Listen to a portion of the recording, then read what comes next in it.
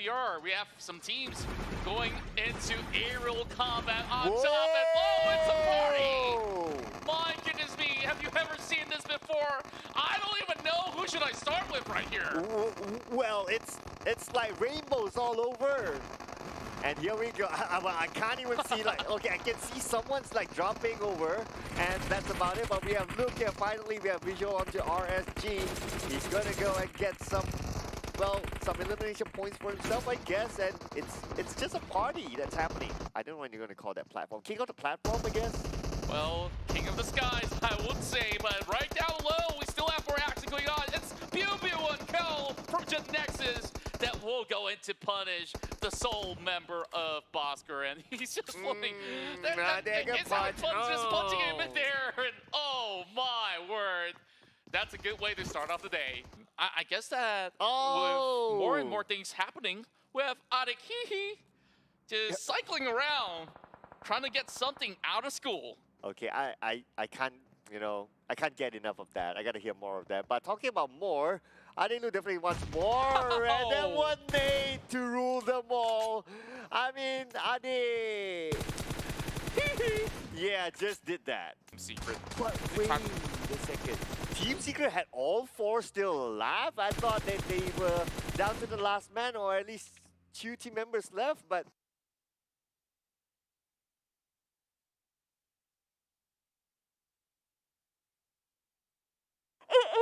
It's the 4th anniversary of PUBG Mobile. Happy birthday to you. Happy birthday, PUBG Mobile. Happy birthday to you. hari jadi kepada PUBG Mobile. Saya ingin mengucapkan selamat hari jadi. Selamat ulang tahun. Selamat ulang tahun ke yang keempat untuk PUBG Mobile. Happy 4th anniversary. Selamat hari jadi. Ucapkan selamat hari lahir. Selamat hari jadi keempat. Selamat hari jadi. Selamat hari jadi yang keempat. For their 4th year anniversary. Happy birthday 4th anniversary. Happy birthday yang keempat untuk PUBG Mobile. Selamat hari jadi kepada PUBG Mobile yang keempat. Selamat ulang tahun untuk PUBG Mobile yang keempat. Happy 4th anniversary untuk PUBG Mobile. Kepada PUBG Mobile, kepada PUBG Mobile yang keempat. PUBG Mobile's 4th anniversary. Yay! Happy 4th year anniversary. Selamat ulang tahun yang keempat Kepada PUBG Mobile yang keempat untuk PUBG Mobile. Kepada PUBG Mobile. Thank you for the amazing 4 years. Terima kasih banyak-banyak kerana bersama dengan kami. 4 years of journey we've been together. Terima kasih kepada anda semua, komuniti dekat luar sana yang sentiasa support PUBG Mobile. Here's to many more years. Dan jangan lupa untuk saksikan kami. Jangan lupa sokong tim korang di PMPL MYSGPH Spring. MYSGPH Spring pada 23 hari bulan ini. Pada 23 Mac sehingga 17 April. Tempat ni kita orang akan buat yang terbaik. Kelakar semua ada, jangan risau. Meletup apa semua ada. Di Facebook dan YouTube. See you there. See you there. See you there. Bye-bye.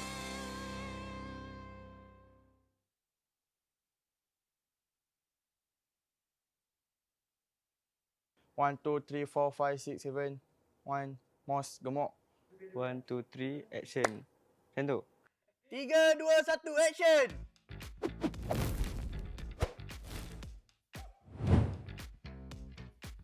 I think it's going to be competitive. Bukan agak lah, memang lebih mencabar. Pasti sengit. PMPL season ni lagi sengit daripada PMPL season 4. Confirm. Agak mencabar lah untuk format baru. Benda bagus yang patut ada kat Liga. Lagi seronok lah sebab tak ada orang yang boleh try and error. Diorang dah tak ada masa untuk main-main lah. Baguslah untuk tim yang konsisten. Kita orang akan perform lah untuk nak dapatkan extra 20 point tu. Memang for rival akan buat yang terbaik lah setiap game. Free point. Easy je. Memang easy. Free point je kot. Because they have player named Demigod, but I don't think he's God. Singapore tu easy. Philippines tu lagi easy. Buat je semua tu. We are prepared in this league, and we think that the Malaysian and the participating teams is fearing us since all teams are eyes on us. Malaysia mesti dominate meh. Kau tak payah nak cakap besar kau akan dominate liga kita orang. Bak datang. Kita tunggu. Almost the whole team of SMG to Homebois, because there's like 75% of the core members. Review? Kenapa tu? Tak kenal tu. Sorry tu. I think exist because of jumper. Actually, he replaced Voke punya tempat because we know Voke how he handle Team AZ before. He really barbar. Kita pun tahu how jumper punya gameplay. So I don't think they can commit well to jumper, but I'm not sure. Just wait and see. Dia sebenarnya terkejut Din lah. Dia keluar daripada secret masuk ke Aziz. Tapi ada udang di sebalik batu sebenarnya. Kalau korang nak tahu, boleh tengok saya punya. Saya rasa Voke lah. Saya pun tak jangka Voke pergi forever tu. Saya ingat Voke akan stay, tapi dia pergi sana. Apalah. As I know, like, Haiku went to THQ, so maybe because he didn't do anything in EVOS as well. Even he go THQ, he didn't give any impact. So I think that's the reason why Andrew kicked him there. Trash talk lah kan? Bosskur lah, Bosskur. Saya tak nak main dia. Saya benci dengan Aboy. Jangan beria. Jangan beria sangat. Aboy tu. Dengar ni boy, jangan beria. Kita orang just nak warning kat Bosskur, berhati-hati di jalan raya, tengok kiri kanan. Kalau nampak Homebois punya kill feed, jangan kacau. Sebabnya kalau nampak, mungkin korang pula mati lepas tu. Break it on! To those who underestimate us, for example KHI, we are looking to put on a great performance, so don't let your guard down. Hello, Jumper.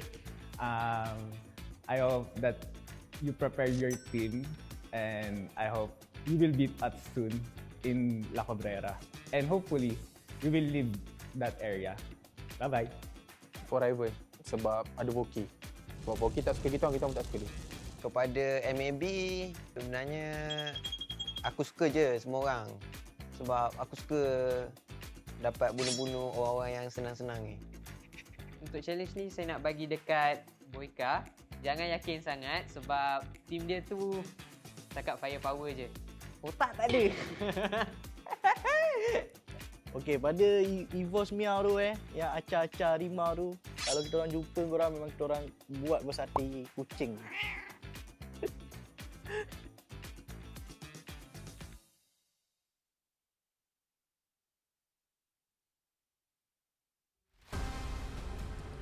Tanpa korang, siapalah kami? Y4R win!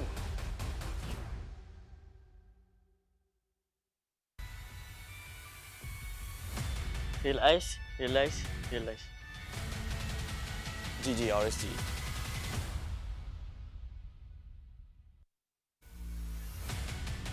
You can beat me down, but I will jump back up. Aziz Ganas.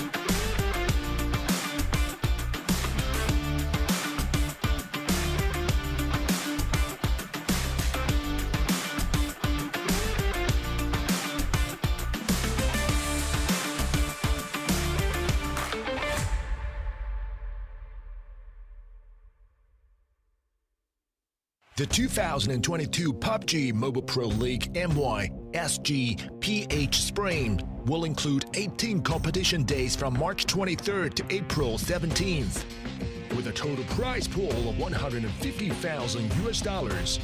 20 teams will compete in the country league stage. This session, each team will earn weekly bonus points at the end of each week based on that week's tournament ranking. Additionally, after 3 weeks of competition, teams will be ranked according to their overall match ranking and elimination scores and awarded league bonus points. After the first 3 weeks, the 16 teams with highest total weekly bonus points and league bonus points combined will compete in the country grand finals, where their total bonus points will also serve as their initial scores. After the country grand finals, the top 3 teams from overall ranking points will automatically qualify for the PMPL Southeast Asia Championship. Top 4 to top 6 teams of overall ranking points will qualify to PMPL Southeast Asian Championship play-in, where they will compete for the last 3 slots to PMPL Southeast Asian Championship.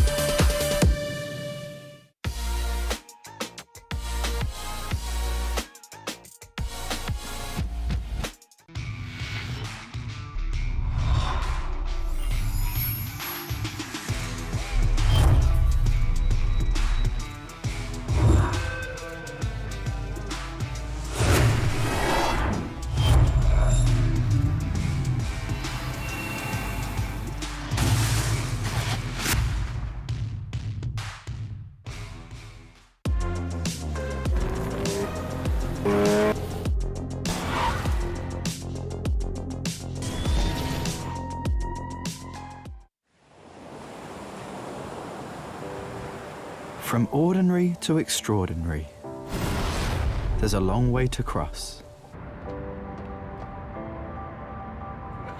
Whenever we lose our way, there's always a light that keeps us going. The light sparks from every young heart. It leads us to capture inspiration in ordinary days. It encourages us to seize the colors of sunrises after the darkest hours and create something amazing with it. We brought the magical color-changing effect to life thanks to a dual-layer chromic bonding process. Place the back cover under the light for just a moment and you'll see it go from a calming blue to a passionate red, just like the color changing of the sky during sunrise. Presented by Realme Design Studio. A tribute to those who dare to capture the light. Realme 9 Pro Series. The flight to the 2022 PMPL Malaysia Singapore Philippines Spring Split to take off in 16 seconds. Hai, saya Kuza. Dalam PMPL MYSGPH Spring kali ini, kami akan buat yang terbaik untuk mendapatkan champion.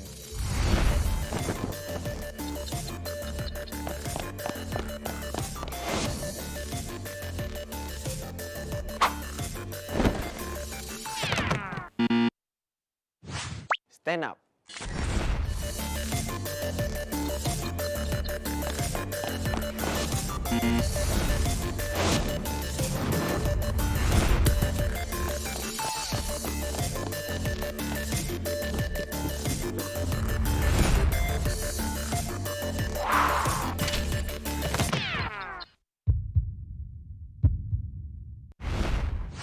Stand up. Jangan pernah kita stand up. Never give up on fight until you succeed. Stand up.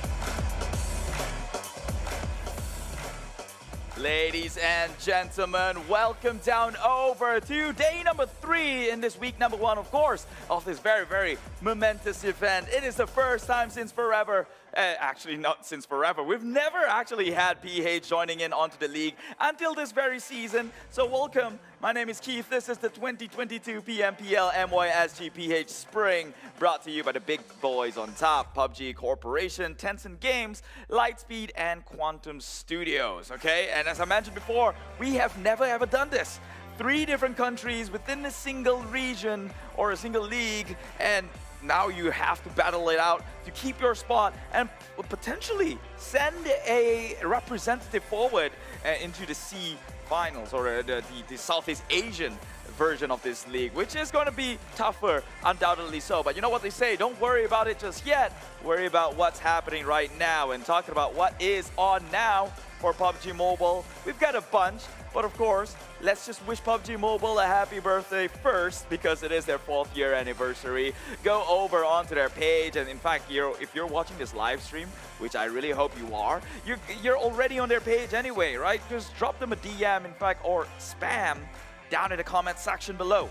We'll read it, I'll read it. You know, there are down times in between, and sometimes I just need to read a little thing, bounce back from the audience a little bit, right? Let's make this interactive. However, know that I'm not the moderator, and if you're gonna do toxic comments, that's gonna get ousted out before you even get the chance. Anyways, let's take a look at the brand new format that this league has brought to us for the very first time here, okay? As you can see, the country league will take place with 5 matches every single day for 5 days in a week. And week number 1 is happening right now. It's going to happen for the next 3 weeks from day number 1 here. And we're already in day number 3, and the top 16 from this country league itself will move on then to the country grand finals, in which they will again play 5 matches a day, right? And then the top three finishers will move on to C, Southeast Asian region, while the 4th to the 6th place will then go into the C play-in, in which they will fight for, again,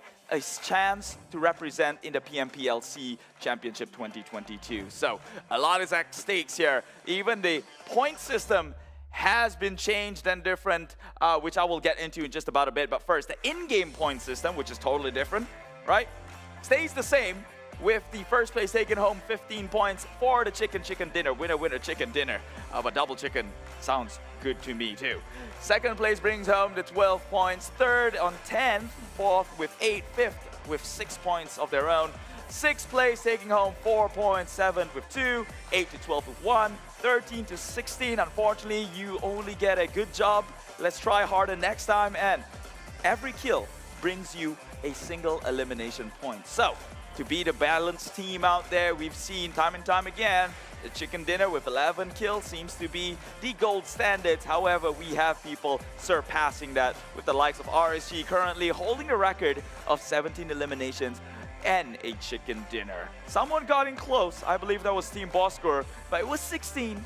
And not really record-breaking just yet. However, take a look at the bonus point system this time around. So every week, teams will be playing for their overall standings and placings in the entire group, right? Because anyone at first place will get 20 points as the overall score, which will be the ones that be tabulated to move on forward into the next week. Second place gets 19, third at 18, fourth at 17, fifth at 16, and it goes down. It tapers all the way down to the 20th spot here, which is holding the 1 point. So pretty measly if you ask me. Surely you want to do your best in every single game, because that's the whole point of this format.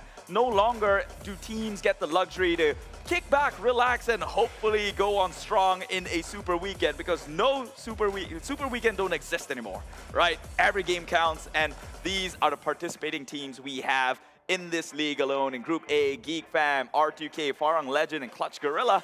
Group B, we have Team Secret, Sem9, GENEXUS, Homebois, and Group C, Axis redONE, EVOS VIP, Dingoz Esports, Team Bosskur, and Group D, Team SMG, RSG, MAB Esports, ALMGHTY, and finally in Group E, we have Yoodo Alliance 4 rivals, Team Huck, TABAH NC, and KHI Esports. Again, the guest of honors, the talk of the town. Yeah, we're still waiting for them to finally show their stripes here, because, hey, they've made a lot of claims, and I'm excited to see them put that one to the test. Yesterday, we've seen some signs of life, being able to beat the likes of Homebois and Dingoz in a hand-to-hand combat. So I want to see more of those coming up from KHI. Meanwhile, today's matches, take a look at that. Match number 1, kicking things off with Sanha, with the groups that will be playing A, B, C, and E, which means Group D is out. They will be taking a quick breather, although they don't need it since the tournament hasn't yet begun. But Team SMG, RSG, MAB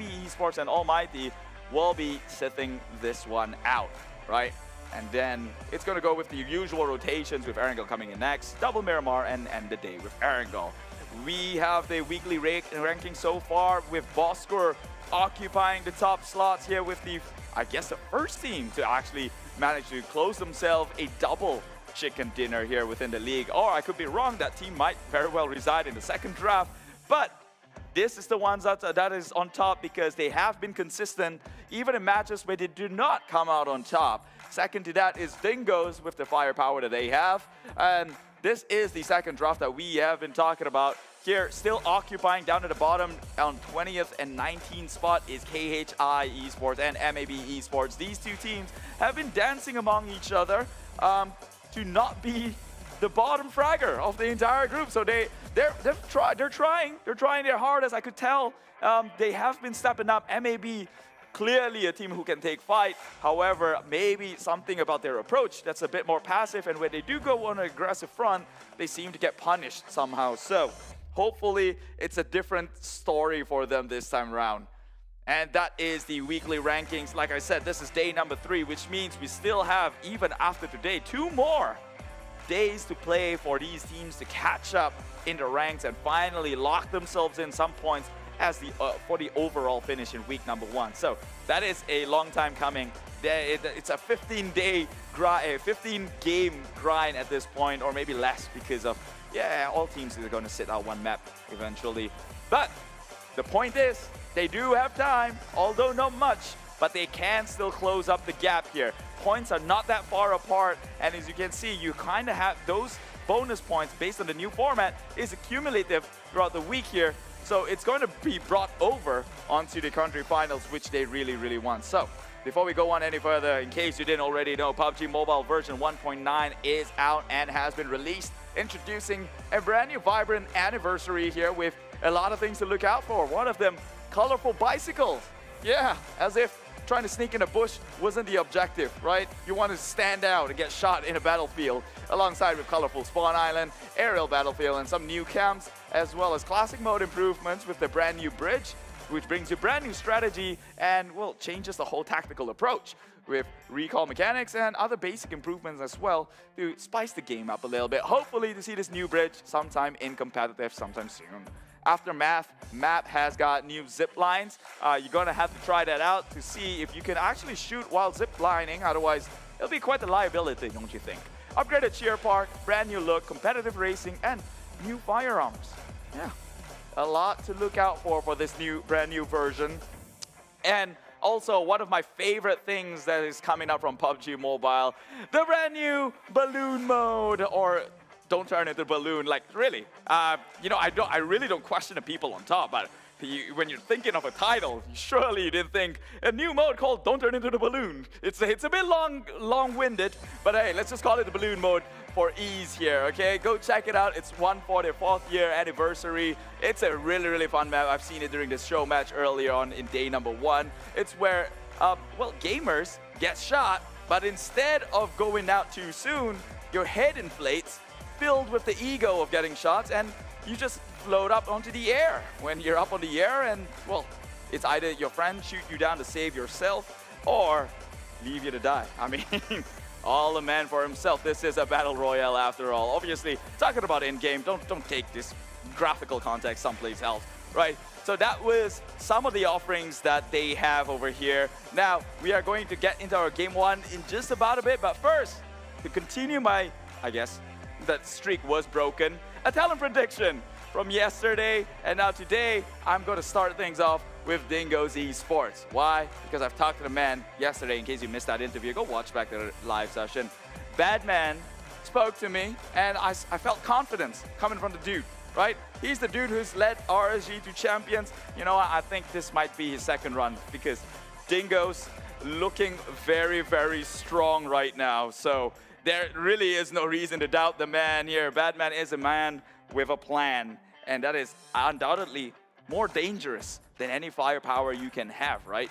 So, without further ado, we're going to go into match number 1 for day number 3 here, all the way in Sandhawk. Casters, please take this away. Well, thank you very much, Keith, and of course, welcome to the PMPL MYSGPH Spring Season for 2022. My name's Contra, and we got Little Miss Sunshine, Sis Jenny, that's joining the English test for the very first time. Welcome. Hello, Contra, and hello, PMPL. I am Sis Jenny. I am in my comfortable area, speaking in English. Well, I'm glad that you are, and of course, other than welcoming Sis Jenny, we also do like to thank Realme for joining us as our official smartphone partner, and you can check out the GT2 Pro as it's greater than you see. This year, Realme as a tech trendsetter will partner with PUBG Mobile to support young talents in esports with best-in-class products. But not to forget, when you have a phone, you need the line, right? So why not switch to Yoodo, our official digital telco partner, Yoodo. Let's switch to Yoodo and get a free 5 GB of high-speed data with 20 GB extra for those of you who will be playing PUBG Mobile. That's right. You know, we've seen a lot of great matches that have happened for the past 2 days. And today, heading to day 3, it's the weekend. Everybody's feeling good, and I hope the players are. So we saw a lot of great chicken dinners. Is there any favorite of yours so far? I would say it's actually EVOS. EVOS VIP. Yeah. They were working together ever since the start of the circle, and then when it came to the last, they were still alive, 4 of them. Right, and I think that was one of the cleanest take, especially when they were hiding right behind the rock, and that's very memorable. That's also because Keith has gotten that prediction right for the very first time. Congratulations to him, but here we are. We're jumping into Sanhok first for our very first matchup here in the PMPL MYSGPH, who are the brand new region that joins right in. So we have basically one of the toughest leagues in the world as we dive into Sanhok. Yes, definitely. I mean, for a start, Sanhok, but I don't know, Contra, because I feel like Malaysia teams are still dominating. Indeed, and I believe that, you know, teams from Singapore as well as PH, they do have something to offer. It just takes a lot of adaptation. Like, we did see Singaporean teams come in for a couple of seasons right now. And, of course, even they struggle to find that pacing to qualify. There was one that season where they almost make it into the final 16 as well. But, of course, a few names that did, of course, Pure, such as Vax, who, of course, played for R2K one of those seasons, but we're not seeing him this season so far. So I guess that it's all down to Almighty to really fly the flags up high for Singapore. But take a look at this, though. We're already getting the first circle heading into the northern side. Yep. So apparently, this season when I'm seeing the Sanhok games, all the circles are moving into the north side. As compared to Miramar, it decided to go to the south. But though, the things that I've seen also so far, dominating everything is just that, you know, there are teams coming in and out here and there. But honestly, in Sanhok, I'm not seeing the consistency of all the teams. I would absolutely agree with you. Like, on the past few seasons, at least, many teams would ideally go in with this strategy of, like, gathering as much first 8. And oh my goodness, Dingoz gets the first pickup, and KHI Esports find themselves first blood on the first match of the day. Oh, yep, definitely that was happening immediately. I think they are going to show off what they've got so far. But I think, you know what, that person just accidentally went into that drop spot. I don't think that he was suspecting anyone inside the hut too, right? Like, he crashed right in, and yeah, there wasn't any other members of THQ that could possibly pull up anything at all.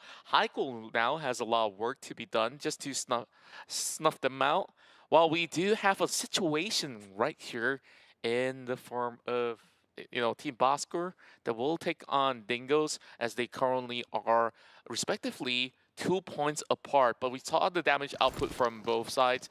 They are pretty equivalently matched. So I want to ask you this, Jenny. So when we compare two of these teams, what makes them distinct from the rest? Probably tacticality, and one that I've definitely highlighted. I mean, I'm not trying to say that, okay, Malaysia only has this, but as of now, these 3 countries, firepower is definitely shouting across for the Malaysian teams. Their firepower is definitely it. But for probably Singapore and Philippines, they have a little bit of the firepower, but more towards tacticality, or we would say the mind games. Yeah, I gotta say that they definitely bring great strategies on top of what they've been able to feel. Hi Esports, definitely looking pretty decent at the start, and I guess like day one, they struggled a little bit to find a ground of their own, and they try to make adjustments. Day two, I think that they've shown us that, hey, they managed to clinch the top 5 performance, and now starting with First Blood, I think things are going good. And of course, back to the point where we mentioned, okay, Bosskur as well as Dingoz Esports, early on, Keith was just mentioning that Batman is the one that's coaching them. And of course, on the season that Batman was playing, he did become champions of the MYSG scene back then. Yep, because no introductions needed, but here we go. Dingoz taking on the first few shots towards the Yoodo Alliance for Rivals, but not getting any of it registered. Though Rankid is here all alone. I'm not so sure if this is what they are trapping for at least Yoodo Alliance for Rivals, because they are coming into where, honestly, KHI, they don't really have a drop spot ever since the contest of Semnai. But here we go. We're going to see if this is going to be a committed transformation here. It seems like they will commit and look at Yoodo Alliance for Rivals. Well, he lobbed a nade into the same shack that he was hiding in. Aye, While KHI, they're doing a little bit of a split formation just to try to keep the rest of Yoodo Alliance off guard.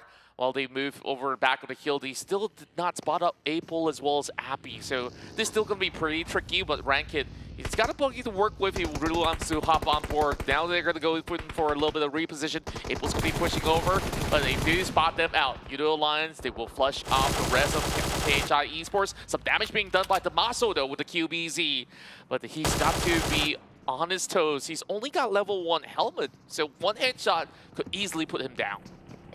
Damaso was the guy who actually clutched the entire Dingoz yesterday, so I'm not surprised if he's able to give commands or some kind of surprise tricks coming out just to cordon off Yoodo Alliance 4 Rivals, because it seems like Yoodo Alliance 4 Rivals, they came there for looting. They were not open to take on different angles as compared to KHI, who was prepared to take a fight. Yeah, and I love how they strategize, just like you said, the way they masterfully played that out, give them that edge in such a close proximity skirmish, and even though they came really close, I love how they quickly made a decision, leave that vicinity, had a little bit of supplies as well as utilities to cover ground, and then get in with the buggy, get your members out of there, and you could basically live to tell the tale for another day.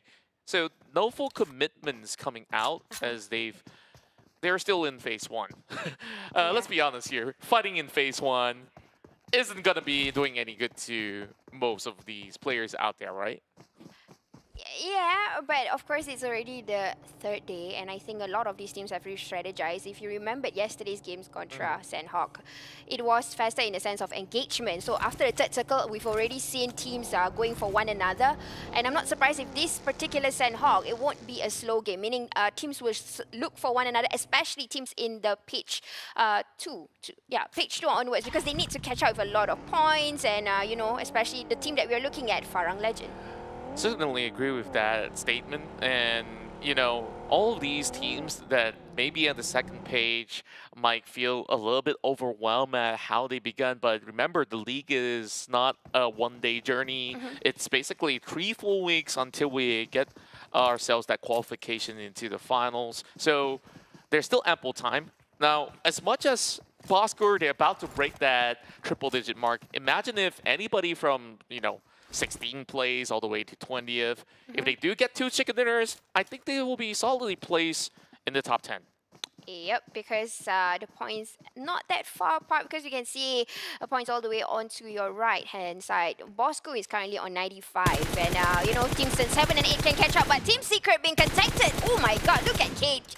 Look at KHI, they are so confident today. They are making contact with Yoodo Alliance 4 Rivals and also Team Secret at the same time. This is what we've been waiting for them to really step it up a notch. And, well, social media ruckus aside, there's a little bit of, you know, rivalry between, you know, these two teams as well. So I really do like that KHI, they have a hit list going on. It feels like it in such a way that, hey, we want to start raking up points, but we want to make sure that we get all these targets that we want to acquire. So they've already kidnapped Kid, and also they took one out from THQ. So starting off really with high-flying colors, this is just 2 pickoffs, and it's still so early. Imagine if they keep doing this again and again and again. They could easily walk away with more than 5 points. Yeah, I totally agree with you. Definitely waiting for what KHI have in store for us today.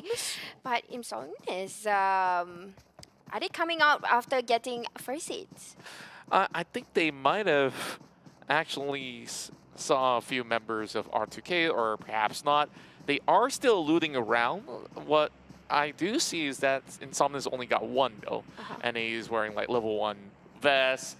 Still playing a really risky game, so I wonder if Insomnia is going to be able to get at least a little bit more resources, but he does have 30 bandages instead.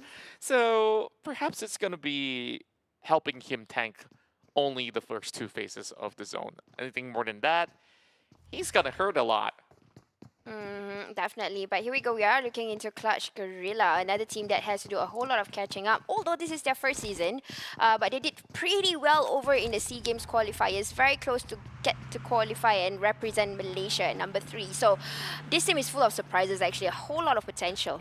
Yeah, and you know, back in the previous season, they were also known as TG Aries, if I do recall correctly. And after that, I think that after joining this new organization, they've been improving tremendously, and I just want to see what else they've got. So with a little bit of shift here, heading into phase 3, it's still pretty much unclear, because it could be in the alpha side of the island, it could be boot camp, or even the corners of Tatmok. So I guess that the team that benefits the most in this situation is Homebois.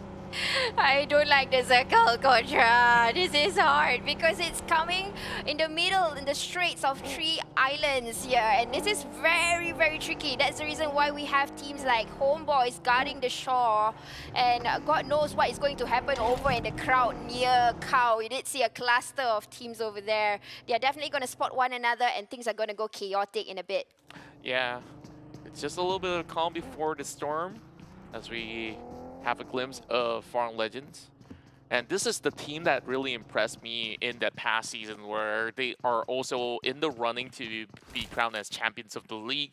So, of course, the Wonder Kid, Adik Luke, now changes his name to Adik Hihi. So, any backstories of, you know, why the name change or so? Oh, the reason why is because, okay, so Adik Luke changed his name and before PMPL, so he was doing the sub scrimmages, and then people decided to take his name. Oh. So that's the reason why he had to add that. Oh, no wonder. Yeah. Somebody just joined it away. That feels pretty bad, but take a look at Matoy though. He manages to land that VSS shot, and that will leave Demigod requesting for help. And when you're using a VSS, nobody knows where you're shooting from, because it's so silent that it just feels like it's a mosquito passing by, and yeah, you just got tagged just there and then. So KHI Esports, they would easily recover out of that, but it's Matoy that ambushes onto Yoodo Lejund's side, but instead he drives over on top of the hill and he immediately books it, and somehow Yoodo Alliance didn't manage to get him punished, but there's still Zuli on the opposite end. I'm actually wondering, Team Hawk, they are actually lingering around. Probably they're thinking that initially the team that contacted them was KHI. So Zuli is up here probably trying to do some revenge work because one of the teammates got, you know, decapitated by one of the players of the team. But definitely he's there for quite a long time for Zuli. I've been seeing him from like the first few parts just now. Yeah, and it's gonna take a while. Team Secret currently segregated onto 2. Remember, they only have 3 players left, so Matoy, he's got to be very wary of his surroundings, especially with Zuli being so close to where he's currently positioned. So if he's not careful enough, easily Zuli could just peek from the back and just get that 1-pointer towards the hands of Team Hawk. The rest of Team Secret, though, still wandering around on the other corner. I guess that they don't really want to overcommit. And judging for the fact of this position, Matoy really would be able to clear up at least a sector in case if the circle does shift upwards towards the north. Yeah, but that's exactly where the choke point was or is, because that particular area, if you realize, teams after teams decides to come in. We did see Bosskur lingering somewhere around there. This is the northern part of where Cow and Hatin is. The choke point, but there we go. Zili, there you go. Exactly what we expected. He has been hanging around here for quite a bit because you can see how far Team Hawk and he is. You look at how the separation is. So the rest of the Team Hawk is in paradise where SMG's drop spot is, and Zili is out there all alone being that person. But definitely now he has to change position because it's very risky. The entire Yoodo Forevers hurt him, definitely. KHI hurt him, and also Team Secret, because the first person or of that team that actually got sacrificed was actually from Team Secret, so Zuli got to change his place.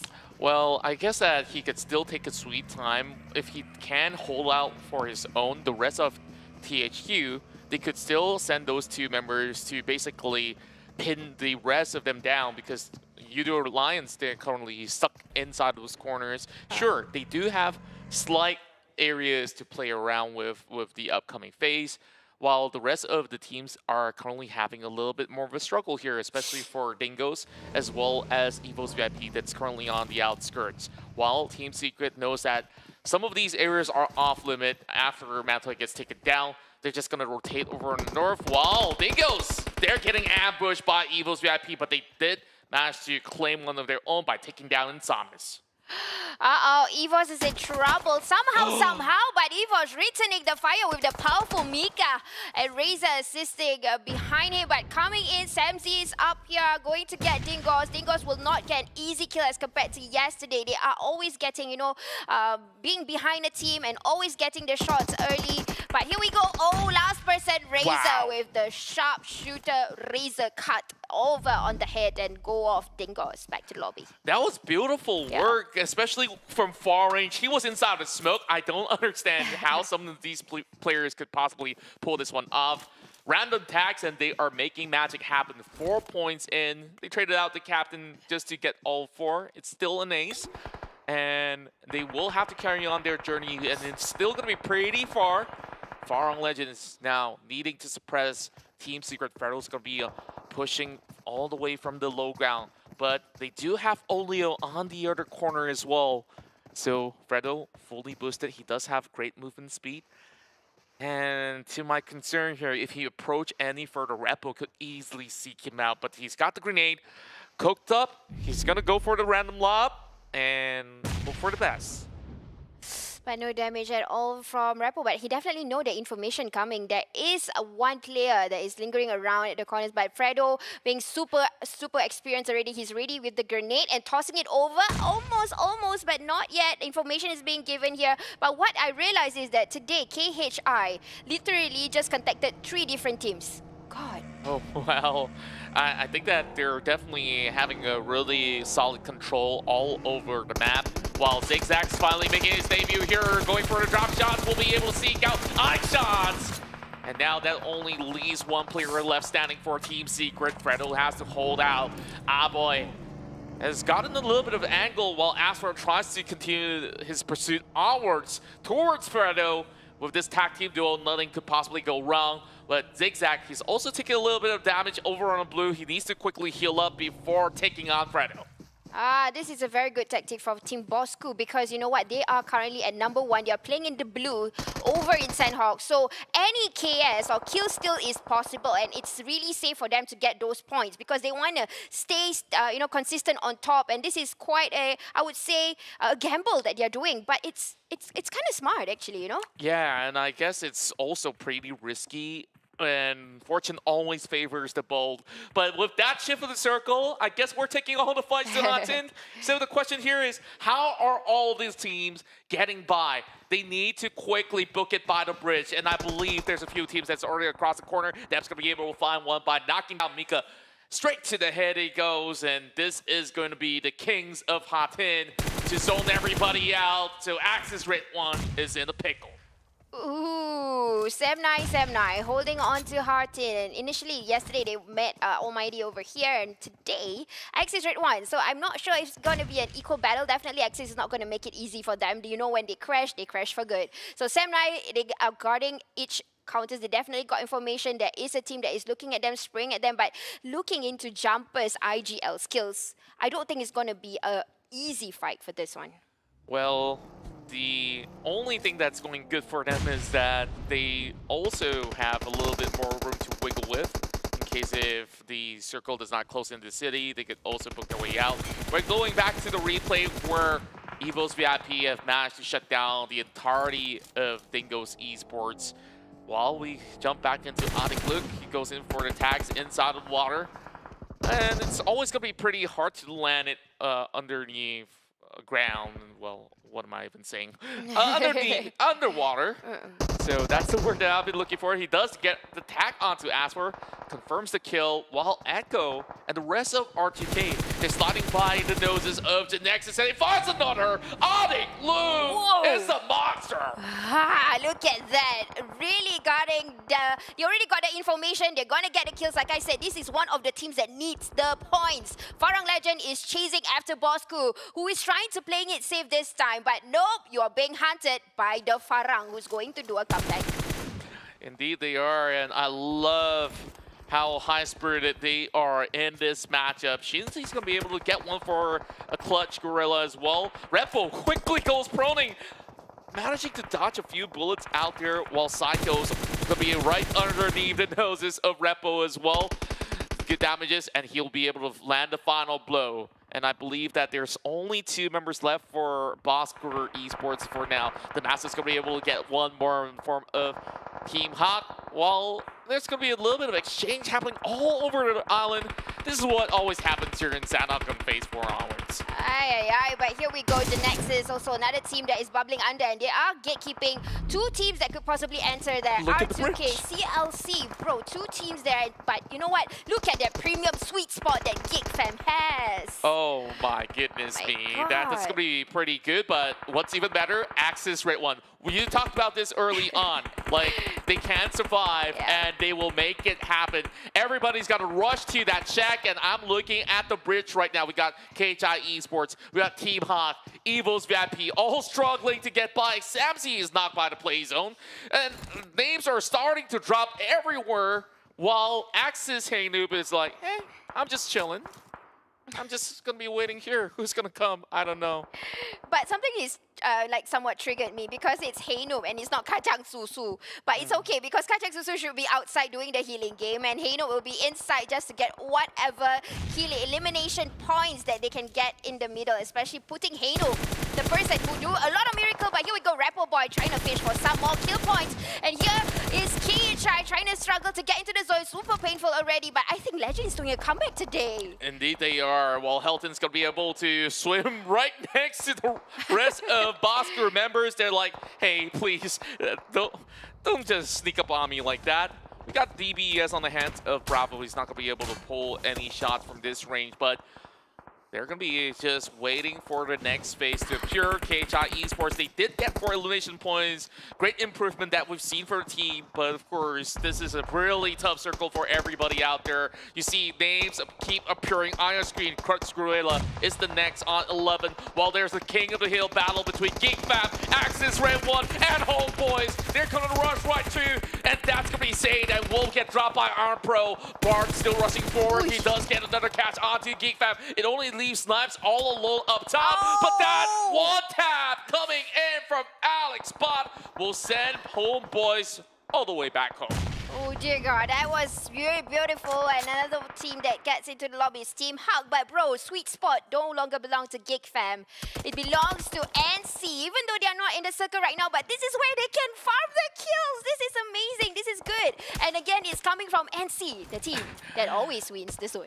Well, I guess that they're coming pretty close, though. Remember this, they're all the way up in the high ground. Eventually, what goes up must come down. So I don't know if they're going to have a good way to the foothill of the current terrain, but you got Sem9 already keeping their eyes above the ground.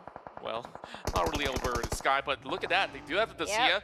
I guess this is the great plan that they have. They're just going to go ahead, book it straight right down below, and just hope for the best. But Hey Noob is still hiding in there, Farang Legends. They don't really have those health bars, and redONE is going to get sniped, but from the back is Sem9 that pays a visit. So Sem9 definitely in the pole position to take it all the way. Sem9 is telling everybody that this is their drop spot. They're going to control it. They are over in Hatin, where they started, and they're going to end it nicely. Sem9 is still alive. I don't think their resources are touched yet, except for bullets, but Farang Lejund getting eliminated at number 5. I think that's a big improvement. Indeed it is, and I'm still seeing 4 teams still left standing. I wonder where is the final member of EVOS VIP. Yes, we have NC that was over on the top of the hill, and they've managed to get their way down. Now it's between the battle of the 2 teams with the most players still on board. GENEXUS is right on the other side. So he's still playing the healing game. So it's a healing battle for both EVOS MP as well as Axis Rate 1. While NC as well as Deadline's got to finish his job. Farang, the captain of the team, will find one from his crosshair. But there's more bullets being sent his way. Frankie tries to pin him all the way down. But Putra's going to be walking into the guns, the bullets of Flax. It's now or never for Sam9. They are hunting. Look at Bravo. He's hungry with a DPS in hand. He wants some. He wants some. And but Flex is still in the equation. You gotta get that guy out because he is the main fragger. Now suddenly it's left with nobody. And I think I know who's going to be the winner chicken dinner for this one, Contra. Well, oh well. We just got to wait for the Tigers to be crowned as kings. And somehow NC still has a member over the top of the hill, still playing the healing game.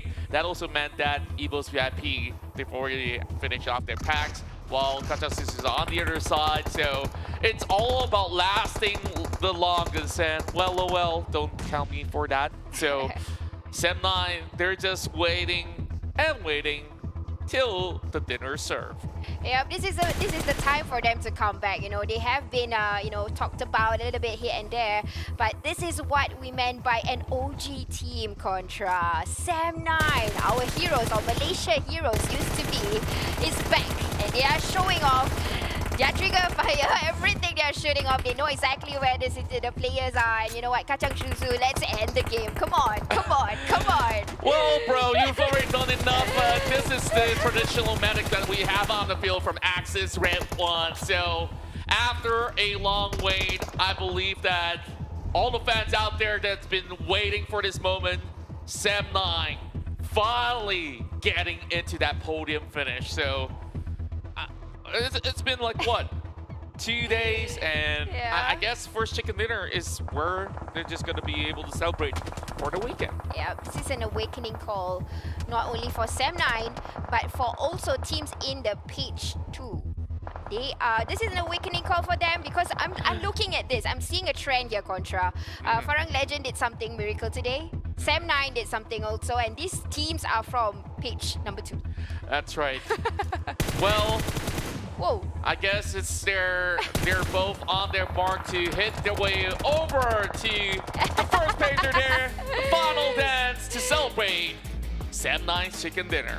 Winner, winner, winner, chicken dinner for Sam9 with an amazing 8 kills. Axis Red 1 at number 2.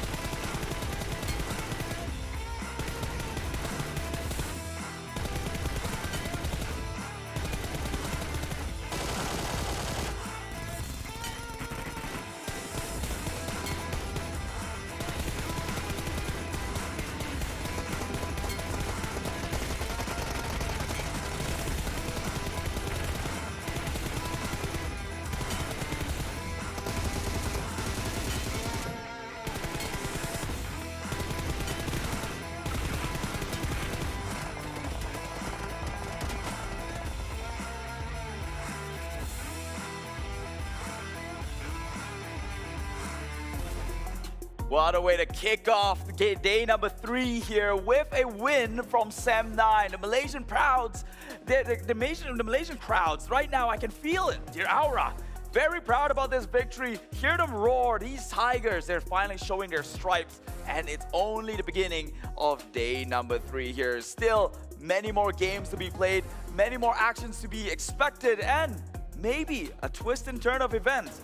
Like one of the casters mentioned, a lot of teams are stepping up. But before that, let's take a look again at the patch note here for PUBG Mobile version 1.9. In case you missed out, we've got a little bit of a revamp going on here with Vibrant Anniversary being introduced onto this patch, right? Colorful spawn islands, aerial battlefield, colorful bicycles, and new camps. If you care enough to go and explore and even ride around in that BMX, do so, okay? I welcome you to do it. Classic mode as well has got an improvement of their own. Talking about, of course, a brand new bridge in which you can now formulate different tactical strategy in approaching when it comes to getting onto the other side, especially reliable when it comes to a map like Sanhok, right? But unfortunately, this does not translate all the way down to competitive or rankings just yet. So I guess we can only have our fingers crossed until the day comes where it is introduced and things get a bit more spicy then on. Recall mechanic has been improved. Other basic improvement as well, which I will tell you in just about a bit, or at least sometime towards the day. Actually, why don't I just do it right now, right? Now that I mentioned about it, here's the classic mode version 1.9 features. Okay, the improvements are mechanical improvements, which includes a countdown reminder, because it seems that 80% of you are not paying attention to the countdown clock, to the zone clock. So now they're adding in reminders so you know to book a ticket out of there before it's too late. Viewpoint has been adjusted. Quick voice wheel chat to be a little bit more toxic if you wish so. Underwater firearms is there for you to pick up loots under the sea, because we all know that's where most treasures lies anyway. Control improvements, swapping firearm attachment now more convenient in a single button, and climbing, and many more upgrades to make this game a little bit more competitive, a bit more great, or maybe even more palatable for the new players. I don't know. What's the strategy here? Regardless, it's updates anyway. Go read about it. Go try it out. Eventually, things will be muscle memory. Now, the previous game itself, I had 3 teams in mind. Sem9, TABAH NC, and Geek Fam. These were the potential suitors for the winner-winner chicken dinner. And honestly, I'm a bit disappointed in how things ended for Geek Fam, because it seems like whenever it comes to Sanhok, they have most of it figured out. Like the drop spot they go for and the rotation they take from that drop spot, it's almost as if they always get an easy entry within Circle. Sure, you can chuck that one up to luck because Circle didn't go all the way to the top right of the map in Sanhok. However, well, I guess they kind of factor in the probability of circles anyway. But let's take a look at all the stats that happened and went down in a previous match. Look at the match rankings right here. 8 elimination, not too shabby. With a chicken dinner, Sem9 finally getting a breath of fresh air here. Still floating above, heads above water, but not drowning, so that's a good thing. But you're not well out on dry land just yet, right? Because they haven't had a great run so far, and I'm guessing this should probably propel them further upwards and maybe leaping into the first draft, maybe not, but we'll see when it comes to the overall. Axis coming in second here with the healing game, of course. We all know and love it is Sanhok itself. Sem9 Depth gets the MVP. 3 eliminations, 588 damage on his trusty firearms, and 32%, 33, I would say, team contribution percentage. So everyone pulled their weight in this game alone. 3.4 MVP points, with the furthest elimination being 86 meters, which, well, isn't much, but let's be honest, it's Sanhok, right? And it's either you fight in close quarter compounds and you might as well just pick up a DBS, or you're not too far for the get-go. It's the smallest map in the entire game. What would you expect? So let's take a look at the overall. Sem9 leaps in onto the first draft here with 70 points now on their side. TABAH NC still now leaps up onto #1 spot with sheer consistency alone, and they became the first team to break the triple digits. People thought it was going to be Bosskur, myself included, especially when Bosskur pulled out an aggressive stunt here, getting onto a car and just hunting down the entire map or anyone within the blue. Unfortunately, that kind of paid the price very heavily, as they became the ones within the blue and got gatekeep, couldn't push in, and eventually bow out before they could add to significant damage towards the entire battlefield here. So Dingoz is still there. Meanwhile, on the second draft now, we have Team Hawk dropping down onto the second draft with Yoodo Alliance 4 rivals, GENEXUS, who didn't get the chance to play, but you know, the fans are rooting for him because PUBG's back.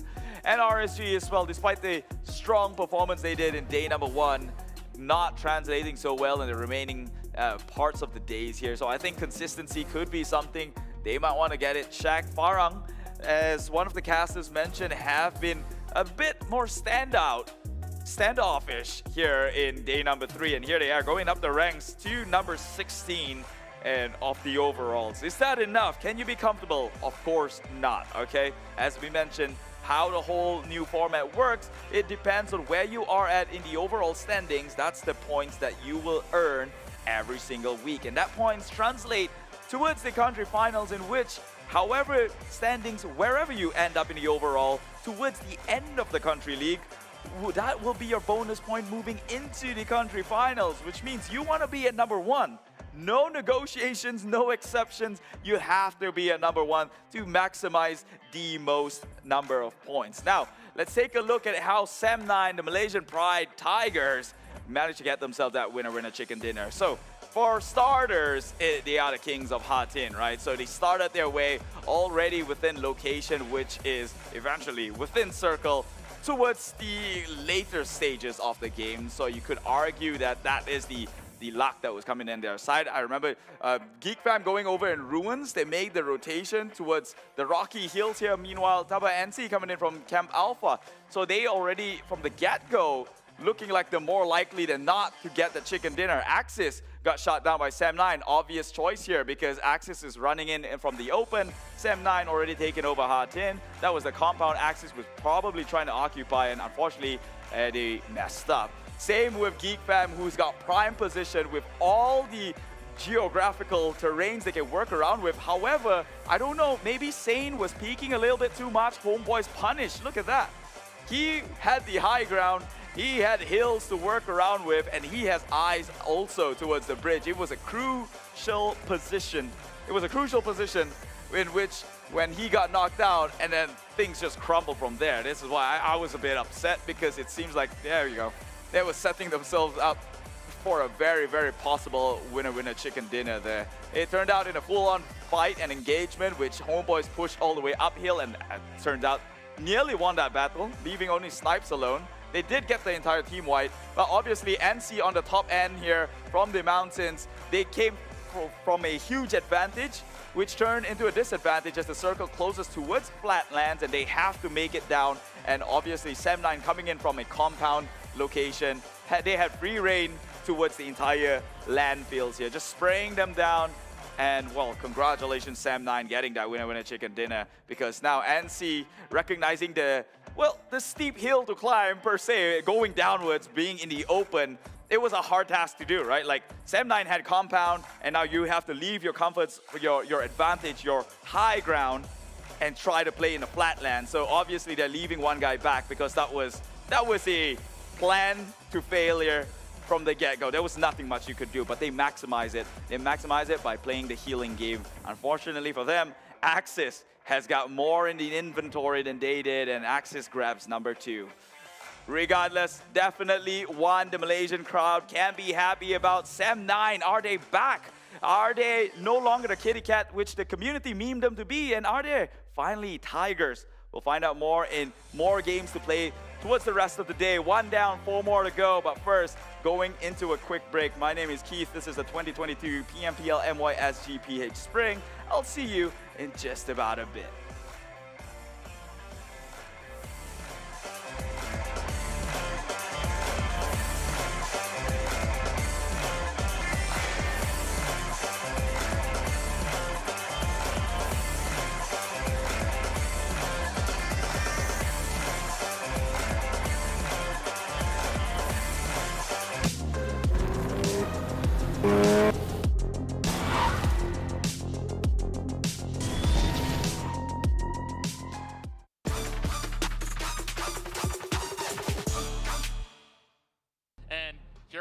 We have some teams going into aerial combat on top, and oh, it's a party! My goodness me, have you ever seen this before? I don't even know who should I start with right here. Well, it's like rainbows all over. And here we go. I can't even see, like, okay, I can see someone's like dropping over, and that's about it. But we have look here. Finally, we have visual onto RSG. He's gonna go and get some well, some elimination points for himself, I guess, and it's just a party that's happening. I don't know when you're going to call that platform. King of the platform, I guess? Well, King of the Skies, I would say, but right down low, we still have more action going on. It's PMPL from GENEXUS that will go in to punish the sole member of Bosskur, and he's just floating. It's just punching him in there, and oh my word. That's a good way to start off the day. I guess that with more and more things happening, we have ALMGHTY just cycling around, trying to get something out of school. Okay, I can't, I can't get enough of that. I gotta hear more of that. But talking about more, ALMGHTY definitely wants more, and then one made to rule them all. I mean, ALMGHTY. Yeah, just did that. Secret. But wait a second.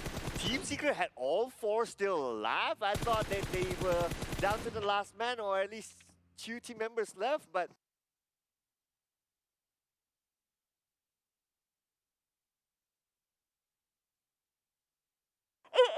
It's the 4th anniversary of PUBG Mobile. Happy birthday to you. Happy birthday, PUBG Mobile. Happy birthday to you. Hari jadi kepada PUBG Mobile. Saya ingin mengucapkan selamat hari jadi. Selamat ulang tahun. Selamat ulang tahun ke yang keempat untuk PUBG Mobile. Happy 4th anniversary. Selamat hari jadi. Ucapkan selamat hari lahir. Selamat hari jadi keempat. Selamat hari jadi. Selamat hari jadi yang keempat. For their 4th year anniversary. Happy birthday 4th anniversary. Happy birthday yang keempat untuk PUBG Mobile. Selamat hari jadi kepada PUBG Mobile yang keempat. Selamat ulang tahun untuk PUBG Mobile yang keempat. Happy 4th anniversary untuk PUBG Mobile. Kepada PUBG Mobile, kepada PUBG Mobile yang keempat. PUBG Mobile's 4th anniversary. Yay! Happy 4th year anniversary. Selamat ulang tahun yang keempat kepada PUBG Mobile yang keempat untuk PUBG Mobile. Kepada PUBG Mobile. Thank you for the amazing 4 years. Terima kasih banyak-banyak kerana bersama dengan kami. 4 years of journey we've been together. Terima kasih kepada anda semua, komuniti dekat luar sana yang sentiasa support PUBG Mobile. Here's to many more years. Dan jangan lupa saksikan kami. Jangan lupa sokong tim korang di PMPL MYSGPH Spring. MYSGPH Spring Pada 23 hari bulan ini. Pada 23 Mac sehingga 17 April. Season 5 ni kita orang akan buat yang terbaik. Kelakar semua ada, jangan risau. Meletup apa semua ada. Di Facebook dan YouTube. See you there. See you there. See you there. Bye-bye.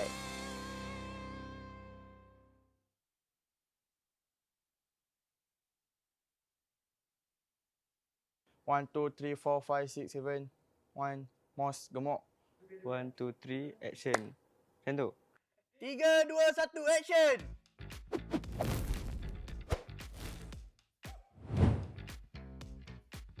I think it's going to be competitive. Bukan agak memang lebih mencabar. Pasti sengit. PMPL season ni lagi sengit daripada PMPL season 4. Confirm. Agak mencabar lah untuk format baru. Benda bagus yang patut ada kat Liga. Lagi seronok lah sebab tak ada orang yang boleh try and error. Diorang dah tak ada masa untuk main-main lah. Baguslah untuk tim yang konsisten. Kita orang akan perform lah untuk nak dapatkan extra 20 point tu. Memang for rival akan buat yang terbaik lah setiap game. Free point. Easy je. Memang easy. Free point je kot. Because they have player named Demigod, but I don't think he's God. Singapore tu easy. Philippines tu lagi easy. Bot je semua tu. We are prepared in this league and we think that the Malaysian and the participating teams is fearing us since all teams are eyes on us. Malaysia mesti dominate weh. Kau tak payah nak cakap besar kau akan dominate liga kita orang. Bak datang. Kita tunggu. Almost the whole team of SMG to Homebois, because there's like 75% of the core members. Review? Kenapa? Tak kenal lo. Sorry lo. I think exist because of Jumper. Actually he replaced Voke punya tempat. Because we know Voke how he handle Team AZ before. They really barbar. Kita pun tahu how Jumper punya gameplay. So I don't think they can commit well with Jumper, but I'm not sure. Just wait and see. Dia sebenarnya terkejut Din lah. Dia keluar daripada secret masuk ke Aziz. Tapi ada udang di sebalik batu sebenarnya. Kalau korang nak tahu, boleh tengok saya punya Saya rasa Bokeh lah. Saya pun tak jangka Bokeh pergi forever tu. Saya ingat Bokeh akan stay, tapi dia pergi sana. Apalah. As I know, like Haikal went to THQ, so maybe because he didn't do anything in EVOS as well. Even he go THQ, he didn't give any impact. So I think that's the reason why Andrew kicked him there. Trash talk lah kan? Team Bosskur lah, Team Bosskur. Saya tak nak main dia. Saya benci dengan Aboy. Jangan beria. Jangan beria sangat. Aboy tu. Dengar ni boy, jangan beria. Kita orang just nak warning kat Bosskur, berhati-hati di jalan raya, tengok kiri kanan. Kalau nampak Homebois punya kill feed, jangan kacau. Sebabnya kalau nampak, mungkin korang pula mati lepas tu. Break it on! To those who underestimate us, for example KHI, we are looking to put on a great performance. So don't let your guard down. Hello, Jumper.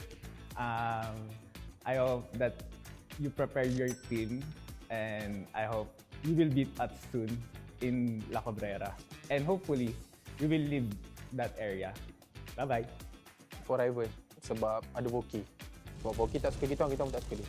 Kepada MAB, sebenarnya aku suka je semua orang. Sebab aku suka dapat bunuh-bunuh orang-orang yang senang-senang ni. Untuk challenge ni saya nak bagi dekat Boyka. Jangan yakin sangat sebab team dia tu cakap firepower je. Otak tak ada. Okey, pada EVOS Mia tu yang acah-acah harimau tu, kalau kita orang jumpa korang, memang kita orang buat bersate kucing.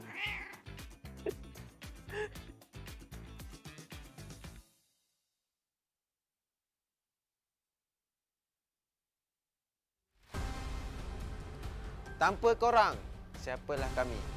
Y4R win!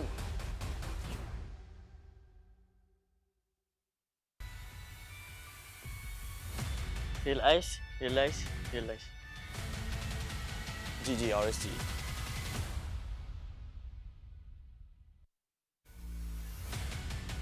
You can beat me down, but I will jump back up.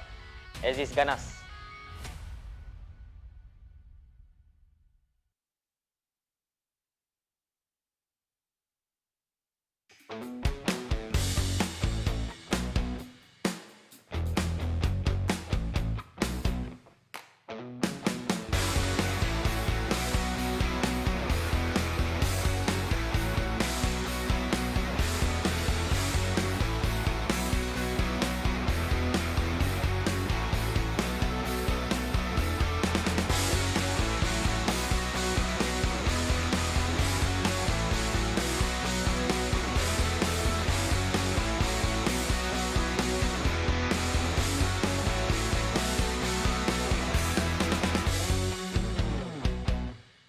The 2022 PUBG Mobile Pro League MYSGPH Spring will include 18 competition days from March 23rd to April 17th, with a total prize pool of $150,000. 20 teams will compete in the country league stage. This session, each team will earn weekly bonus points at the end of each week based on that week's tournament ranking. Additionally, after 3 weeks of competition, teams will be ranked according to their overall match ranking and elimination scores and awarded league bonus points. After the first 3 weeks, the 16 teams with highest total weekly bonus points and league bonus points combined will compete in the country grand finals, where their total bonus points will also serve as their initial scores. After the country grand finals, the top 3 teams from overall ranking points will automatically qualify for the PMPL Southeast Asia Championship. Top 4 to top 6 teams of overall ranking points will qualify to PMPL Southeast Asian Championship play-in, where they will compete for the last 3 slots to PMPL Southeast Asian Championship.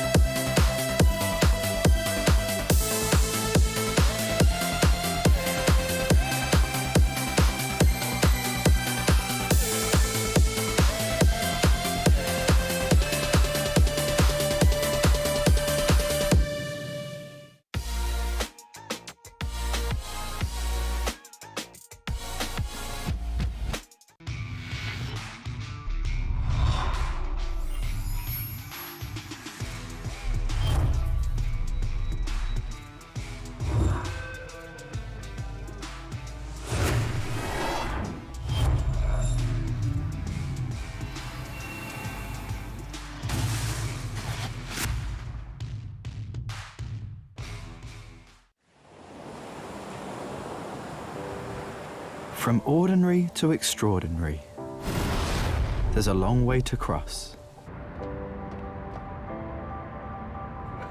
Whenever we lose our way, there's always a light that keeps us going. The light sparks from every young heart.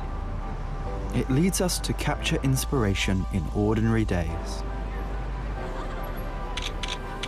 It encourages us to seize the colors of sunrises after the darkest hours and create something amazing with it. We brought the magical color-changing effect to life thanks to a dual-layer chromic bonding process. Place the back cover under the light for just a moment and you'll see it go from a calming blue to a passionate red, just like the color changing of the sky during sunrise. Presented by Realme Design Studio. A tribute to those who dare to capture the light. Realme 9 Pro Series.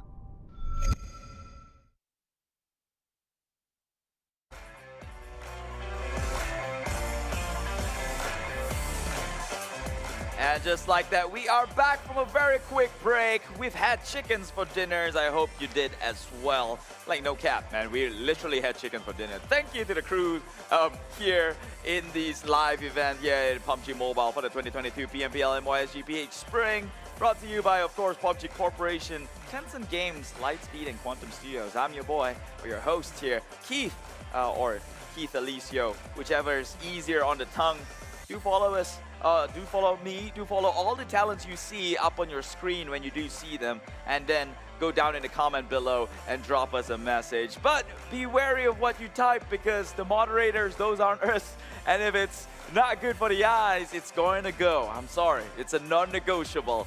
Regardless, we are getting into the game number 2 of day number 3 here. It's getting a bit complicated, but getting a little bit more hyped up as well. Things have turned for the better, it seems, for the teams here in the second pager. Sem9, I nearly said gang. Sem9 actually managed to get themselves the chicken dinner, which they have been working so hard for a very long time now. And now we are seeing some of the other teams down in the second pager finally coming into, well, battle spirits, I guess, if you would say so. The morale's kicking in, right? Farang Lejund, they did spectacular as well. They, I guess, were maybe better than the way they were before. However, we know that this is probably just 20% of what they can do. Based on previous seasons, they were the underdogs that had the most potential to actually win the entire tournament. So, Farang Lejund, one to look out for. And some of these teams now at the top spot, we've seen that they are ready to risk it for the biscuit, as we saw Bosskur just hopping into vehicles despite the lead they have, which is not much. They were driving around like madmen, shooting people off in the blue. So if we can see more of those crazy strategies being pulled out here, I think we're gonna have a show in our hands, that's for sure. But before we get into more PUBG Mobile, do drop by the pages here on all their social platforms, be it PUBG Mobile, PUBG Mobile Esports, PUBG Mobile Esports MYPH, or even SG. Just go over and drop it down in the message below. Hey, happy birthday. Thank you for this incredible game. Thank you for sticking with us for 4 years now. This is their 4th anniversary, and boy, do they have a lot of things to give you for free, right?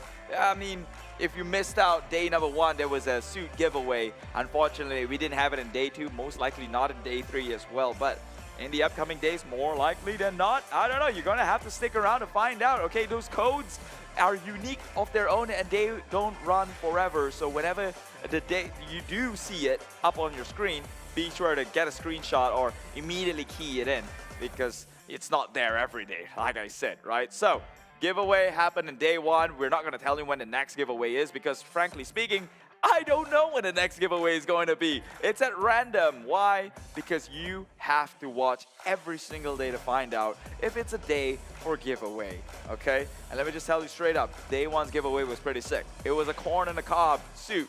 It was a suit of a corn and a cob. Am I making sense here? You get chlorophyll, chlorophyll, right? The cells that gives it its green color. Chlorophyll shirt and a corn on the cob head, which I really don't have to break it down for you because you know what a cob looks like. I mean, a corn and a cob looks like. And also, that giveaway has long passed. You have to look forward to the next one. But trust me, it's going to be just as good. That's all I can say. It's going to be just as good. Okay? And talking about things that are good, balloon mode is a brand new thing that was introduced amidst the 4-year anniversary as well. You can go check that one out in case you missed that one on the show match that happened in day number 1 as well. See, look, you're missing out everything in day number 1 if you weren't there, right? People getting shot, heads being inflated. It's just a fun mode. But let's take a look at the previous stats here in match number 1 of day number 3.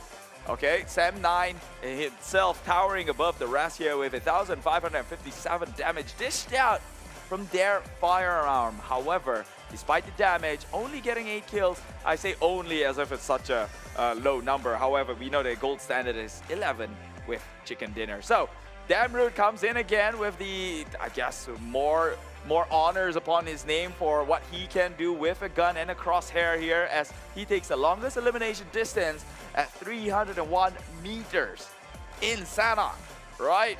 301. We've only seen like a 200-ish over in a map like Miramar, and this guy is shooting really, really far. And TABAH and C-Flax OP coming in with 246, and Farang Legend's Adik Luke, or Adik Hihi, now at 208 meters. This kid has grown since the previous season just by his physical appearance alone. He looked like a cuter kid back then. So this guy is definitely growing up, which means more experience and means an even aggressive player. Now, taking a look at the next match, expecting for the day here over in Erangel, Team ABDE will be playing, which means Group C, Axis redONE, I'm sorry, will not be. EVOS VIP as well. Dingoz Esports and Team Bosskur will be sitting out on this one. Only for this match. Obviously, we're going to see them in the previous, on the next maps for the day as well. We still have Miramar, and an Erangel, so nothing to worry about. This is only temporarily for just this one match. But hey, guess who's back? SMG, RSG, MAB Esports, and one for the Singaporeans, Team ALMGHTY, or Almighty Esports, whichever you like to call it. One of the casters we have, guess who, is from Singapore, so I'm guessing that she might be rooting for him. Oops, did I just say she? Isn't that a bit too obvious? Well, I guess you can find out yourself, right? So, we have a lot of matches to take place today, and for this next one, I am going to predict the next chicken dinner to be Geek Fam. I think Geek Fam is just a very, very well-balanced team. They have Damrude, who's many a times now take on the Terminator title, and you have QB, who is the master strategist when it comes to Geek Fam. So, I don't know, man. It just seemed very well-rounded. There's a reason why this team won the previous season, PMPL Season 4 for MY, then MYSG. And so, I think I'm going to bank in on them because previously in Sanhok, they made a mistake, okay? Sane over peak, got shot, boo-hoo. Well, they're going to move on from that. They're not a team to be a Debbie Downer, per se. They're going to come in stronger, I think, maybe because they were this close. They're going to get a bit more hungrier than ever. And I just have a gut feeling that Geek Fam is going to take this one. So, will I be right or will I be wrong again, like the previous match? Let's all find out here in game number 2 over in Erangel. Take it away. Hello everybody, and we are back. I am Sis Jenny, with me is Contra. Well, of course, we had a really good game 1, and after that, we had our own chicken dinner, and we come back for even more as we are going to be heading into this matchup without Group C this time around. So, of course, formalities first. Welcome back to the PMPL MYSGPH 2022 Spring Split. Of course, all this is hosted by PUBG Mobile, and we got to thank our official smartphone partners, Realme, and also our official digital telco partners, Yoodo. So, now that we're going into Erangel, I think that we've already seen so many different winners as we moved into day 1 as well as day 2. We still haven't seen a team that was extremely dominant in this particular map. Or could it be Bosskur that's been able to score 2 chicken dinners in a day? I'm sorry, not in the same day, but 2 separate days. Yeah, definitely. But consistency-wise for Erangel, I think I would have to go with Axis Red One because they kind of they're good at guarding their own grounds, and then probably next up to them is actually Geek. So I might be in agreeable term with Keith this time, but no, I'm still crony, so I'm gonna go for Farang. Why you gotta do yourself like that? But anyways, you know, Keith, he mentioned about Geek Fam, and yesterday Super Cloud was mocking him like, oh, it's all about Keith Fam and all that. But if you look at the roster, nothing too much have changed other than adding Sonic 7 Days, and even with the brand new addition of this new player, I think they've been looking to be pretty good. They had a little bit of sign of consistent motion, especially when they rotate from Georgia Pole to every else in the map. Like, they've somehow made their way without really needing to be spotted by majority of all the other teams. But slowly as we get ourselves into our upcoming match, of course, hope you guys have been able to, you know, get yourself pretty much relaxed, and wherever you are, whether you're from Malaysia, Singapore, or from the Philippines, I hope you all are having a good time. Hit that like button, and if you're watching from elsewhere, you can hit subscribe, and of course follow us. We're on IG, TikTok, everywhere else. PUBG Mobile is everywhere, and you guys can celebrate with us the 4th anniversary of PUBG Mobile. Now, I want to ask you this before we get into the game. So, what's like your best memory of PUBG Mobile? Okay, I would have to say last season, because I think it's easier to remember as compared to if I were to say season 1. People would be like, is there a season 1? Yeah, there is. But anyways, the thing that I remembered, or the most fond memory that I would have, is actually the pen. The pen? What about the pen? The pen. So what happened was, it's in Erangel, since we are going to play, I mean, they are going to play in Erangel, and we're going to cast in Erangel after this. So something happened near hospital on one of the hills. So Sam9, Deb, if I'm not mistaken, it's Deb. Yeah, he that was... legendary moment. Yeah, it's a 1v1 thing, and then like iShots was coming out of the airdrop trying to seek for shelter. And that pen just had to hit him on the head and gave them a chicken dinner. That has to be one of the best chicken dinners in the world. And speaking of that, you know, earlier they celebrated. So is it fair to say that Sam9 is back to their prime form? So I really do wonder. Well, for me personally, well, me and PUBG Mobile, of course, we go way back, right? Like, I am very appreciative that, you know, I'm still casting here after multiple seasons.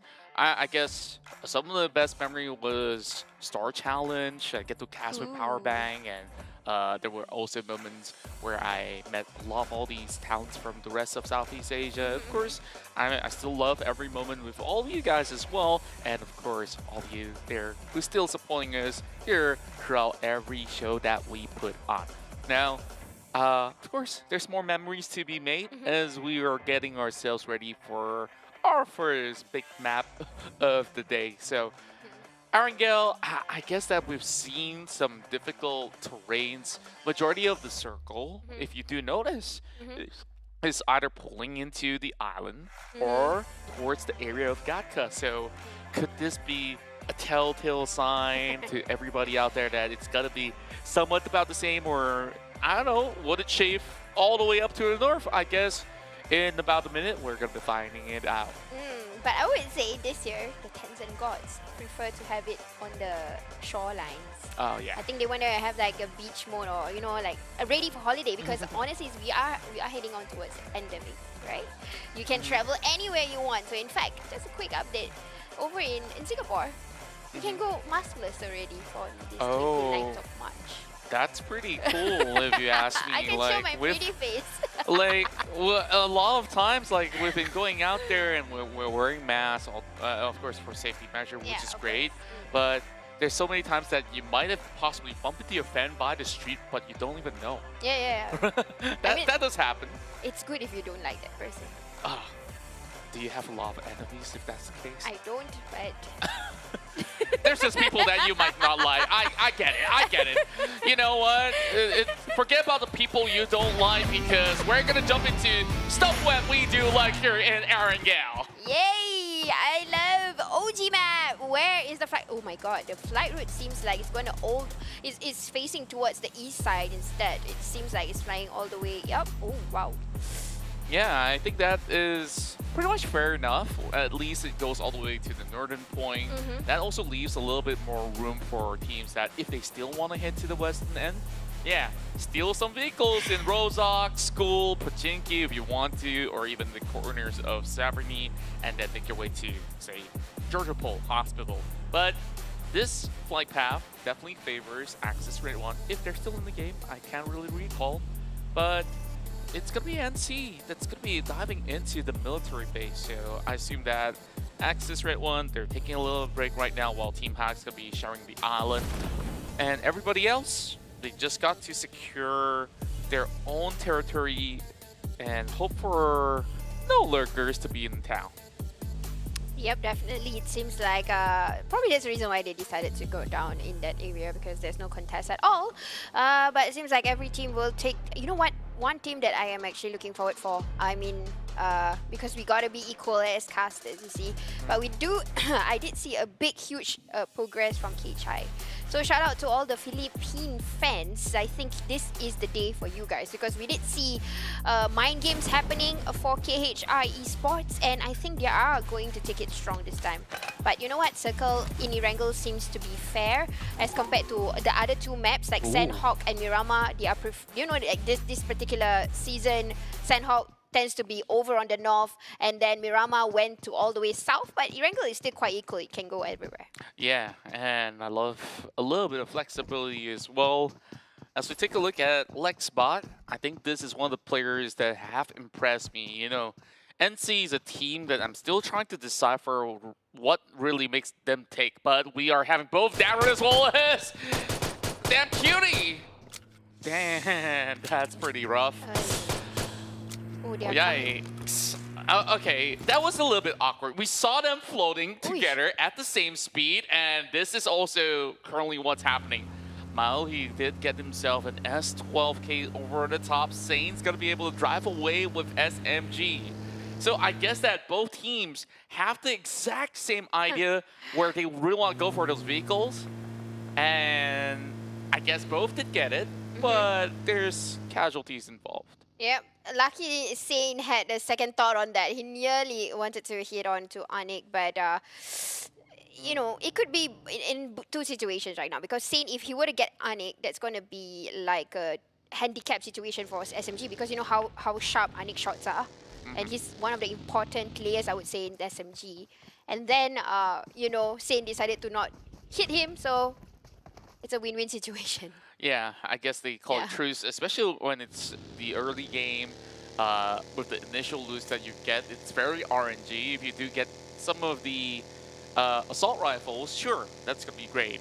If you're going to be getting pistols only, which we saw, it still works out for Damroot.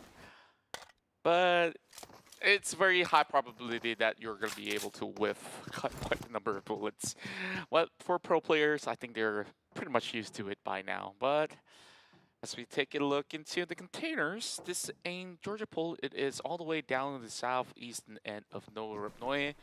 So let's talk a little bit about their brand new transfer. Heiko previously was from EVOS VIP. Now that he gets into a brand new team under the banner of Boyka and co. What do you think of his performance thus far in the team? Individually, I would say it's still the same, but as a team, they have a particular tactic that I did see with the hints of Arof. Probably it's because it's Boyka. He's the one, probably the one that is leading the team, or at least training the team, because there is traits and tales of how Arof used to play, like when they crash and how they approach the enemies. It's similar. Yeah. It's similar. And for those of you who aren't, you know, following PUBG Mobile, you know, from the very first day of Arof, like who's Arof? You know, like they got many names. They got BTR Arof. They had J8 Esports. Am I missing anything else? Yeah, I think those two. I think I'm missing something else. I got a bad feeling that I'm missing one of the names. Oh, really? Huh. What else were they known? Nah, no idea. But Wolf yes, you got Arrow. it. Yeah, Wolf Arrow. I said that just now. Oh, right. Yeah, Wolf Arrow, yes. Wolf was like the recent one, and then Jade, and then go on and go on. Yeah, but anyways, it was Boyka's team, right? So I got a feeling if you to answer your question, yes, they probably Haikul. No, Haikul or Hyrule? Haikul. So as an individual, I think he's still the same. Maybe a little bit of improvements. We have not seen that yet. Probably in the scrims, but over in PMPL after the first and the second day, not yet probably. Yeah. Yeah, and I would agree with you. And that also shows that Haikul does fit to the picture where he is an aggressive player. He can also play from long range as well. Nice. And when we take a look at the current standings of all teams, have you ever thought that NC would still carry that momentum to be that #1 team up till now? Yes, I did. Because Contra. I watched the scrims, and then NC, if you realize, the only player that is the same lineup as the previous NC is only Aduka. But he's actually the person who trains the team. The entire lineup is actually from this tier 2 team called ESDK. So there's 2 lineup, Rivians and Sanguine. Again, this is the Malaysia scene. So the aggressive team is actually ESDK Sanguine, if I'm not mistaken, and that is where this lineup came from. For NC, and they are known for aggressive gameplay, and they are known for team play. That's the reason why they can keep up to this consistency. In fact, SEA Games, they proved it. The previous tournaments, they have been currently winning #1 in all the tournaments. So I'm not surprised that they are showing this consistency over in this season. Yeah, and I like how even Geek Fam is right across their neck. Like they're just like what 10 points away at 91 currently. They have 1 bonus point with them. So Geek Fam, they're also representatives in SEA Games, and we definitely do look forward to that happening.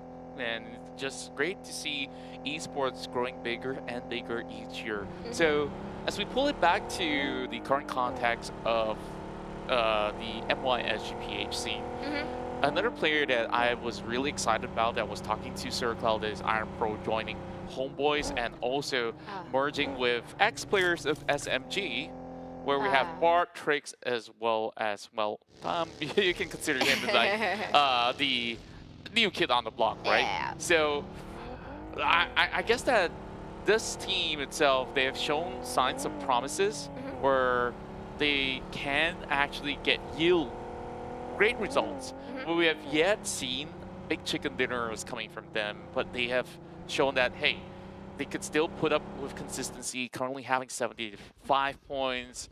Things are still going pretty well for them, but if they turn to their final form, are we expecting like the best out of, you know, SMG's best season and the best out of Dingo's esports season now that we have like a combination of both? Yeah, good point. That's the reason why it is quite interesting this season, where all these teams are showing all this potential, including RSG even though. But do you realize something, Contra? Even if how much they decide to change or rotate the players from RSG, there's always Smallboy and Kim. Yeah, and I think it's really vital for them to keep them all together because it's not only about the experience that they have. I think it's just that sort of synergy that was already established, especially for Smallboy. Of all the players that came and go, Smallboy remains to be the constant. Like, well, you're basically asking the guy that got him into the club. Anyways, so here we go. We got the circle, and great news. RSG. They're perfectly smack right in the center. So it's all about the control over that region in between Rozak as well as Yasnaya. By the middle of that jungle is where RG will need to keep everyone else away. Oh dear God. I don't know if this is a good sign, but it's quite early to be in the center. But you know what? If you are the kingmaker, I think you can control it. Like I would say the team that can control this kind of circle that I've seen so far is probably NC. They know how to keep the trigger discipline. They anticipate the fight at the very last minute. But right now they are just driving past across CLC. Clash Guerilla giving them a warning. Trying to spring! Getting the shot actually. Shinzi, they're getting on point a little bit more. Alex Bot might just be out in the lobby, but that's a good sign. But you know what? The buggy cannot use already. Well, it's just one tire that's being popped out, so It's gonna be a little bit slower. It's gonna swerve, but I think it's still salvageable if you're really desperate. But it's the eyes in here. It tries to trade right back. Tries to clip, keep them on the rotation, but they're a little bit too fast, too furious. And see, now they're kind of stranded with what just went on. Clutch Guerilla will continue on with their assault, but that does not deter the rest of Geek Fam from moving upwards. So as they pass on by, they will still be able to claim a little bit of safety ground as they're just waiting by the edges of Pochinki.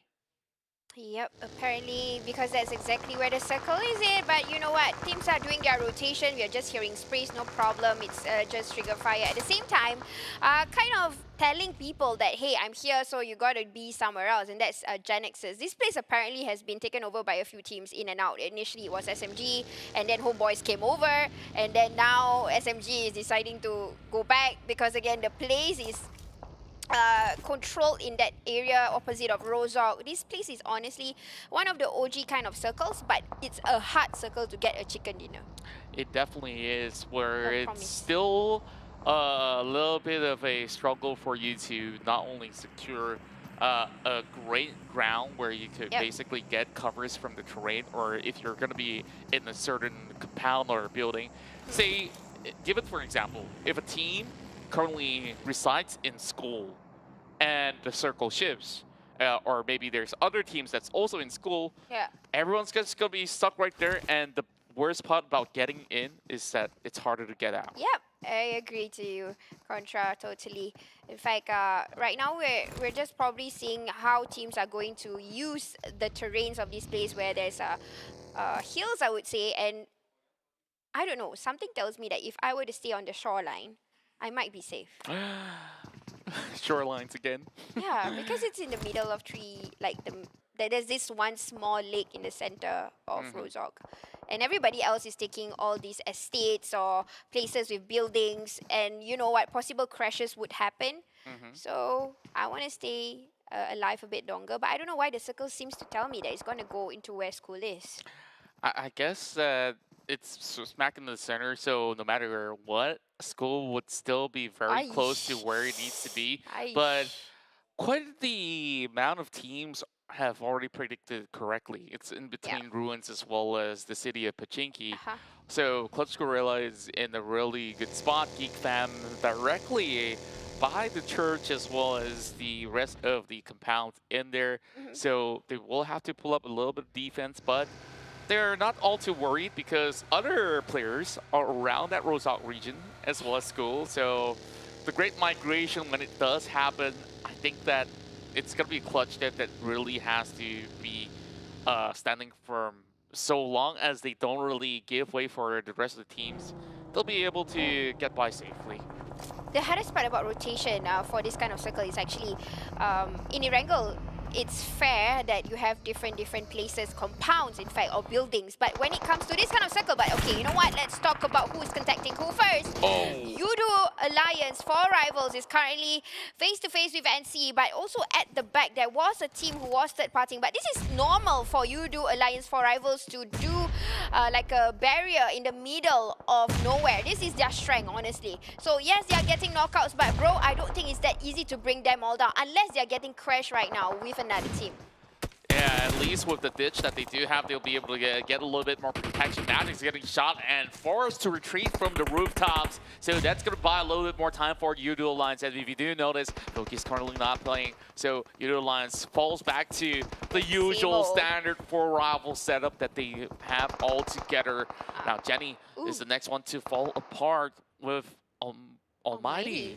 Just tagging him up. The rest of SMG is coming in from the same direction. They will pop a smoke, and they want to quickly secure that point by just running him over.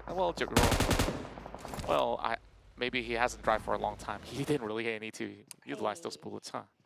He actually still get the have the time to loot, but I think he would probably listen to an IGL, which I believe so is Moxie that's playing currently. If not, it could be Nasty. But yeah, he could have looted to get a little bit more, but maybe this time they want to show on how they can get the elimination points for at least ALMGHTY. But this is the ditch that Ontra mentioned earlier about Yoodo for Rivals. This is their strength. They used to play with such terrains, flatlands, a little bit of hilly, and not even hills, I would say. That's just like a rock, so I don't know, what do you call that? A slight crease in between those, those areas. To play. I think that's their strength. But here we go. I want to see KHI now meeting up with their rivals over in Sandhawk, because you know what? They share the same drop spot over in Hatin. But now, meeting it out again over on the potato hill of Erangel. What is going to happen? You know, there was a clip that went up online, or was it in the live stream somewhere, that in the Battle of Erangel, Sam9 had Manpower carrying some members of KHI on the back, but you know, I guess this is the perfect time to settle scores once again. But I definitely don't think there's time for piggybacks to happen while we have more teams here to try to figure it out, where the current center of the field of the upcoming circle is flatlands. Oh dear. So it's going to be pretty hard. Geek Fam's going to be challenging the rest of Team Secret. So we have Homebois on the other section as well. So these teams are keeping themselves busy, but Sane does spot out eye shots. That's a good tag, straight to the head, breaks the helmets, while Geek Fam tries to line it up, aiming for the tires. Fredo is going to be alive, but some of them will need to give eye shot a helping hand. But sprays again are coming in, and also rotation. Sam9 will not take the engagement with KHI. They are going to prioritize the circle. Everybody is trying to get some form of coverage, at least rocks or here and there, because again, like what Contra mentioned, it is a no man's land. Definitely a huge challenge. So people who is currently on the vantage point, they can do farming. Right now looking into CLC or Clutch Guerilla, it's time for them to show off what they can do, because they have the circle and they have a little bit of vantage, so they can make use of that. GENEXUS, I'm not sure what's their strategy as of now, but it seems like they are gatekeeping from teams that are coming in. For example, Team Hawk that's coming in. I'm looking at the mini-map on the top. They are probably guarding them, trying to get the farm kills at least to prioritize the elimination points. But from that angle, it's definitely difficult to do. MAB will take on the rest of RSG. You see an ample amount of nades, and Brian! Oh my goodness, he only had 1 HP left. But they go in for a very small one. Sword left and right, goes in for a drop shot. Does not get the clip onto Maki. But they still have 3 more members left for the side of RSG. They try to make it quick. Well, Rex tries to force them to not get the resurrection. Well, he will get the double. Will he be able to get the ace? He will switch over to Scar. L. Brian's going to be able to assist as well. Calamity will be the last one to fall. RSG will be able to wipe them all away. While THQ, they take on the fight. GENEXUS is going to be on the ground. Luyu's dropping the nade as well. On the back, it's going to be Heiko, but he doesn't really have all too many members left. Heiko will try to retreat, while GENEXUS holds them all back.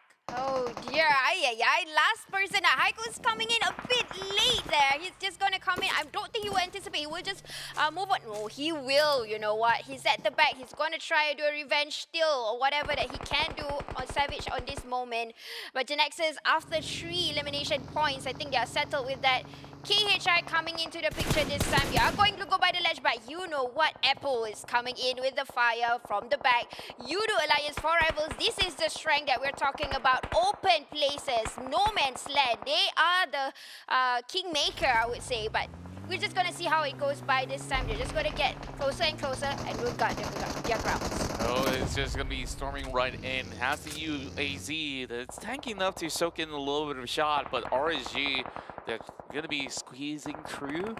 While Sam9, they're still hugging pretty tight by the water town, but there's a lot of action over on the eastern side. Clutch Guerilla having a little bit of spread of an attack against NSEA members, and I do believe that they will get to have a little bit of a truce for now, because they need to rotate all the way towards the far western end. Circle shifts towards the ruins, but for Team Secret, they're still not done yet with Geek Fam. Yep, trying to get people out of the church is not a safe place anymore.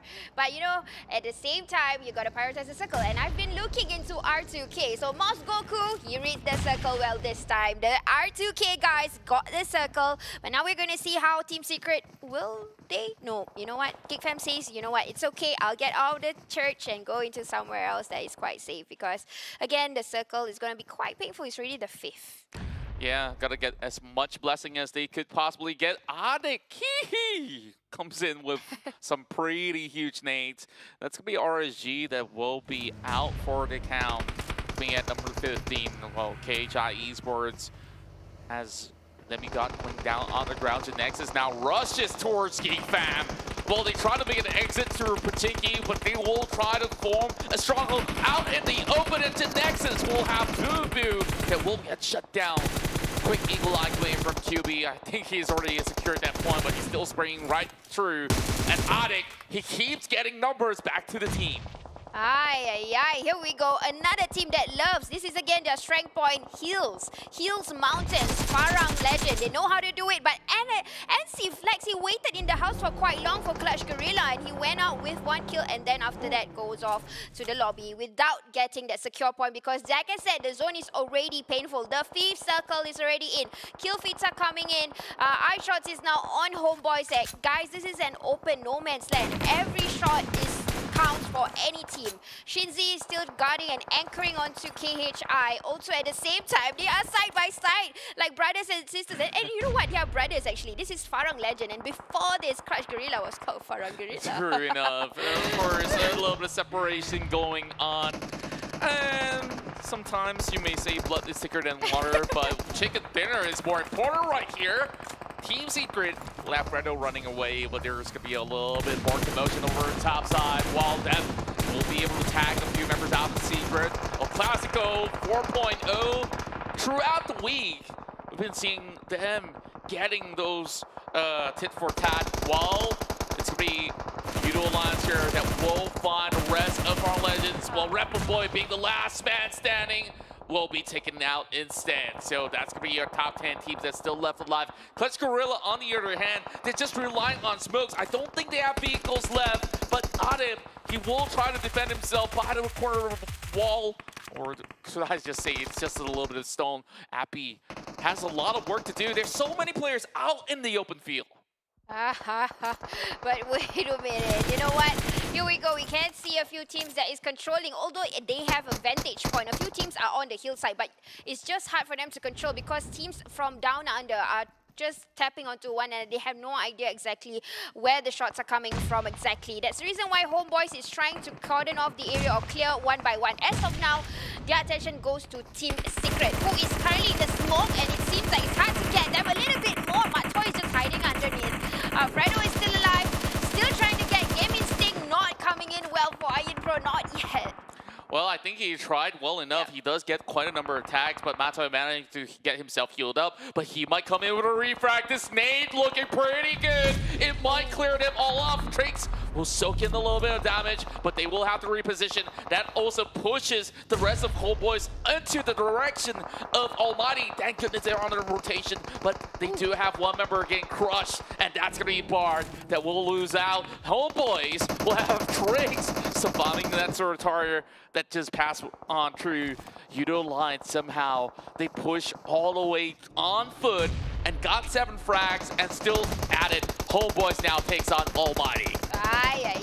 This is where the trouble is. And is he able to clutch on his own, but just went in front alone. And then the rest of them, we said, but no, it's Iron Pro, guys, this time. Iron Pro guarding himself alone, but ALMGHTY is trying to fight back. Jerome, the only last man standing. Come on, Jerome, this is the time to shine. Iron Pro is right in front. Will it be?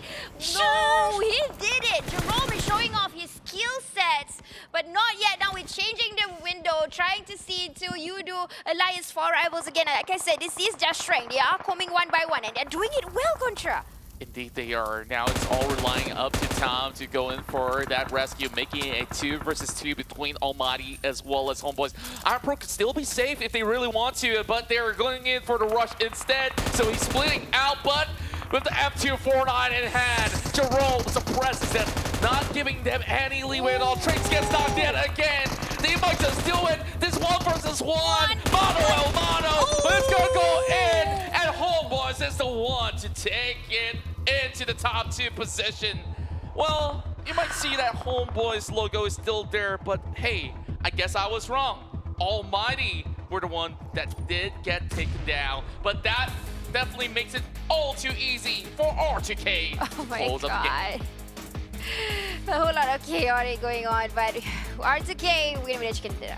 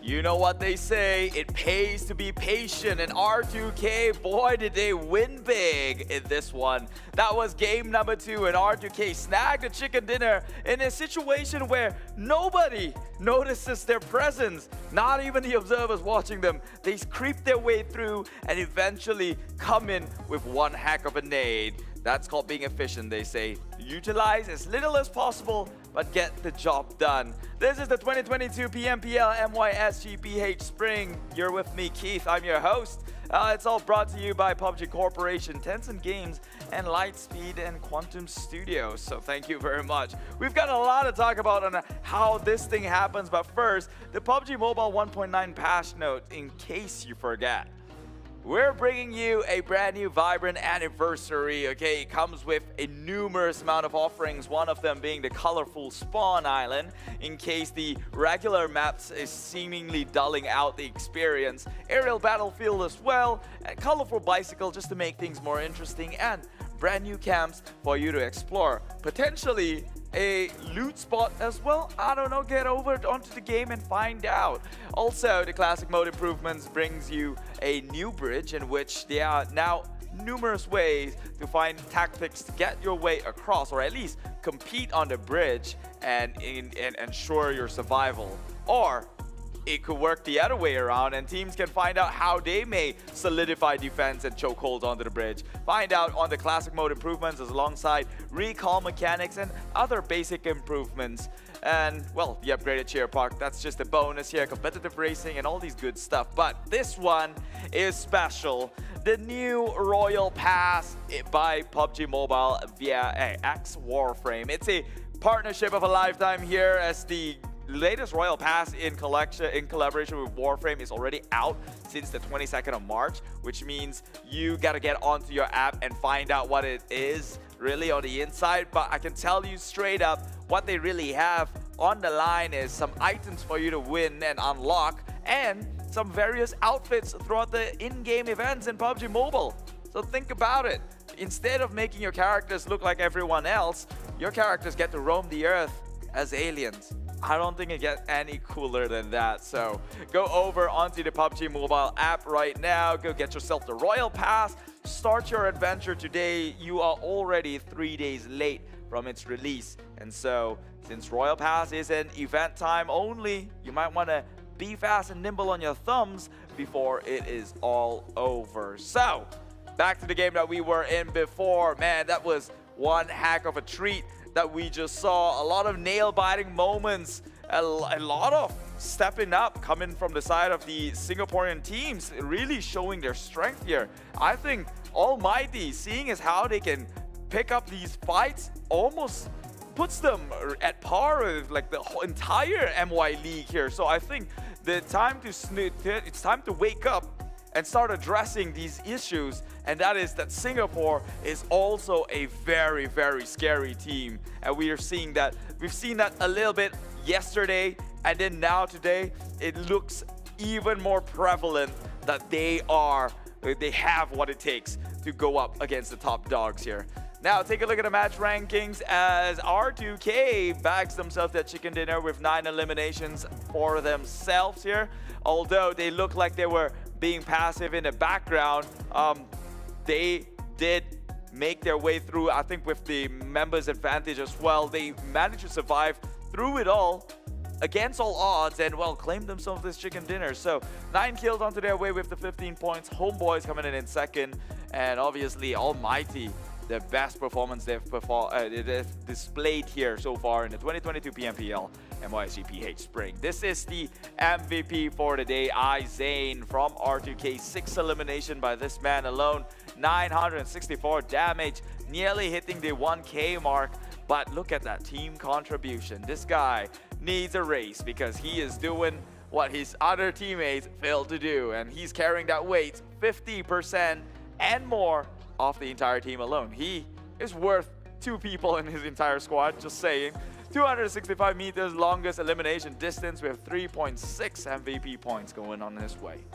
And this is the weekly ranking so far. The overalls, that performance itself shot R2K all the way up to number 1 here with 106 total points. And like Dingoz said it before, and Dingoz was holding the top 2 position for the longest time, they said R2K is a threat. Back then, I didn't believe them. Today, I see it right now. 106 points, just blasting, just rocketing throughout the entire competition here. And Dingoz now down in 5th place. And the same can be said about Almighty, who has now gone up the ranks as well in the 15th spot, beating some of the strong teams in MY, which we all know and love, such as Farang Legends, SMG, all being shadowed by the likes of Almighty coming in from Singapore. This is a team that I would like to see come out on top more often than not. I want to see what they have and what they can bring to the table, because the way they took that fight, it was second to none, okay? They had no advantage. All they had to do was play purely mechanical in taking that fight against Homebois. Then sure, they lost it, but that one man himself nearly wiped the entirety of Homebois, and that is a scary thought to have if you are Homebois right now. No more willy-nilly. You cannot dilly-dally anymore, as with the new format coming in and all these teams understanding how crucial each game becomes. Anytime now, it could be any one of these teams' game, and we've seen it today where R2K, I believe they are taking and occupying the number 1 spot for the very first time. And it's only a matter of time till other teams comes into play as well. So the entire league has got something to worry about. Now let's take a look at how R2K got their winner chicken dinner here. Starting things off close to Farm and Pachinki, makes a far out rotation over in Quarry just to ensure that they get free reign at the loot, and make sure that, you know, because everyone's going to push their way within circle, they instead take the unconventional route to go out, make sure they're stacked up in terms of loot, and then travel through Gatka in between Ruins and Gatka, camped there a little bit, waited for the next circle, and made their way in. From then on, they just browsed in through and stood on their ground for the longest of time as the circle hard shifted towards the left-hand side of the map. That is between Ruins and Pachinki. That is where majority of the teams fight take place. And as you can see just from the wave clusters itself, you know that every other team towards the right hand of your screen here would have to go through an immense number of bloodbath. It seems almost impossible to push through, and even if you did, there's a huge off chance that you're gonna come in really, really thin. So R2K, like I said, man, they chose to play it very, very patient, seeing so still within the circle, no reason to take in fights just yet. Let the rest of the teams take each other out, and when it came down to the teeth, they had so much resources from what they're looting from in Quarry, and all they had to do was rain in nades, which eventually took only one to wipe it all down. As you can see, look at that, R2K is the only team who had a compound to play against with, to play around in, just staying within sights, but not really firing it out. I believe they did get some pickoffs onto Yoodo Alliance 4 Rival, just disrupting some of these teams to speed up the process of elimination. But surely, they just stood their ground for the longest of time, and sure, you can call it a circle blessing. But man, if they were to shoot or maybe make so much of a commotion, maybe some other teams would push into them. So, it's a little bit of everything going on their side here, but R2K definitely just dominant. Just look at that cluster. Is there really any doubt left in place? They had all members towards the end where everyone had a maximum of 2 members each per team. So, and they had each other deal with. So R2K coming out on top and getting that #1 spot means that this league is still very, very much young and fresh, and means the lead isn't too big of a gap where someone down in the 8th place might just jump their way up to #1 spot. That possibility is always there, and I'm open for it. This is the essence of competitive esports, and this is what the viewers are here for. Anytime now, the favors can be shifted, and we're here to accept it with open arms. How do you like that gameplay coming up from R2K? Do you think that is a good strategy to go to and allow the rest of the members to kill each other off? Let us know down in the comments below. Meanwhile, take a look at the eliminations and damage that was dished out here with 9 kills going to the side of R2K. And true enough, like I said, they took the path of patience to eventually get value out of it. The damage does not reflect the number of kills that they had. It's quite a minimal damage here, but they were making things count by making sure every single bullet was a kill coming from their somewhat of a bunker shed that they had in that game alone. Clutch Guerilla, though, they are an actual guerrilla warfare squad here, hitting the 2K when it comes down to the damage. However, only 7 kills, still very impressive, but I do believe they bowed out a little bit way too soon than they would have liked. 8 kills for the side of Homebois, again, similar sort of damage output from the side of R2K, taking opportunities when you can, and well, Yoodo Alliance as well, despite the situation they're in. I guess I wouldn't call it a situation, since according to the casters, it's their comfort zone playing in a wide open field. So take a look at the most damage though. R2K Zane's 964 by himself, nearly the 1K mark. Missed it by that much. Blame your teammates for the rest. Second place, Clutch Guerilla Shinzi with 647, and Appy comes in third from Yoodo Alliance 4 Rival at only 583. But credits is given, the props is given to where it is due, right? Yoodo Alliance 4 Rivals, they fought in an open field with nothing but terrain as covers and utilities to make things work. So for them to still get, I think, 7 kills out of that one is pretty impressive. I would have been as good as dead. Next match we have coming up in match number 3 is going to be one that takes place in Miramar, with the group that will be playing Group A, B, C, and D, which means the Group E squadrons will not be making an appearance, and that includes Yoodo Alliance 4 Rivals. Unfortunately, this is one of their stronger maps. Team Hawk, TABAH NC will be out as well, and KHI Esports will be taking a little bit of a breather, as they will jump back into the next Miramar game for the day later on in match number 4. But this is what we're looking at this time round here, and well, what are we looking forward to? Well, I can tell you personally, Sam9 seems to be on fire this time around, especially in that game number 1. GENEXUS is a team who I really want to see really pop off and show up, especially with BuBu coming back into competitive scene. That experience translates a lot. And maybe even Team Secret, right? The Southeast Asian champions. I would like to see them go off guns blazing and maybe just screw it all with the safe play. Let's just risk it a little bit in week number 1. But first, before we get into that game, my prediction for the next winner chicken dinner is going to be Axis redONE. Why? I think they're sleeping giants, right? We know this team can be very lethal with the weapon. They haven't had their moments all too much, but they're not doing bad in the league. I guess to a certain extent they were quite consistent. And now I think maybe they might just snag this one. Like previously, like what happened to R2K, it's the team that you snoozed on that was the one who actually brought home the winner chicken dinner. So I'm starting to snooze onto Axis, not gonna lie. And I think that may just be it. That may just be what it takes for them to bounce back stronger, because let's be honest, that happened to me too, right? Like with all the teams that I vote just end up not getting the chicken dinner so far for the day. In fact, Dingoz was the first team I voted, and well, they bowed out too soon. So you could say that the team that are under the spotlight right now might be in quite a lot of pressure. Surely it's not a LAN event, but you know, they still have some sort of pressure on them to perform, and maybe that's what's eating them on their back end. Well, we'll hope and see. So without further ado, Axis Esports or Axis redONE, hopefully you prove me right with my prediction, and I'm gonna send it over to you in this map for Miramar.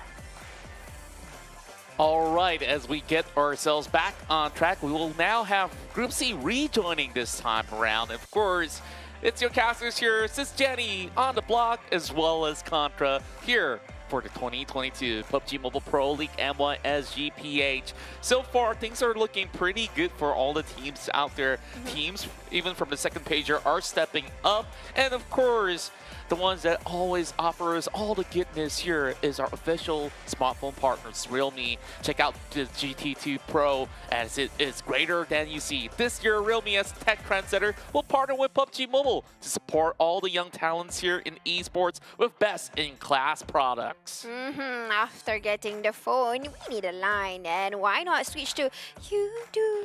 With a free 5 GB when you sign up, and high-speed data.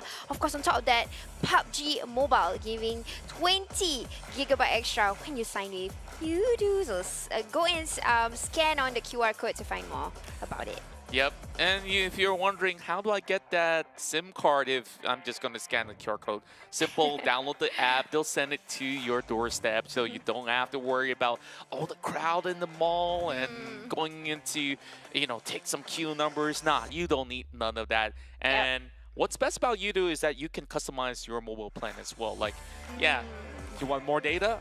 Go ahead, swipe that meter. You want to go for, you know, something more old school? You want SMS? You want MMS? I believe they have it all right? So, with that being said, a team that has it all so far is NSEA.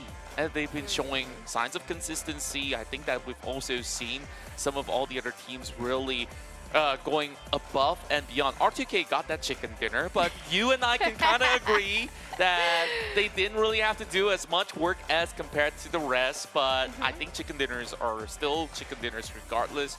Homebois and that fight between ALMGHTY was one exhilarating fight that we've been eyeing on, because there was that chance that if everything was working well for ALMGHTY, that could be Singapore's very first chicken dinner this season. Actually, you're right. The fight was quite intense. I mean, Jerome kind of missed one more shot, but then again, that was the closest kind of return we can see from another country. At least for Malaysia, you feel a little bit of the heat coming from that one particular country, which is Singapore. But I'm very, very sure, and I believe very much, that KHI is just right at the back.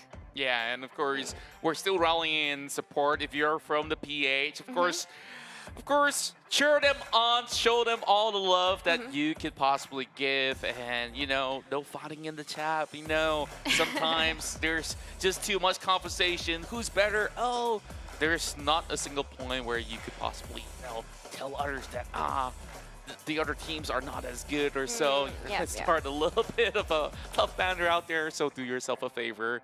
And of course, just enjoy the show. Okay, so Jenny, we're gonna be moving into another matchup here. I guess we haven't really seen any Miramar action for today. That's something that I do look forward to.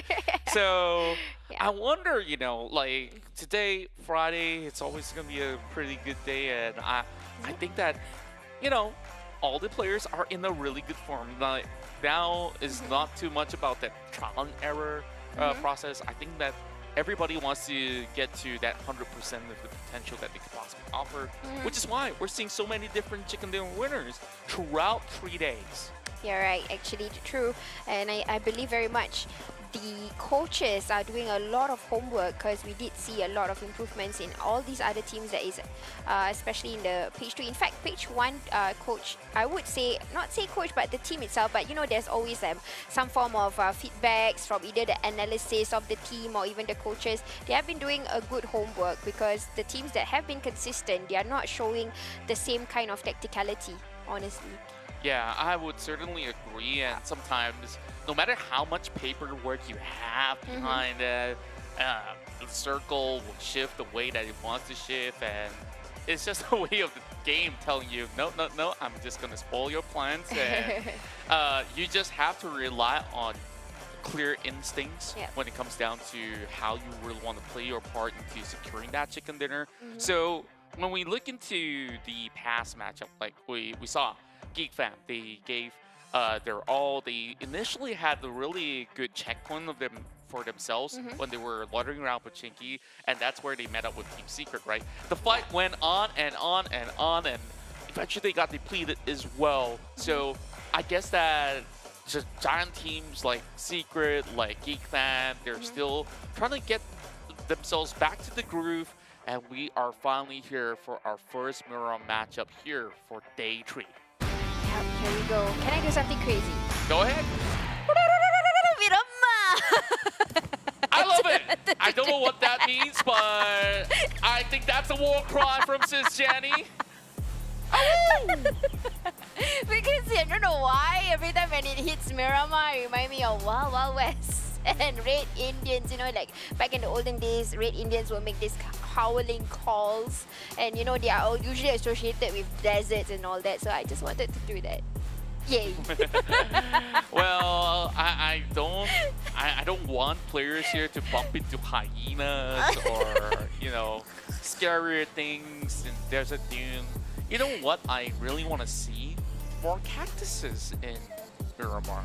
Yeah, actually there is over in the Oasis. Only a few, right? Yeah, only a few. Only like, a few. I guess that cactuses, they still need some source of water in a sense. And yeah, that's how they survive.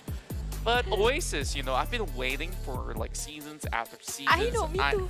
I haven't seen that circle in the Oasis. So just a little bit of history from myself. Like, I've casted games that did end up in the Oasis, but it's the PC rendition of it. That was many, many years back.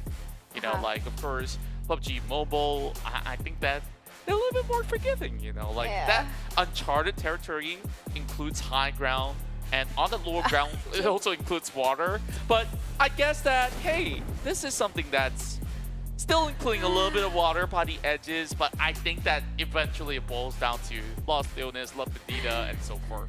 Why? Why do they like to do it in the south this year? Because not this year, but this season, I think a lot of these teams have lost the potential of winning in Miramar. Because if you realize, they don't. I would say it's not really the hardest part of Miramar.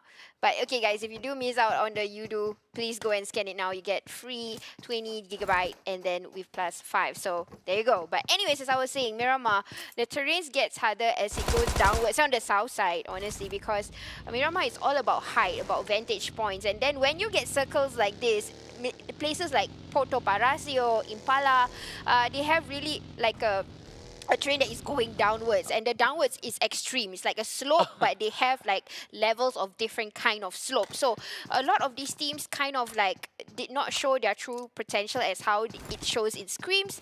In fact, a lot of the teams that have been performing in Miramar has been like the results wise, it's on the opposite, you know.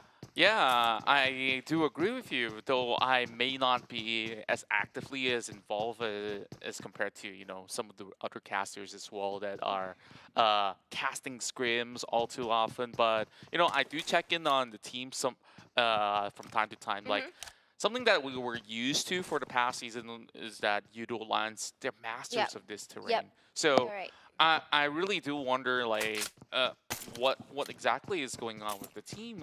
They're not doing bad after all. Like, I think their run is really respectable. But compared to the glory days where, you know, like, in a certain day where they're in form, they can get all of the chicken dinners if they want to. Yep, I agree with you, Contra.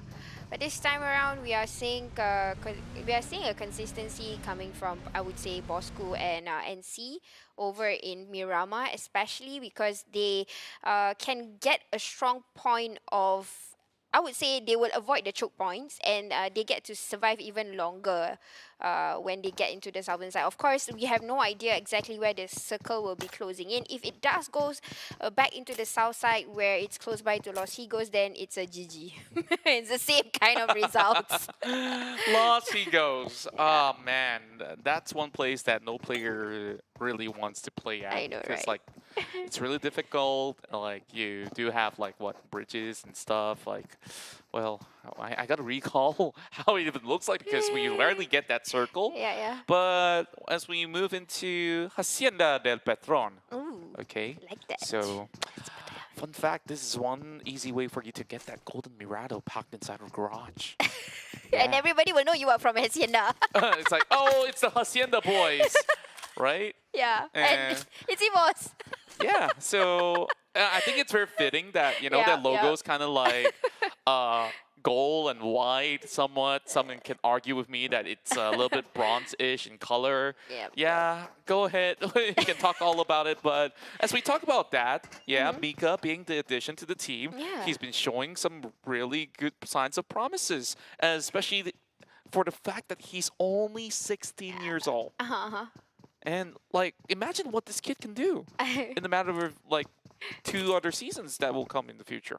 Yeah, definitely. I am waiting for that. Okay, this is a fun fact. I think you know also. Mika, Adik Luke, Zarox are friends. Oh, yeah. They came from, like legit, when before they got into these big teams, they played together. Oh, it explains. They're all so good. They're all so young. And same age gap. Extra fun fact as well, Mika is also good friends with the guys from Bigatron. Aye. Yeah, this guy has got a lot of good contacts, I gotta tell you that. Well, oh well, but of course, contacts aside, we got GENEXUS. Of course, the name that everybody knows is Pew Pew. And I guess that Hong does resemble the name. Pew Pew. Pew Pew Pew Pew. Right timing. Okay, Snappy, this is definitely not his very first season of playing. We've seen him in Team Wills, and of course, the name Team Wills have also had a few rebrands before that. So, it's been a couple of seasons. They always come really close to the top 4. Either that or they have some inconsistency with their performances when it comes down to the grand finals. But for now, I think that they're definitely climbing well enough that they're currently at least number 10 on the standings. We haven't added the other group that's sitting out. So what are the chances here to make it to the playoffs? I have no Still answers. too early, Yeah, right? it's still too early to say. I mean, a lot of them would say, still early, sis. And it's true enough, it's still early. But at the same time, people on the top, you can't be too comfortable. In fact, right now, just after the first 2 games, R2K already snatched their number 1 spot here and leaving behind Bosskur, and Dingoz is also currently in number 4, when yesterday they were in number 2. Yeah, it's kind of crazy right now. Like, anybody who gets the chicken dinner could easily climb their way to the top. Like, if we look at the numbers itself, let's give for example, right? If Secret comes in with an overwhelming elimination points with a chicken dinner, yeah, they could match up to R2K. But to do that in Miramar, sure, it's a little bit difficult. Give them a few games, maybe they get there. While Bosskur, Homebois, they came in pretty much catching a lot of points per round, while ALMGHTY, they're cutting by the town of Los Leones just by the edge, as Olio doesn't really seem to have any good angles for the moment. So... What was that? We went to a fantasy island, but not saying anything. And Olio is just going to get probably information. He won't do anything. But you know, Olio is also a transfer from NC. Yeah. And he's now in Farang Lejund. Supposedly, we are supposed to see some form of magic. But as of now, no, not yet. We're not seeing the magic. Because he is himself a fragger. And Adik look, you know, how powerful he was in Season 3. So these two, it should give that, you know, power pack kind of combo. Yeah, it's interesting, right? Like every season, you will see like new names popping off, and of course, by the end of that certain season, everybody wants to get their hands on the best fragging player out there to join along their team. You know, Ricky. Last season, I think that he's done decently well, but he's shown a tremendous improvement. Yep. You know, after joining a brand new team at this current state where he went Dingoz. So I guess this is basically him reviving this Dingoz brand that, you know, was missing for one season. Yep, I would totally agree with you, Ricky. Showing out of that, and also I would say credits to coach, which is Batman. He's actually a very good player from PUBG PC, if I'm not mistaken. Similarly to Xavier, and all of them have turned into coaches. Pasha also, if I'm not mistaken. Yeah. So yep. But here we go. The first probably sprays is coming from Homebois RSG. Again, this name is not ancient to anybody. They are aggressive. Probably, I would say their identity is aggressive gameplay. They would do the first kind of point of contact and things like that. For RSG, similarly to EVOS, I would say they are very strong as a pack, like a wolf pack, even though it is a tiger. It's a tiger, right? Yes, it is. White tiger. It's a white tiger. What's a white tiger doing in the desert team? Beats me. But, you know, two of these teams definitely have a strong history of background. You know, like RSG, of course, originally a Singaporean organization that has expanded all across Southeast Asia. And the first expansion was Malaysia. And by then, we were looking at basically... some of the pioneers, while Kim gets dropped, and this is the boy that we've been raving all about, making friends with some of the big guns out there, and immediately spotting out Brian. Look at the way that he just goes into peek by the corner of the window so smoothly. Well, Brian's going to be responding with the same sort of assault. Does he get the head? No. Not just quite yet. Not yet. But yeah, wow. Of all the people in RSG, Mika contacted Kim. You know, these two are front fighters. Basically, they are the people that is in front. Kim has been, I would say, one of the most consistent player ever since Season 2 for RSG, being the fragger in front. He's his gameplay is aggressive. And plus, yesterday's Sandhawk, it showed how quick response that he had when, and all of his teammates was already out and he had to go into the last circle. It says a lot about Kim. And it is basically RSG, Kim, Homebois. That's RSG. It's the way of their gameplay. That's them. Yeah, and like back in the days when you had Voki, Iron Pro, who was still in RSG, it's like, it's not that Homebois or even by the time Kim wasn't part of the team. Like when Voki as well as Iron Pro was around, it's like all the spotlight was on them instead of Homebois. And Homebois, he definitely contributed in multiple ways. He's like a secondary IGL during that time. Now he's a full-fledged IGL for the team. And Kim also does have a lot of insightful knowledge of what sort of decisions to do.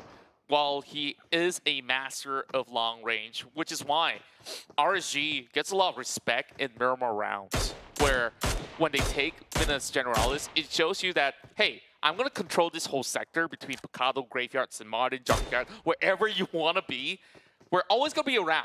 and you have to ensure that you don't cross path with the team. And speaking of which, they're still going to be in the circle, same with EVOS VIP. But the one furthest away that we're currently seeing is MAB, who've just cut in from Municipal. They are trying very hard, I would say.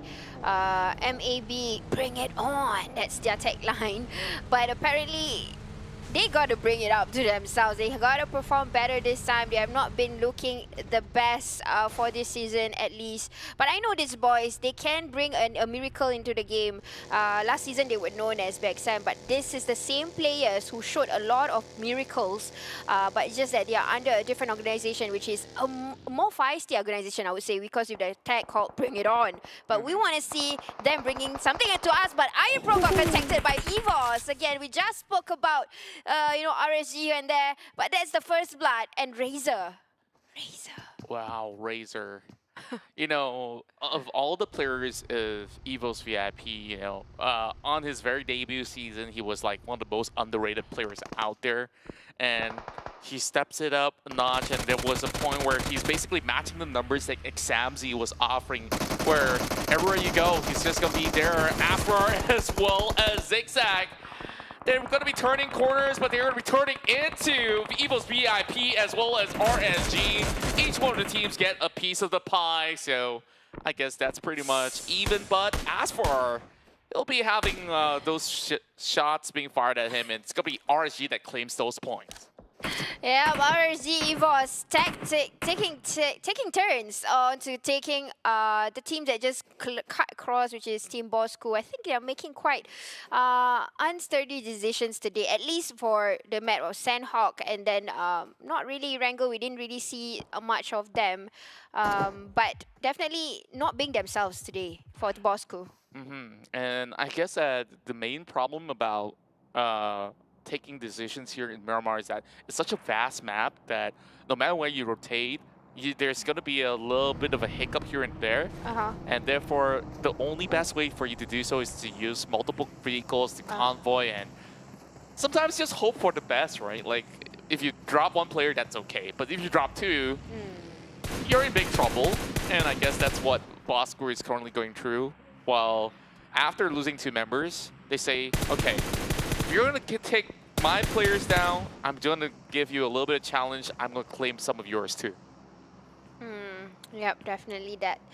But taking that into consideration, looking into the circle right now, it is somewhat similar to yesterday. Yes, it is kind of close into the south side, but luckily today, no longer in the lower town of Miramar, because definitely that's a tricky spot. Even if I'm playing, I don't like when the circle closes into that part of Miramar. It's just tricky. But here we go, the town of Los Leones. People's going to come out to play. But you know what? Circle belongs to GENEXUS, Farang Legend. R2K is still in the circle somewhat.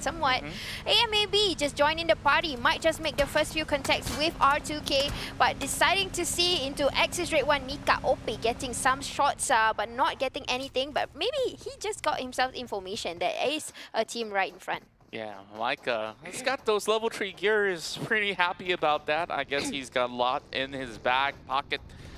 And of course, with the level 3 helmet, you don't really have to worry about snipers, except if it's like an AWM. Liu comes in with a Mini 14, who gets the shot onto Sane. As we're not going to be able to see the rest of GENEXUS from this angle, but R2K, they're hiding right underneath MAB. Maluapa Bosskur.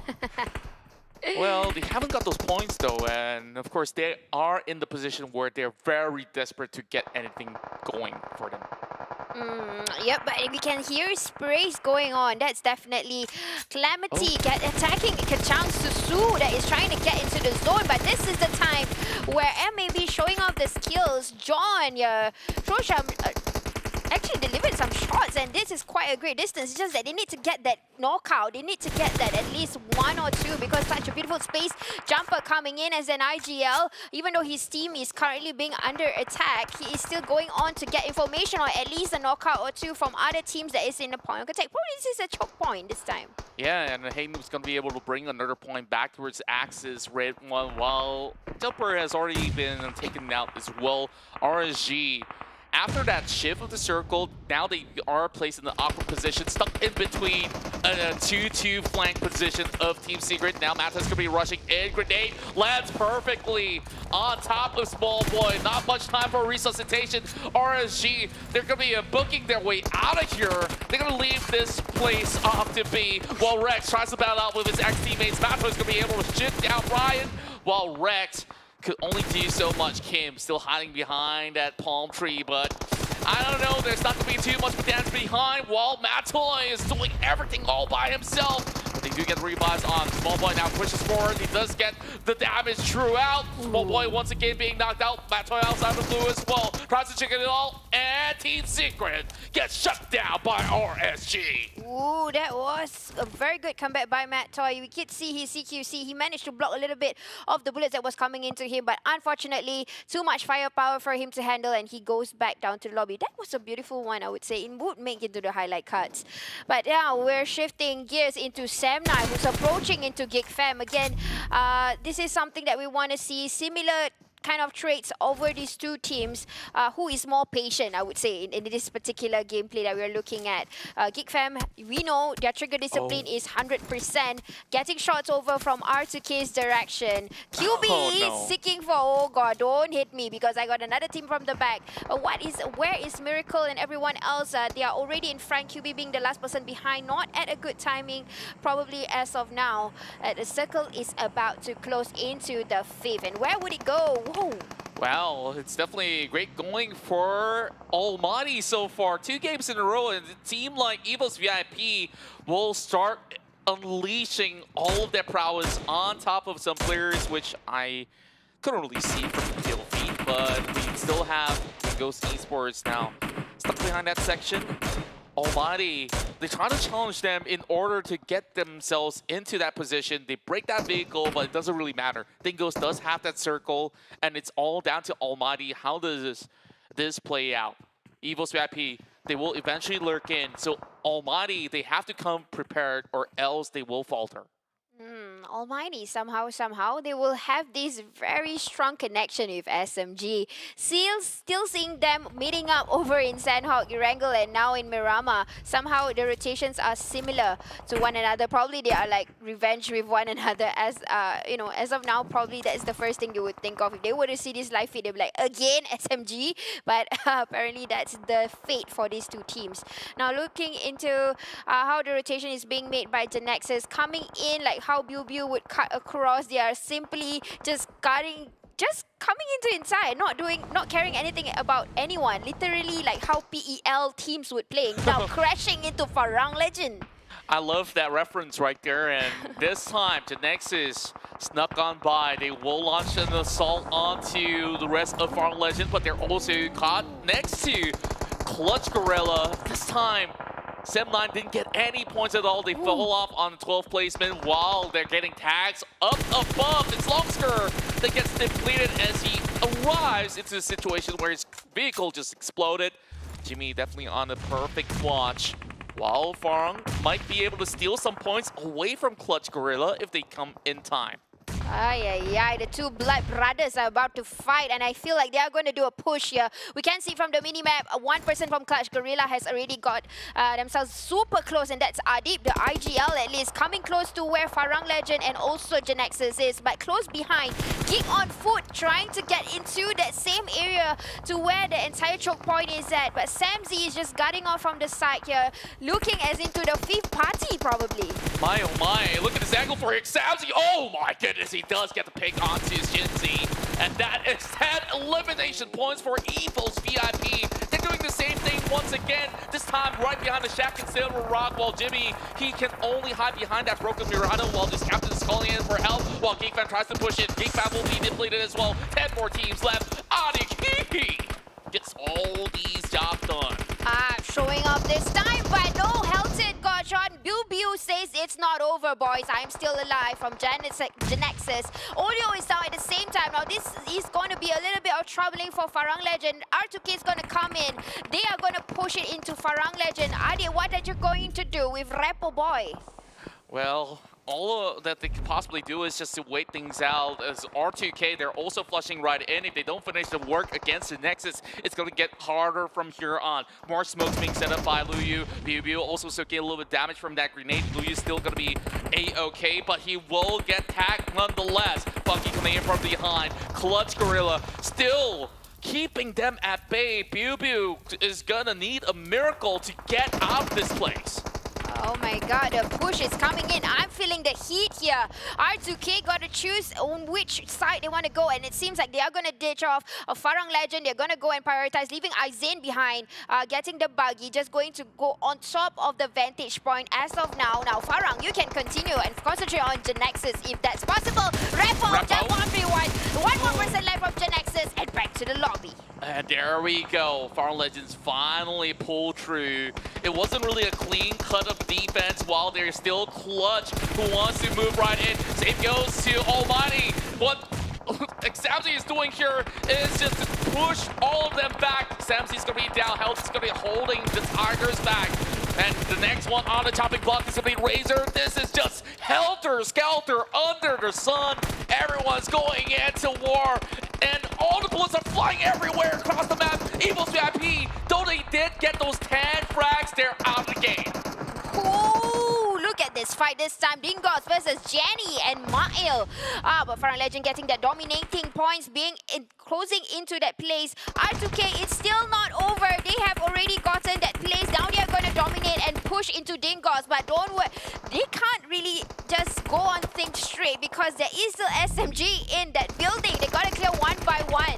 Boy, oh boy, I think by the end of this game, we're going to have this chart of damage coming from all over the place. Ricky comes in for the flush. R2K, they weren't prepared. The UFP will do the trick, but Ricky also goes down. Aizen's pretty far away. Not too much that Dingoz could probably hold on to. It's only going to be Babykid that will bring their flag up high. While Homebois, they're being so consistent, they're in the top 3 once again. What? Contra, but something I just can't think right now, because you know why? Because Guerilla, they have been in the open. They are still surviving. I don't know how. In the open. Oh, look at this information that is being given by the IGL, although we can't hear any comms on our side. But this is definitely, it's not easy to be in the middle of nowhere because everybody was getting their own positions, but CLC, no, they were in the open all along and they are still alive. And the problem here is this. Whoever gets their way into the upcoming circle first will be the first one to be drawn out. And as much as R2K, they've been trying to attack them for the longest time, they couldn't really get them out of that small little, what do you want to call it? Like a bump on the desert? Well, they do have a little bit of cover. That works out very well. But Homebois, I think they're the game changers here. 2 times in a row, we're seeing R2K as well as Homebois coming in onto the top 3 scenario. And this time, I think that things are going better for Homebois. Ay, ay, ay, but Echo getting funky, was about to put on some pressure. R2K was going to say, push, push, push. We're going to go into where CLC is, and it seems like it's going to go into this direction, but Homeboy say not too fast. We are going to return back the fire. Now CLC already being eliminated. R2K has 1 member down the ground, and there's no way that they could possibly revive Echo as they've already left that vicinity. It will slowly bleed out to the blue zone. While Tam's going to be moving forward along with Barb. Trace is holding on the other angle once again. Damage being done. They bring down Barb 2 versus 2. Now it's up to Aizen here to take out Tam. Can they do it though? They still haven't really spotted out Ziggs. Well, Tricks, I meant. Well, there's also a Ziggs on the other side. Contra, you know what does this mean? If R2K wins another chicken dinner, it's going to be a double chicken dinner. That's back to back. And this is the momentum we're talking about. And now left with Ziggs. 1v1. Going to the 1v1 with Tricks. Looking at the health, Tricks has the opportunity. But if this is enough time for Tricks to push, he won't have enough revival time with Aizen. Trying to do revival. Is he going to do that? No, Isaac is going to try to finish out with information given. Not enough time, not enough health. It's going to be R2K! Double! What a clutch! You saw that right before your eyes! Ziggs, Aizen, they were just basically on that corner, and Tricks, he had full health. How do they do it? Back-to-back chicken dinner for R2K.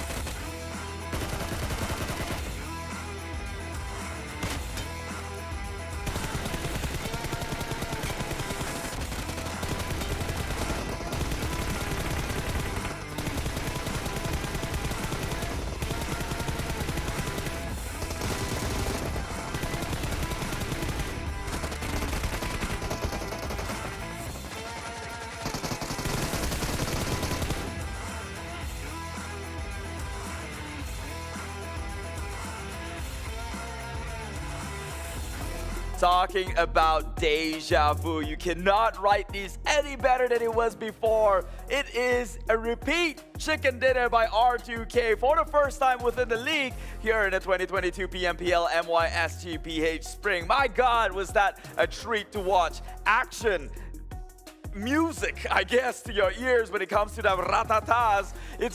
It sounds like it's beating to the heart of your drum. The intensity, the casters were losing their minds, losing their voices even. So I'm gonna take over for just about a bit, just till they cool down before we throw them into the next match as well. But man, like I said, this is deja vu. 2 times now did Homebois get close to a chicken dinner. 2 times now did R2K snag it from them, and it all went down to pure mechanics here. Hey, what's going on? My name is Keith. I'm your host / analyst for this evening, and man, that cannot have ended any better. I'm so glad that this is only happening in day number 3. Like, imagine we have 2 more competitive days to play here, and we're already seeing every tricks under their sleeves, every possible ways of winning a game. Well, not everything just yet. However, as the days go, we're gonna see more and more actions like this, and I am living for it. Now, we have got a lot more to cover here, but first, this is what's up in PUBG Mobile for the time being. Check it out. It's their brand new Royal Pass out since the 22nd. Get the latest Royal Pass in collaboration with Warframe right now, okay? This is an event-only season pass, which means you gotta get it before it does run out. There's loads of items to be unlocked as you progress through the Royal Pass itself. You can obtain various outfits throughout the in-game events and many more items, which we will share more info about it soon, pretty soon, not just yet, okay? More info on it will be released as the day goes by over in PUBG Mobile itself. And yes, this is the one I'm talking about. New cooperation on stage. Get your skin today. Look at that, that's sick. Are you telling me we can replace the pans for whatever that is? A spear, a javelin? I don't know. That's what you gotta have to find out, okay? Go onto the app, go download and get yourself this season pass while it's hot. And well, let me know how it goes, okay? Maybe even take a map over in space. That'll be quite the good scene changer. You know, some things get a bit monotonous every now and then. It's great to see something new, and well, with this whole collaboration, undeniably, it is going to give PUBG Mobile a fresh start, right? So, we're more on that one in just about a bit, but first, the game we saw before, man, that is insane. Who would have thought, right? Like, the casters were shouting it out. How did it even happen the way it did? Homebois to a certain advantage. They had certain advantage going on their side. They had the numbers advantage, seeing though that one of the R2K members were already down. But I guess we'll find out during the recap, because right now here is the match ranking and 17 eliminations. Just barely clipping through, barely breaking the record that RSG brought in here. Okay, RSG also did 17 with a chicken dinner. So now we have 2 teams who has met the highest point of frags for a single chicken dinner here. And this one goes to the way of R2K. They were #1 after the previous match. Now they are definitely leaving the rest in the dust here. Homebois, not to take anything away from them as well. They have been nothing but remarkable this day. And day number 3 of the first week here. Consistent performance, and now back-to-back second place finish with decent amount of kills. That is definitely gonna give them some sort of cushion to play around with. But of course, Izane this time around taking that MVP award here with 7 eliminations. This guy had 7 kills in his name, and that was only 30% of the team's contribution. This guy is insane. 978 damage. I guess you could say Izane is insane. Although Geek Fam does have a Sane, but he hasn't appeared onto the screen, so I guess I have to use that very cringy, cheesy pickup line for this boy right here. Now take a look at the weekly rankings though. R2K now comfortably across the pack at 138 points in total. Homebois not too shabby though. 113 in second place. Definitely not as close as that hope, because it's about a 20-point difference. However, Homebois still, from where they were, they just jumped straight up onto the second place, which means it's still anyone's game. All the top 5 teams now has broke it into the triple digit, including EVOS VIP, who currently is at 101. This nearly became their chicken dinner. Let's not snooze on EVOS VIP. They were also this scary, and yesterday it was a third game Miramar that they actually clocked in their chicken dinner as well. So that was nearly a repeat of history. Now taking a look at the second draft here, more teams going down. Well, Team SMG unfortunately was one of them. RSG, although had that 17 elimination chicken dinner, well, that privilege of being so special has now been robbed from them now that R2K pull similar stunts. And so down they go in the bracket here. 15th place Almighty didn't get the chance to pop off as they did in previous days, but Farang going up and Clutch Guerilla going up as well. So how about that? Call it a coincidence? I think not. GENEXUS will stay in their place alongside with Sam9 and Team Huck. Again, GENEXUS, that team with so many potential, everyone's cheering on for them. I guess it was from the fan base of BuBu himself.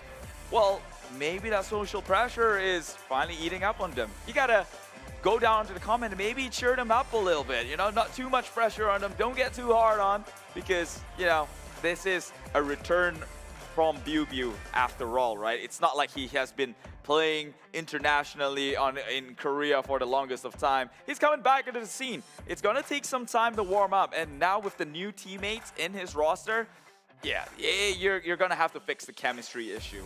Luckily, I took biology instead. Okay, moving on forward here. We are going to check out how that winner chicken dinner was won from the side of R2K, and let me tell you straight up, similar to the previous one. Take a look at their rotations and the circle, which favors them from day number one here. They started off their drop from Chumacera, however you like to pronounce it. I believe it's Spanish. And, well, reside there for the longest of time as they have plenty of time to loot, much like the previous game over in Arangel, which they did so beautifully. They had the circle closing onto them, so obviously you play towards your strength, you play towards the advantage you were given. This is a battle royale. It shouldn't be a symmetrical gameplay after all. You take whatever advantage you can get, and as you can see, as the circle closes down onto Los Leones and in between Pecado and Los Leones, all the teams resides inside. Just got into one heck of a bloodbath, and hence we saw a lot of guns being fired. R2K, of course, seeing as though this circle has closed in the way it is, the next move was to crash onto Farang, who had the compound while still within circle and also the high ground. So that was the next best thing, the next best move that would make the rotation over and eventually crash onto it. Luckily for them, their mechanics is 0 to none as they take that place over from the likes of Farang Legends and Dingoz as well. So take a look at that. MAB being gatekept by the side of Homebois and SMG, so it was almost an impossible path in. The only option they can have is to actually crash onto SMG and hope to beat them by mechanics, sheer mechanics itself. Meanwhile, the entire time Clutch is staying hidden out of sight, out of mind, underneath, behind some sort of a racked up car in the middle of the nowhere. Apparently nobody realized there's smokes coming out, just giving signals that their location, their end position is. So Dingoz now have the next compound within this smaller circle here. It's a level 6 circle, and so the next best bet is to obviously, for R2K, being already on a high ground, is to occupy a compound on a high ground, which then builds them up again like the previous game. They're gonna play it as a shelter, right? So next best thing, it was to crash onto Dingoz as well. R2K Harm went into scout. He got the information. Won that fight 50-50, just with sheer mechanics itself, leaving this three-way standoff. And one of the casters always say, when it comes to a three-way standoff, it's usually the person who moves in last is the one who, well, wins the game. But unfortunately, that's not the case here. As they took out Clutch, it became a team mano a mano. And how did R2K won that match at the end there in a 1v1? It was simple. I noticed it was very subtle, but I noticed it, and that is terrain itself. One of the members of R2K, he was hidden underneath the terrain, while meanwhile getting eyes and info about Trix, who's trying to make the advancement forward. And he was smart enough to also shoot the the teammates that were crawling around just to make sure no barricades would be in a way, where eventually Trix will take the full heap of it and go down yet again at second place. So that was it. That was how ARC UK managed to score themselves in that 50-50 of a chance on a standoff there at the end in Miramar. And congratulations, the first ever back-to-back chicken dinner for themselves. So we're going to get into a quick break. Like I mentioned, Castus has been losing their voice just with this one game alone. So we're going to give them some time to recover and recuperate before we get into more action. Until then, I'll see you in just about a bit.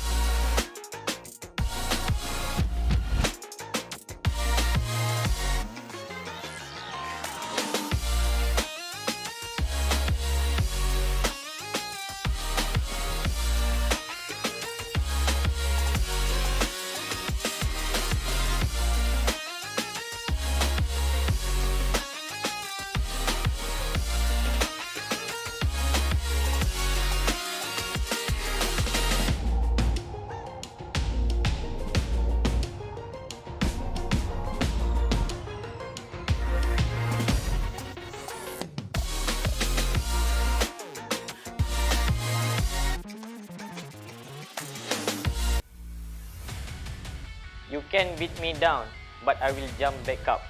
As is Ganas.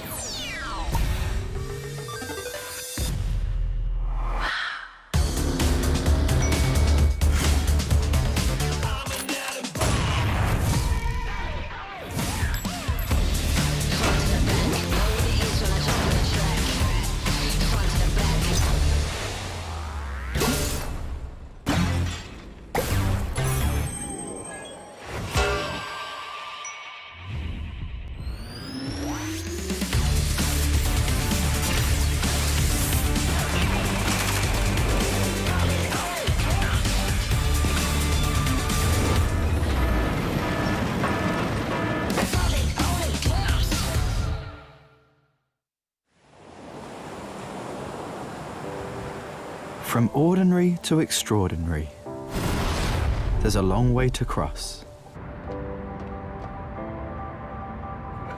Whenever we lose our way, there's always a light that keeps us going. The light sparks from every young heart. It leads us to capture inspiration in ordinary days. It encourages us to seize the colors of sunrises after the darkest hours and create something amazing with it. We brought the magical color changing effect to life thanks to a dual-layer chromic bonding process. Place the back cover under the light for just a moment, and you'll see it go from a calming blue to a passionate red, just like the color changing of the sky during sunrise. Presented by Realme Design Studio. A tribute to those who dare to capture the light. Realme 9 Pro Series.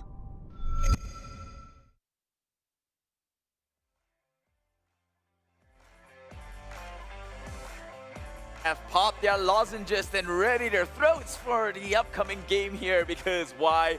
It seems like in game number 4 we're getting back into another Miramar match. So if it was anything close then towards the previous game before this, then they're in a whole lot of trouble. Well, my name is Keith. You're watching the 2022 PMPL MYSGPH Spring. I am your host. Now, huge shout out to the people on top who's made this entire momentous event happen. Talking about, of course, PUBG Corporation, Tencent Games, and Lightspeed and Quantum Studios. Thank you for bringing us such jam-packed actions here in the PMPL, especially that previous game. Although I know you've got nothing to do with it. Actually, you did have something to do with it.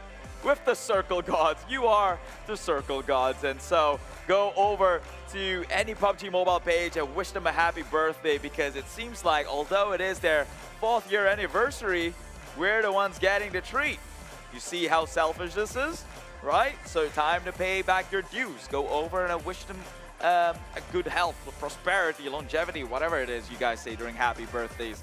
And so we are going to get into more action in just about a bit, okay? Like I mentioned before, it is going to be, yes, another Miramar map. Can Homebois finally break the curse that they have been under so far, stuck at 2nd place?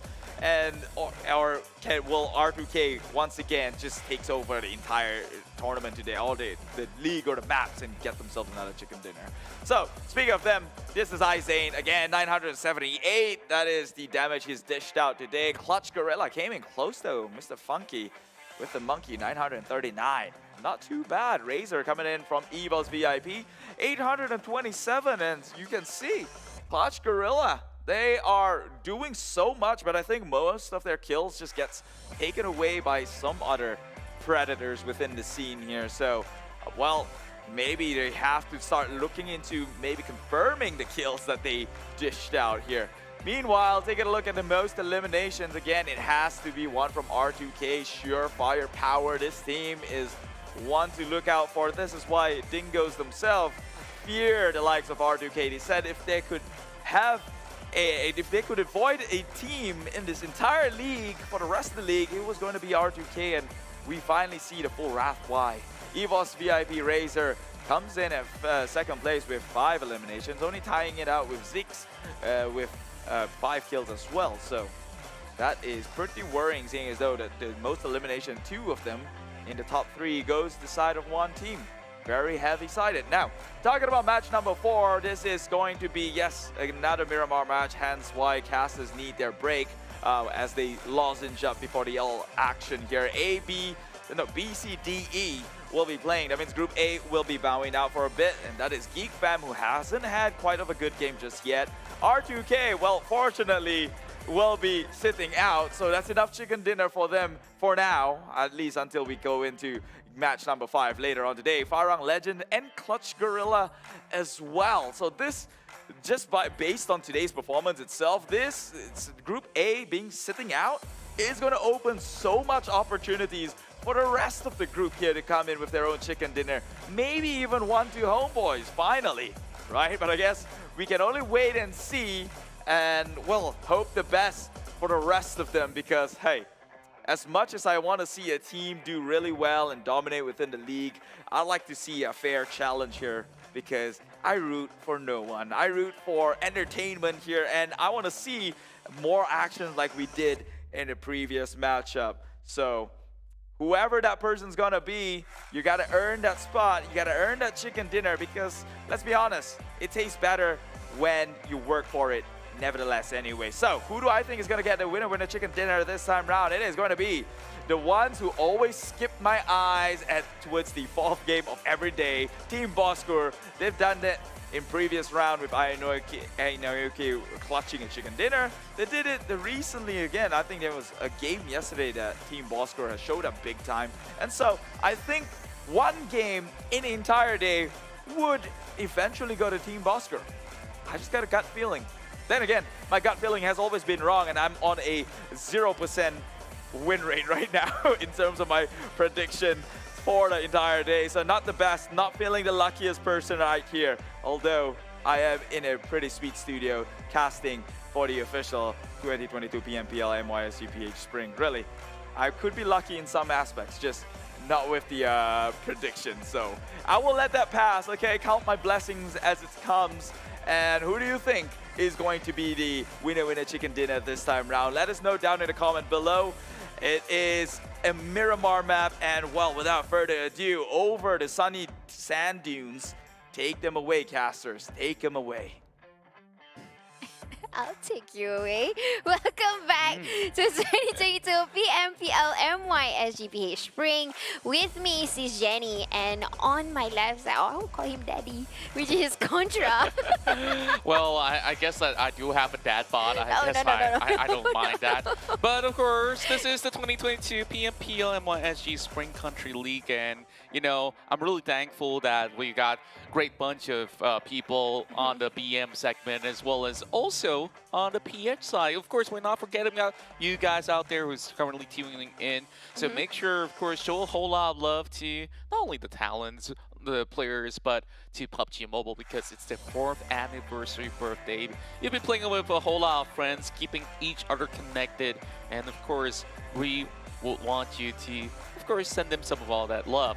While we are at that, of course, we got to thank our official smartphone partners, Realme, with the brand new GD2 Pro, and also our official digital telco partner, Yoodo, that's always by our side as we are getting ourselves ready for our 4th matchup. We've already gotten a lot of great stuff happening inside of Miramar, and I think that that's probably one of the most intense situations that we've seen in Miramar. Like, we saw the damage numbers were off the charts, and the sort of top 3 Terminators out there that was like, what? They're all hitting some great numbers. Like, they could have easily reached like double digit if they do have an extra 5 more minutes with another extra 20 more players on board. But it was such a tough decision for all these teams. GENEXUS had the chance. We saw even Clutch had the chance. On the back, there was ALMGHTY, EVOS VIP. The fights went on, and by the end of it all, you know, that 2 back-to-back chicken dinner for R2K. Oh, I know, right? Currently locking them at #1. But Homebois are also doing really well. 2 rounds being very consistent, if and only if Tricks land that final blow. They could have gotten their first chicken dinner. Yep, you're right there, Contra. We did definitely see a heat-up contest, but of course, with the circle being in the favors, as we kind of also predicted earlier, like if the circle, playing PUBG is not just about skill sets and tacticality, but it's also about luck. So if the circle is nice, like how they used to practice in scrims, it is no problem. But if the circle is just unlucky, like it goes down south, we did see how teams went down yesterday like dominoes. A whole lot of them was coming from the north and couldn't come in towards the end. But today, in this particular Miramar, we did see an equal and fair battle. And of course, we did see potential players coming from, especially new players that are in the lineup. That's right. New sight to be seen. We're diving back into Miramar once again. This will be the last for our Friday run, but we still have one more map to go. That will be back in Erangel later on. But take a look at this flight. I see the ending over on the corner of Oasis. Keeps me really happy. Yeah.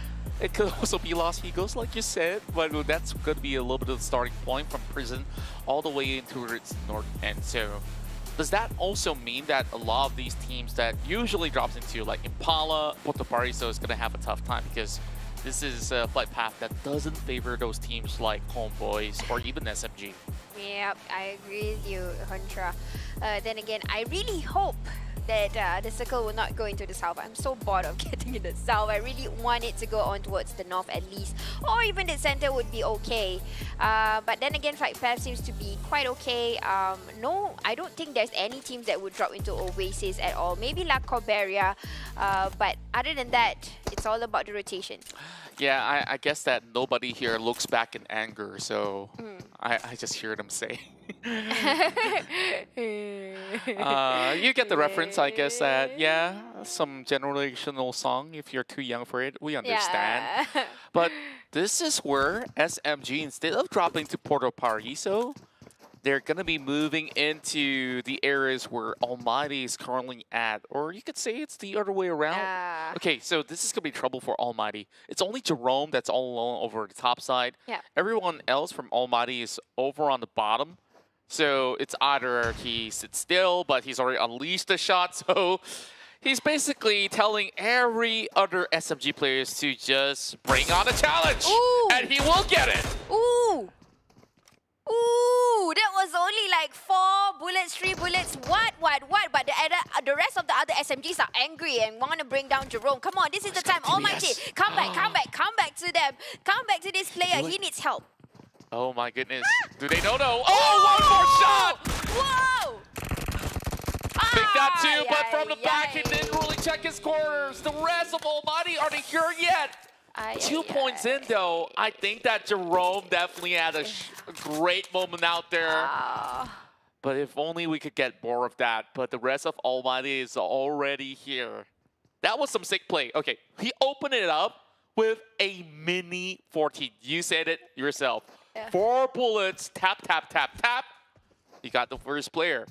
Now, the rest of Almighty he's angry. needs to get back in. It's a 3 versus 2 after all, but I'm only seeing 2 players of Almighty. Yeah. You know what, Contra? I'm smelling something personal.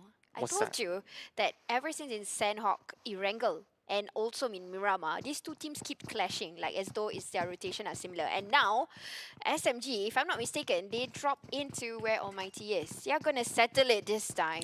Oh, yeah. And if you look at the standings real quick, right, the difference in terms of points is only 4 points. That's also because Almighty have just added 2 points to their own and SMG with 1. I think that if this carries on for the entirety of the league, nobody's a clear winner. Oh no! SMG Almighty! Come on, let's be friends, but you know, do some damage in game. Yeah, and of course, Team SMG, founded by JJ Lin, who of course is a celebrity, well known worldwide with his great songs. And I go to karaoke, and some of my friends would definitely belt his songs and all of that. And like with him going to esports, like he ventured into multiple different titles before getting into PUBG Mobile. And of course, when you get into PUBG Mobile, they've seen ample rounds of success where SMG definitely have represented MY to hit to Southeast Asia bouts for like 2 times at the very least. You're right. I don't know. It has this funny feeling because SMG apparently is also a Singapore company, so they are like crashing one another. Yeah. Anyways, which is the more dominant Singaporean organization. Well, I think like a lot of all these esports teams now, of course, broken boundaries. It's not just about, you know, keeping it local. Yeah, there's always local pride at stake, but they're playing for something bigger, and you want to be Mr. Worldwide at the end of the day, right? Like Mr. JJ Lin. So I guess this is where we really have to keep an eye out. Could SMG pull off that perfect defense because they're turtling in? Nasty's going to be going with the wrap around the same angle where they shot Jerome early on. So just going in with a little bit of peekaboo. They might have seen damn cutie though. They want to settle it, man, really. And we really mean business this time. If they... Anik, you know, Anik shots are super painful. We all know that. But this is firepower. Whose firepower more painful? But here we go. That's a way to show don't mess with us, or in a way, don't come into the drop spot. So this is the second time they met in the same drop spot. Yesterday, over in Miramar, the same two teams were in the same area. Wait, different area. It's over Los Leones, but these two teams met in the first circle. Yeah, And Almighty... It's just a beautiful story to be written here, right? Like, there's going to be more chapters, we do believe. And I just love how Almighty is so in sync that they do have double baby Godzillas. Oh, good usage of the vending machine. That's one of the first few times that I see any players actually use it. Thirsty. Yeah. Get yourself some Picado Cola. Is that even a brand? Picado Cola. Does it taste sandy? I don't know, but even if it does, I don't think they have that many options. Yeah, you're right. Hey, but hey, Hacienda boys. Oh, Hacienda boys. Are they in Hacienda? Were they Nah, from? they're paying a little bit of respect by the graveyard this time around. But Team Secret, I think I've got a few things to talk about the team, right? Like, we have not seen that much of a chicken dinner as compared to before from the team. Like, is there something that, changed drastically for Team Secret? Apparently, I don't think so. Sure, they have added a new player, which we have not seen yet in the form of Xylene, and I believe that we may not be able to see him for the entirety of the season. So with a roster that we've already known, I guess the only change that Jumper is no longer in the lineup, but it's still a constant 4. That doesn't seem like this is going to be causing too much of a paradigm shift for the team. But let's go ahead and take a look at the replay that we've just missed a little bit of frags, but that's basically a little bit challenge on RSG while we come back to a little bit of a backflip. Okay, that we got. That's a flex. Well, at least he's God in driving. We have yet to see the God in action. Although his team did show progress, probably because of the IGL again, Demigod. But I've seen probably the potential that have shown in PMPL itself for KHI is Damaso. He clutched the entire Dingoz yesterday. Yeah, Damaso, I think, is so far the best performing player from KHI Esports, without a doubt, in terms of statistics. I think Ranked is also someone who have been able to brought a lot of points back in the PH qualifiers as well. So I just think that they just have to get all 4 of the players all aligned. Demigod, yeah, sure, he has been getting a whole lot of attention, feeling a little bit more like a celebrity, and eventually he might be even bigger than Demi Moore. Demi Moore? Just playing around, Okay. You know Demi Moore is actually an actress name. Yeah, I do. Oh, That's okay, why. okay, I get the joke. All right. But oh no, Contra.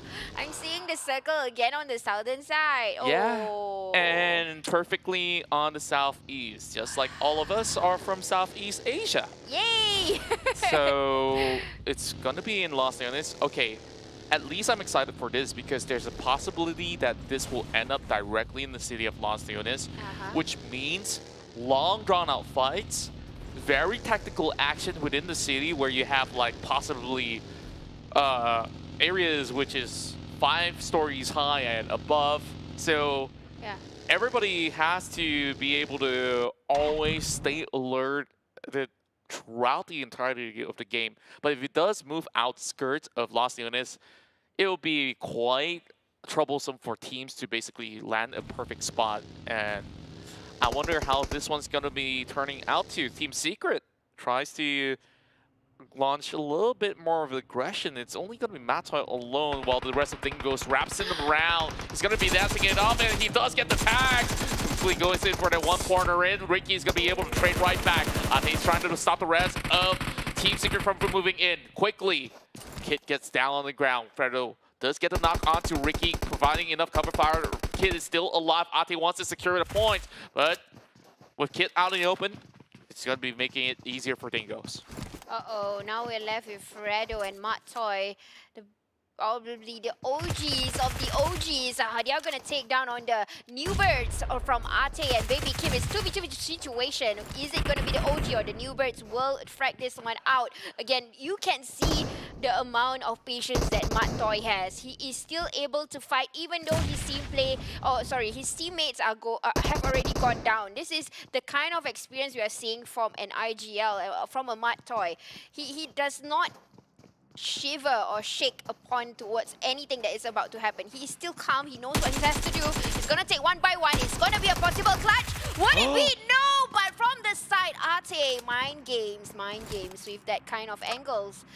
Team Secret got eliminated, but with 3 elimination points. Well, like you say, they are the new birds that have been able to get a lot of chips on the table.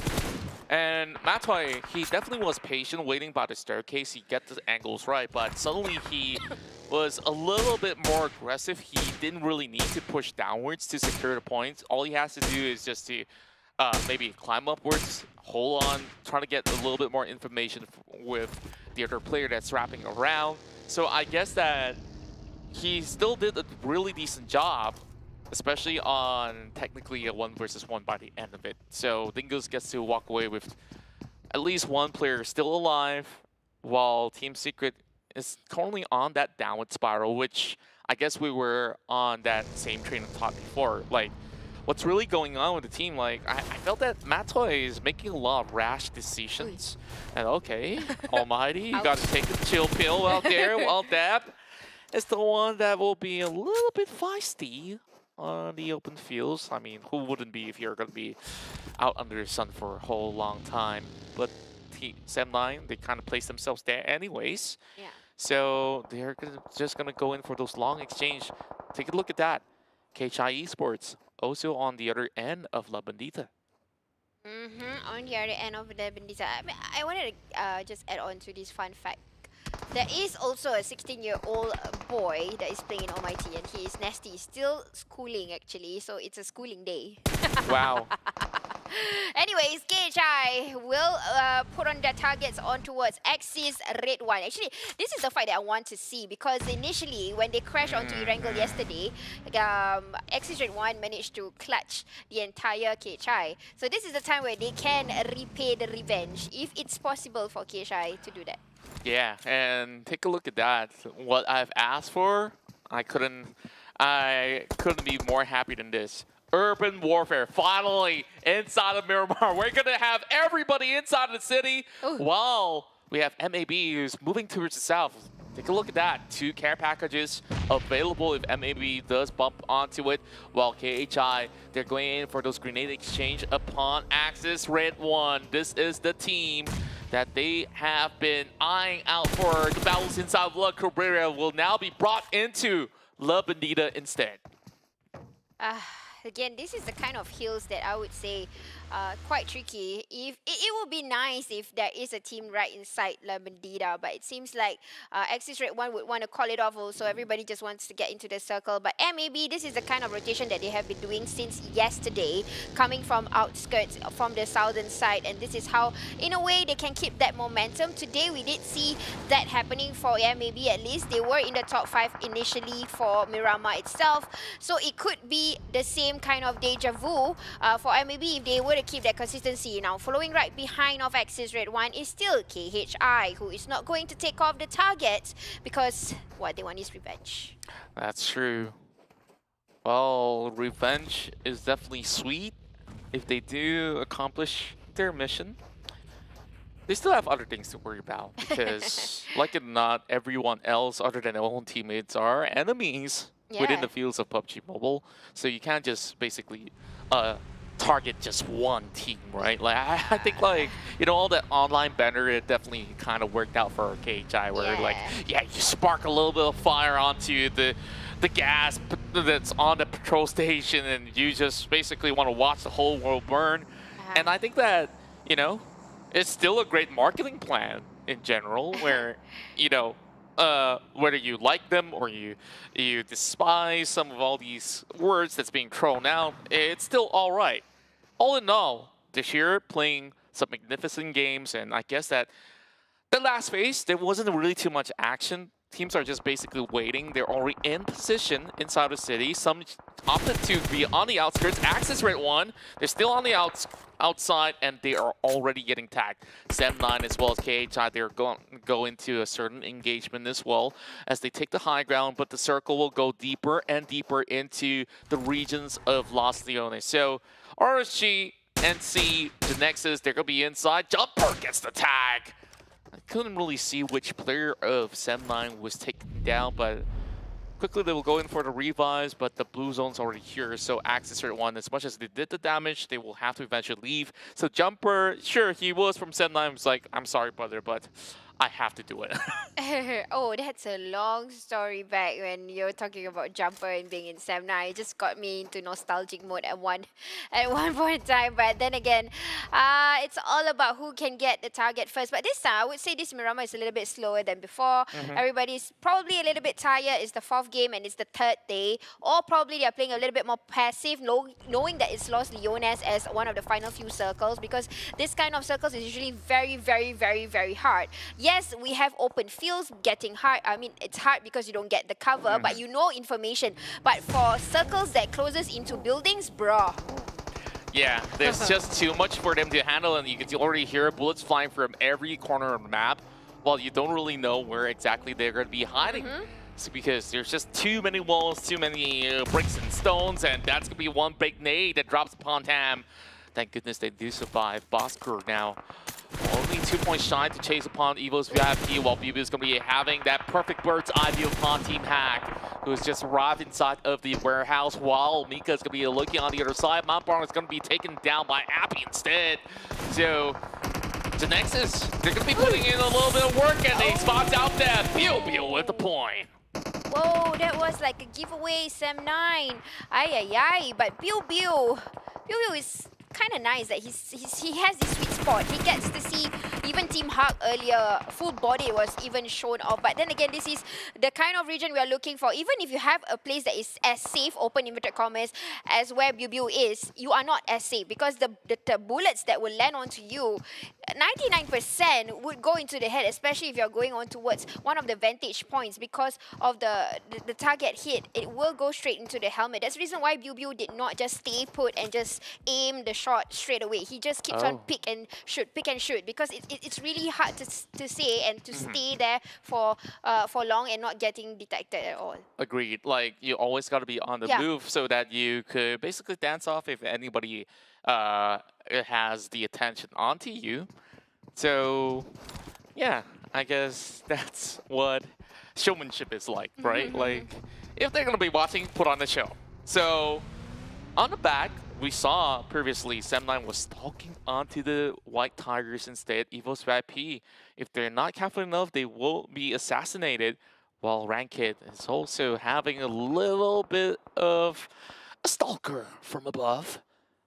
Micah, he goes into unleash some bullets, instead he transitions over to Ranked. Ranked goes down, and I guess that's in the nick of time he gets into safety, while Homebois is also getting tagged up. Ranked, though, eventually goes down, but oh my goodness me. The circle. Look at what's going to happen here. Everybody's got to travel further down the south side. Good news for ALMGHTY as well as NSEA. Yeah, but the circle gods have chosen ALMGHTY to get into the circle this time. This might just be a good chance for ALMGHTY to at least secure top 5 or even a chicken dinner. But then again, how in the world is this going to be for the rest of the team that is currently stuck in Los Leones, bro? And this is what we call buildings after buildings, and it's not going to be easy. Everybody's going to listen to one another's step. They're going to try and detect one another. At the same time, they're going to go and find for cover to move off. And there you go. That's the kind of sprays we are getting from Damaso, but not getting it registered to either one of the players from Bosskur. Now, just looking into everybody just going to rotate in, just securing the spots at least for GENEXUS, who was initially on top of a building. How in the world they moved that fast to get into the bottom part of Los Leones City? Micah coming in with a beautiful spray yet again. Axis redONE, at least they get some numbers while they're inside the city. Now they move man mark onto Kai Esports. Bosskur not managing to land the final tag, but oh, it's a crash, Damaso! They land onto the walls of the rock, and there's nothing too much that can be done. And I'm not too sure if they still have those numbers to bring them back up. Homebois, they take these 3-pointers whenever they can possibly get them. Quite a little bit of blunder, I would say. Yep, actually it's true. Got into a little bit of an accident and he is not able to get revived. He's still alive though for Damas. Oh wait, he is already being finished, so not really a call for KHI. Again, this is the kind of stress level you have to handle on, but Zigzag now trying to clutch, or not clutch, but trying to get Demigod. Last person alive for KHI. He knows the information is there. This is exactly what Team Bosskur is trying to do, trying to comb into the areas, but Demigod at least showing some god moves over to Aboy from Team Bosskur. That's not the end as far as Psycho is going to hitch a ride and trying to get across, but no, Demigod not going to be alive anymore. Now everyone's going to be finding a little bit of place to call home. Wall flags finding the angles against Homebois. Everybody has already left this city, but there's still more fish to fry. Axis 1, I thought that they've actually gotten some points out, but instead they walk away with nothing. So, by right, High Esports actually did much better this round. So, of course, we'll leave that conversation for later. While we still have 11 more teams that's still around the vicinity. 33 players still left alive. I can't believe it that we have more than half the population still here to play. MAB doing quite some massive work. Dingoz Esports are taken out at 11th. They do have a few numbers of frags with them. Heikel takes off his ex-teammate. Razor down the ground with a headshot. Oh dear, this is just hard. Buildings after buildings, and it's not easy to study exactly where the place is going to go now. I'm leaving that to Keith to go and grind it for us, so break it down and how he's going to analyze this game. But then, here we go. We're going to see movements from Yoodo Alliance 4 Rivals. How are they going to take down NSEA, who is currently in level 2 and 3? Just throwing off Molotovs and all the grenades that they can, but not a single damage to either one of the players. Oh boy, what do we have here? GENEXUS getting invaded already while we move back to Yoodo Alliance. The camera is going left, right, center, and it's Team Hawk. Wipes away the rest of GENEXUS. They didn't really have the numbers advantage. Brian's going to be able to land that nade towards Team Hawk as well. Heiko's going to be down. Y84R goes in, dominating with the 5 elimination points, taking down the rest of NC. But Lexbot is still here. Well, he holds on to that UFP. 16 bullets is all that he's got left. Coming with a jump shot, but he's still going to be able to get one. Not enough to deter the rest of Yoodo Alliance. Now they make it into the top 8. But NC, they've only got 1 point to book out with. Bosskur still running around while we have a little bit of a havoc going all over the Miramar grounds. But you know what? There is a team that is just hiding up all alone now, getting in the circle, full circle, which is Almighty just hiding up. And this is going to come out a bit later. 8 teams in the game, 23 alive. There's still a lot of scrimmages going on. Choke points after choke points. That's far a 1v1 thing, but from the back, Yoodo Alliance 4 Rivals getting the last shot. Iftas coming in. Bro, this is more than 3rd party, 4th party, 5th party. A whole lot of scrimmages going on.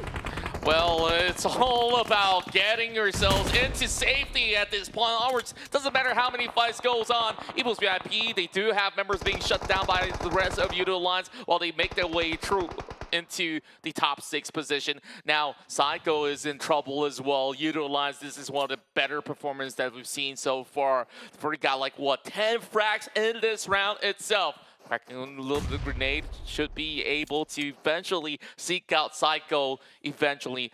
Almighty, they've been playing it really safely as compared to the rest of the teams. But the problem here is this, look at that open ground. Even if you do have smokes, it may not help because there's high elevation for Yoodo Alliance as well as the ones that are in the warehouse. It's all about where the circle will shift from this point onwards. MAB, thus far, only having 1 frag, but if they can walk away with chicken dinner, that's more than enough. Oh, that is such an obvious shot by Homebois, getting one of the Almighty players down already, but this is going to be a possible revival. Circle is still on them. Almighty still getting the circle together with one team, which is RSG, who just moved forward.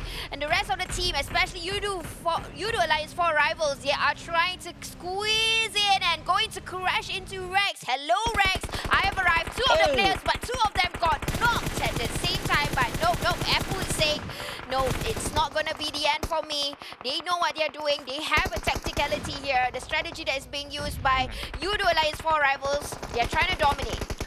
Indeed they are, and I guess that Rex was way well prepared for that, and Babur is going to be knocked down as well. Yoodo Alliance, though they did have that 13 frags, they're slowly falling apart. Here comes the grenades tossed by MAB. Dropping onto ALMGHTY members, but they still have those containers to protect themselves. Brian coming with the M249 while Abby still holding on to Frontier life as they bring down another member of RSG. Brian's going to be sniffed out as well. Avery's trying to pull them out of this match. And RSG is already out of the game. 5 elimination points for them. If they're trying to rotate with the buggy as they get up close and personal against the rest of ALMGHTY. Cycles moving back, sniffed out by Aries. But how long more can they hold on to? John's going to be able to take him down instead. They will make their way into the top 3 situation. Great chance for those who have never received that chicken dinner. Appy's all alone. Can he clutch it against the other teams that have 3 members still intact? Oh no, MAB coming from the bottom. Similarly to ALMGHTY, this is the time for them to shine. Abby might just be the game changer here. He can attack either one of the teams, making it impossible for them to get closely to a chicken dinner. Both of these teams want a chicken dinner on their own, but who will go down first? Calamity being seen by Virgil. Not sure that at least one player down. Abby happening from the back here. Still trying. Virgil don't be so vulnerable. Abby again! Wait a minute! MAB, they had the advantage. They still couldn't really take out Abby, who's currently carrying the rest of Yoodo Alliance. Now they're going to be priming this thing. Look at where it's suddenly. Oh my goodness! What? Did you just see that? That was such a good bomb. That was a good grenade. He that just was needs beautiful. another one. He just needs one more to get Iftar. Yeah. And now MAB have regretted they didn't clear the rest of Yoodo Alliance much early on. Else, they could have possibly pushed forward. ALMGHTY now with a chance to secure the chicken dinner, but playing it safely. This is really a big chance for Singapore to get that chicken dinner, but Ares is trying to just make everything safe. Gonna get this vehicle at least exploded, but the grenades that is being tossed by Appy is super precise. I really love the fact that he is far away, but he's able to make the team even, shake a little bit, even though he is not in front. But Iftar, what is he going to do? Is he going to just prone there and wait for a miracle to happen? Because he has to come out. We can see that, for example, now ALMGHTY probably is going out of their minds, thinking how many teams are we handling right now? We have no. They're probably thinking that there's only one team. They can't be vulnerable, that's for sure. I guess this might just be the very first game here in the PMPL MYSGPH that can go all the way to the very final zone that shrinks all the way up to the middle. Phase 9 is going to be in effect if they were to buy a lot more time. So if that happens, Appy might actually secure himself a little bit of chance. He's trying to cover himself with a little bit more smoke. Sure, ALMGHTY might have those numbers, but those angles here are slowly losing it out. Iftar does get those angles against Appy though. Same goes. I guess it's going to be between 2 of these solo units while ALMGHTY, they're also suppressing the rest of the members of Yoodo Alliance. Well, that's only one, which is Appy. So he's kind of stuck right now. He couldn't really move. So Iftar, he gets shut down instead. Appy with a quick move. Now Yoodo Alliance, they do have a chance. They're currently running in this straight line. Chicken dinner for Singapore. Holy. What? Bruh.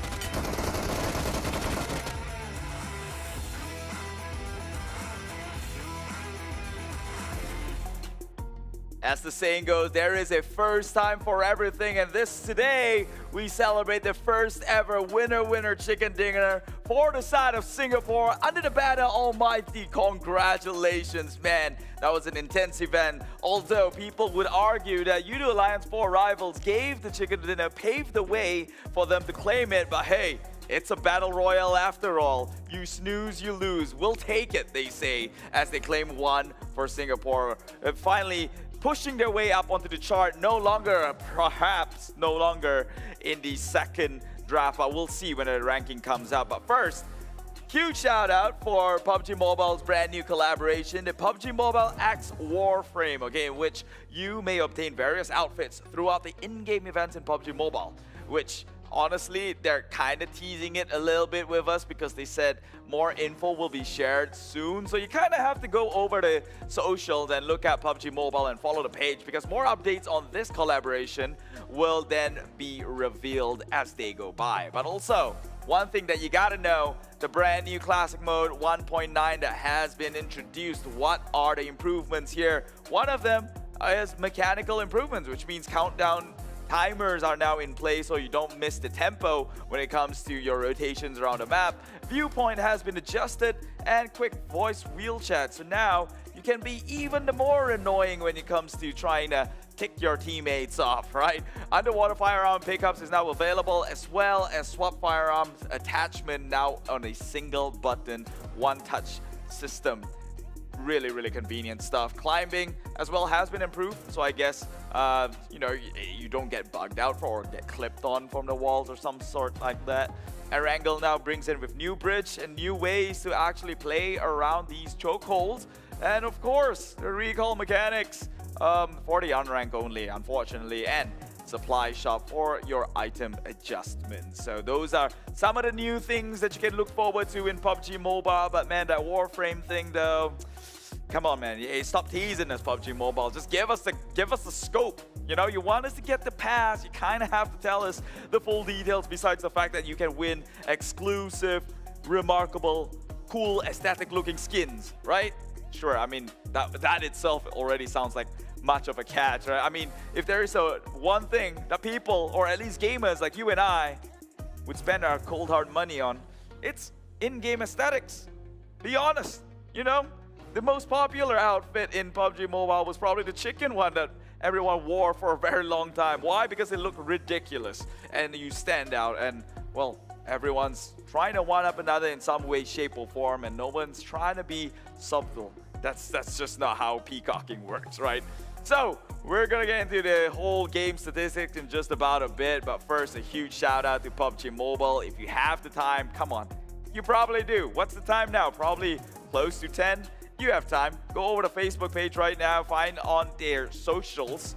Go wish them a very happy birthday. It's their 4th year anniversary. It doesn't harm for you to wish good things to good people. And I'm talking about, of course, the PUBG Corporation, Tencent Games, Lightspeed, and Quantum Studios, who's brought to us this 2022 PMPL MYSGPH Spring. So, now, talking about the previous match, this is the rankings that we have. Obviously, Yoodo Alliance 4 rivals actually won that fight. Wait, what? No. They were on top because they had more kills, although their rank points was lower. Caught me by surprise a little bit. Wasn't expecting these faces, but well, they got the higher overall points, hence putting them to #1 in this match alone. ALMGHTY came in and they do have decent kills with 7 of their own. However, a chicken dinner is going to give them a little bit more extra to perhaps, hopefully, fingers crossed, boost them up into the first draft here. And maybe came in close. Unfortunately, they were tied down with the circle location. So this is the MVP coming from the side of Yoodo Alliance 4 rivals. Obviously, the man, the myth, the legend himself. The shooters from the side of Yoodo Alliance 4 rivals who have paved the way for Singapore's first ever chicken. 8 eliminations under this man's alone. 41.9% team contribution. 1,182 damage. And well, 76 meters longest elimination distance with 4.3 MVP points. But man, the number of damage and the number of eliminations, this is why I've always regarded them to be one of the more aggressive shooters out there, alongside with Dingoz, alongside of with R2K. it's been going on for every season now. That seems to be their strong suit. Even Caster said their comfort zone is playing within an open field and just fighting things out. And here they are, number 7 now for the likes of Yoodo Alliance 4 rival. Unfortunately, still no chicken dinners. R2K, 2 chicken dinners now up on the leaderboards with 20 points gap from Homebois here. 138, Homebois at 118. Bosskur coming in really close at 112, and Dingoz coming in with 107. EVOS VIP still holds its place at 106 here.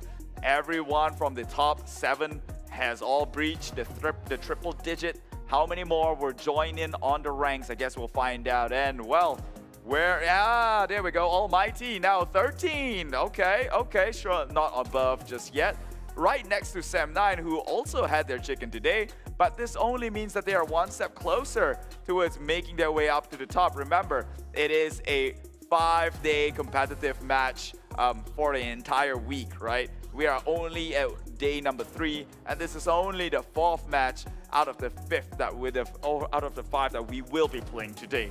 So that means they still have a chance to grind their way up to the top and accumulate as much points as possible before ending the entire week with their official overall points. So every match counts. As you can see, one match is what it took to propel them from the lower half of the second draft up to the upper half of the second draft. Still in the second draft, but hey, they're one step closer. Need I say more? It's impressive enough, okay? And plus, it's a battle royale. You guys can cool it with the jets, okay? You don't have to scrutinize every single chicken and how it's made. Luck is part of the game, sure.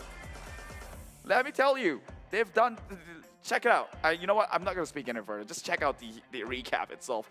I will narrate you through that. So we start off with a circle right here with Los Leones seemingly to be smack dab in the center. Almighty, of course, plays over in Chumacera towards the western side of things. We'll be looting in a bit.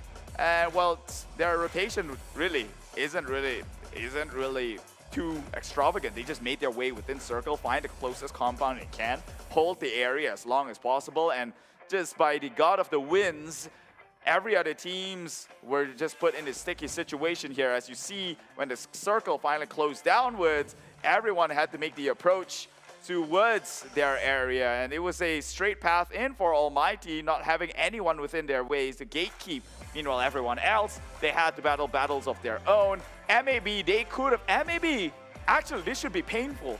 MAB could have had the chicken dinner, but instead they took a long rotation down in south to make the entrance from the south side of the circle. So if they had just moved on straight, maybe MAB could have taken the entire Almighty group out of the way and actually occupied a position which they had. But look, MAB went on down south, came in from the bottom, which put them in the situation they were at earlier on today, behind containers, not being able to go anywhere they want to. Every other team, it's a bloodbath. Look at Axis all the way up top. There was no way they were reaching down at the bottom.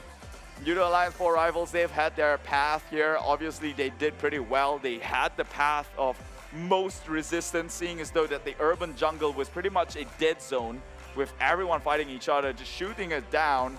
I believe KHI as well was there. They couldn't make it past, get shot down. Tried to drive past the entire cityscapes, get shot down by Homebois in the process, and eventually with all the construction zone that Yoodo Alliance 4 rivals was at, they eventually has to book a ticket downwards, and that's what they did. And I think that's where a lot of the damage they took was traveling from their vantage point all the way down here, right? So leaving a compound is always a hard thing to do, especially when it comes to Miramar, where you're way up in the elevation and it's nothing but open fields for you to run on. Luckily for Yoodo Alliance 4 rival Epi, though, he still made it out alive, while the rest of the members here were covering him from the top side. So look at the position of Almighty. Never had to move from the get-go here. If MAB would have crashed in from the back, that could have been them, but they didn't. And this, even so, MAB could have taken them out, seeing as though they were the ones with the high ground and a widespread control around the map. But of course, a snake in the grass is a very, very dangerous thing to have. And Yoodo Alliance 4 rivals Appy was that snake.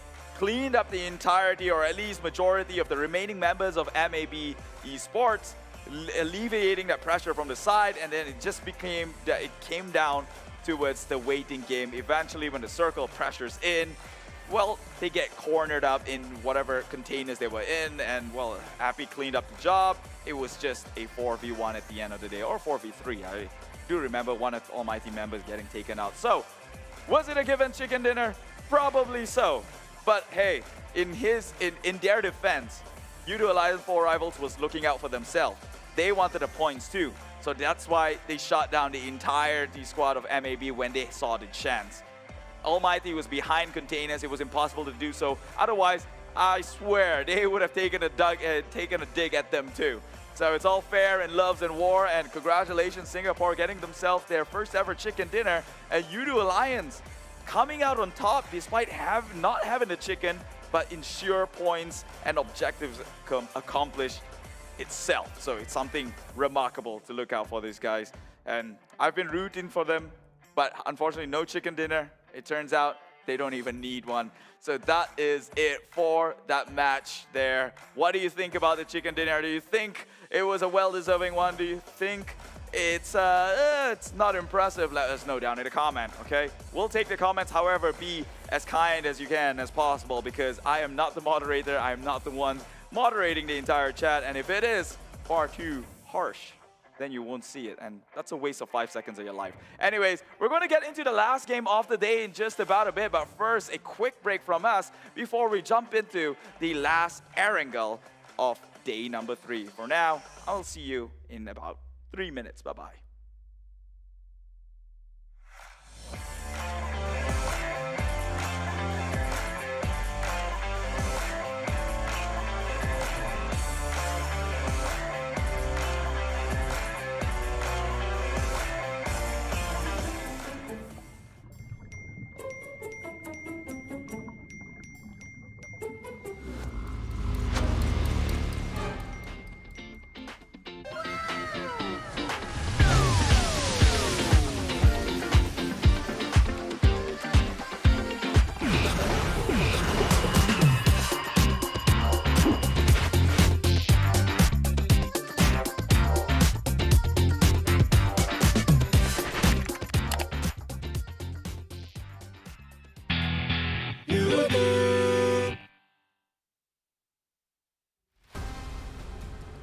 Tanpa korang, siapalah kami? YA4R win!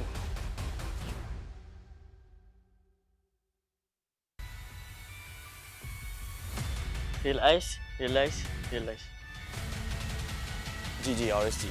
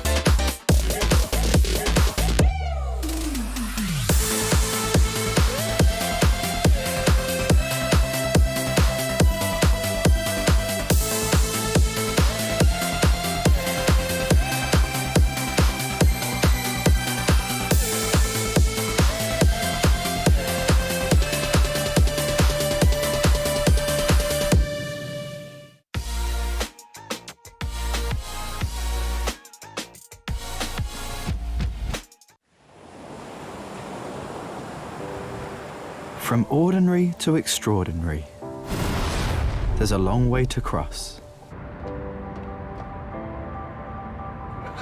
Whenever we lose our way, there's always a light that keeps us going.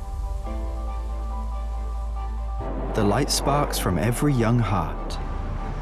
It leads us to capture inspiration in ordinary days.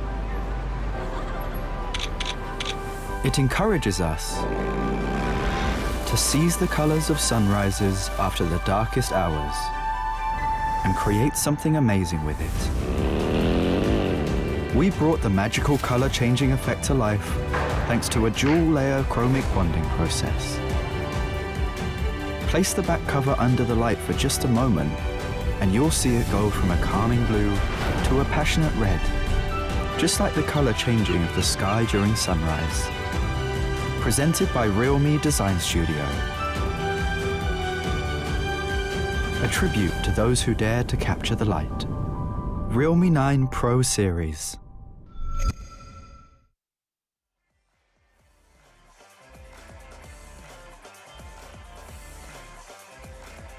And just like that, we are back from that short break. Now, just to wrap things up a little bit before we get into our last game of the day, so far, R2K has hit themselves a back-to-back chicken dinner. No one else has ever done that yet again before, or at least not yet. Yoodo Alliance 4 rival has made it onto the #1 spot despite having no chicken, and Singapore now claiming a winner-winner chicken dinner for themselves. Question is, will PH join in on the ranks and claim themselves a chicken dinner as well?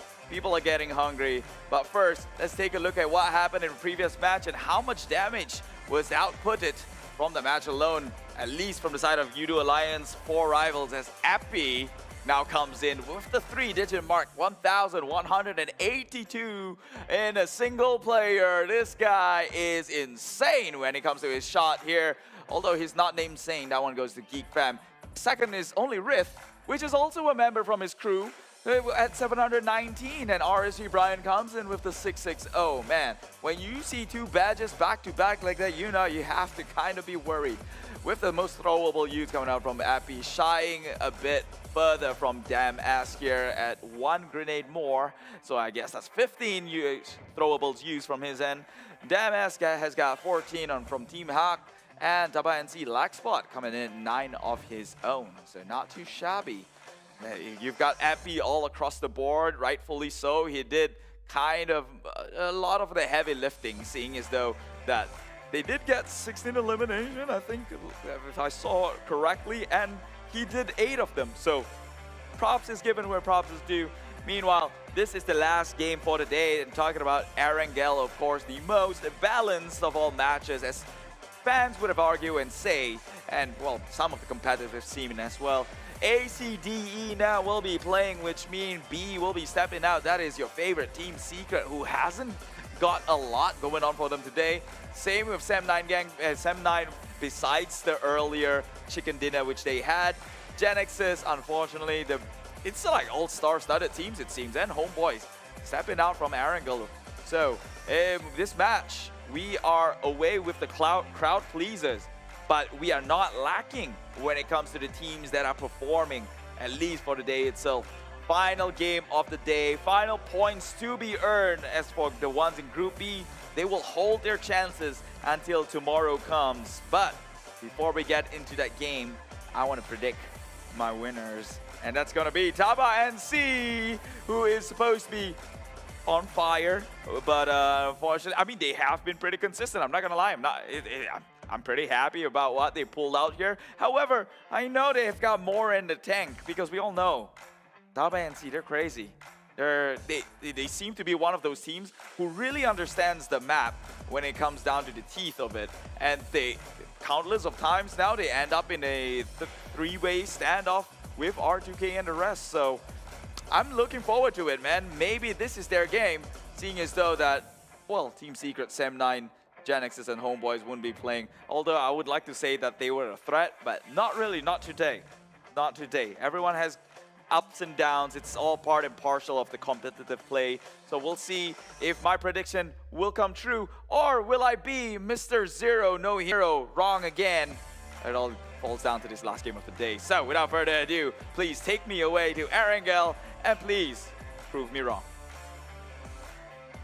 Hello and welcome back to the Caster Desk. I am Sis Jenny with me, Contra. You are watching Pro League MYSGPH PUBG Mobile Spring. Well, I love the way you put it out there. And of course, we've got some really great stuff coming your way with our final game. But before that, of course, we thank our official smartphone partners, Realme with the GT2 Pro. It's greater than you see. And they've been supporting the young talents in esports with best-in-class products as they are the tech trendsetters. And of course, other than that, we've always had Yoodo, powered by Cellcom, always by your side as they are our official digital telco partners. Scan that QR code and switch to Yoodo today and you can get 5 free gigs of mobile data at high speed and of course 20 gigs for free just to play PUBG Mobile. So how cool is that? You don't have to worry if, you know, somebody at home didn't really pay the bills. Like, you can still be chilling with your friends on PUBG Mobile, getting more and more of those chicken dinners. Just like how ALMGHTY have secured themselves the very first one. And I believe that there's definitely more to come. So MY definitely have got enough chicken dinners for the past few days. The first one came in for Singapore. I'm still waiting for the day where we see KHI Esports back one for their own. Could this be it though? Could they prove Keith wrong that, hey, you've been voting for other teams and not KHI for today? Maybe this is the time that they turn up. Yeah, it's time that they start the port and get it heated up, but definitely a very good one for ALMGHTY. Of course, you know, they are the only team that represents Singapore and the only team that represents Philippines is KHI. So for them to bring home that chicken dinner, I think the entire nation would be proud. Like, just like Malaysia teams where they have more than one, you can, you know, choose to be in different kind of support. But for a country, I think really, it's really something for them. Indeed it is, as we are getting ourselves prepared for our last match of the evening. We'll be joining you guys once again for more for tomorrow, but here we are. Last map of day 3 as we dive right into Erangel this time around. We're flying in from the corners of Georgiapol as we dive all the way to the corners of Novorobnoye. So I think that this is one of the best flight that we could possibly get where it's equal for all. You could possibly drop into anywhere. Now, I want to ask you this, Sis Jenny. Like, you play a lot of PUBG Mobile yourself. So, what's like your favorite drop spot? Oh man, if I tell you, then you, I want to be a pro player. But okay, I won't be a pro player. You gotta tell them so that they fear you, they respect you. No. Say it out.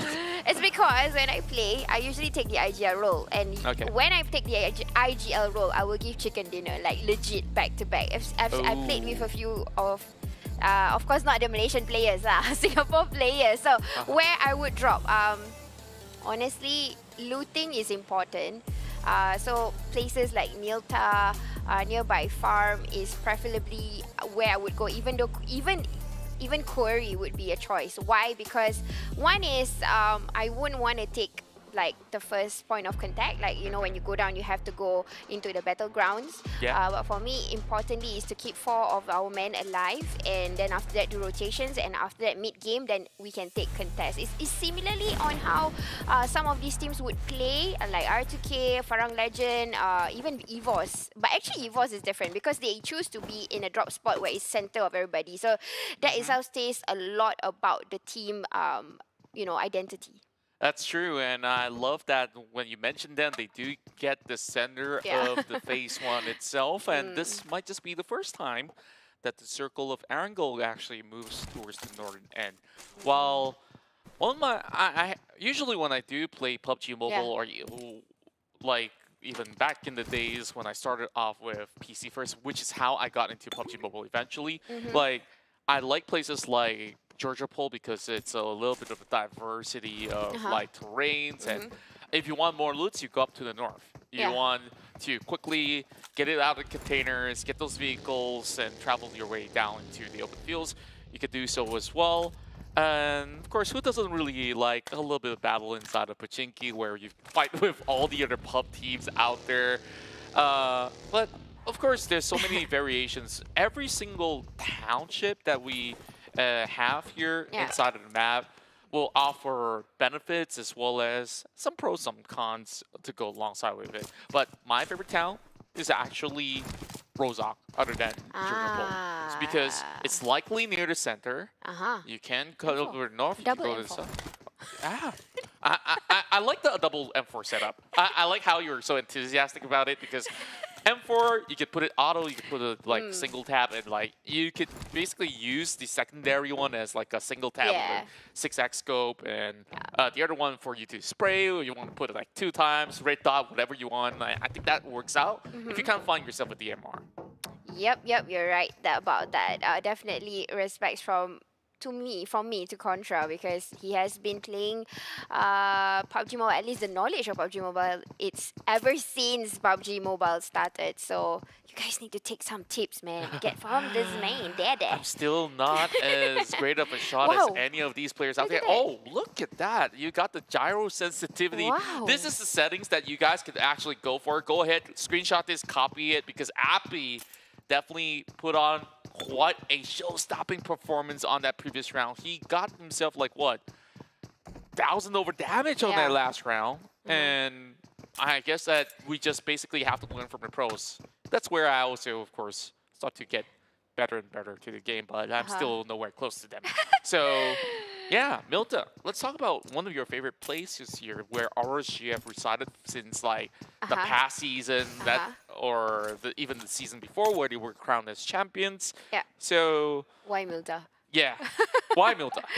Because I believe in looting. I mean, Jogopol, I respect that, you know, you have your views on Jogopol. It's definitely a good place to loot. There's a lot of options in Jogopol, but I believe in important loots only. So what important is usually you have an AR or SMG, that's good enough, and you're good to go to fight. So Milta, not much of a like huge buildings for you to choose from. It's if you put 4 men there, within 5 minutes you can literally like empty the entire place. And then after that, if a team were to crash in, you have options of the shore, you have options of the bridge, and you have options of the hill.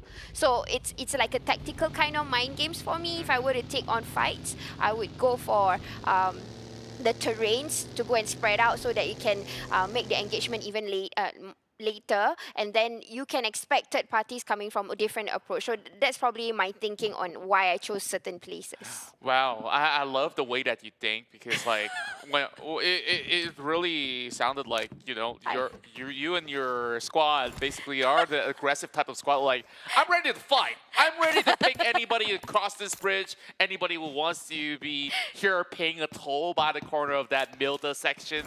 So yeah, I think that's definitely a good way to look at it. But one thing that I do not really like too much about Milta, as it in terms of that geography location, is that you have you can't really call it a high ground on the south side of that compound. Whereas the ones over on the north side, you have a lot of flat grounds and maybe double stories where it's possibly the highest. So it's still very vulnerable for teams that are cutting in from, say, Milta Power side. And sometimes, like you said, there's going to be a lot of attention being drawn into that city, which I like myself a little bit of like spacing where I could just hide it and not really draw too much attention. I understand.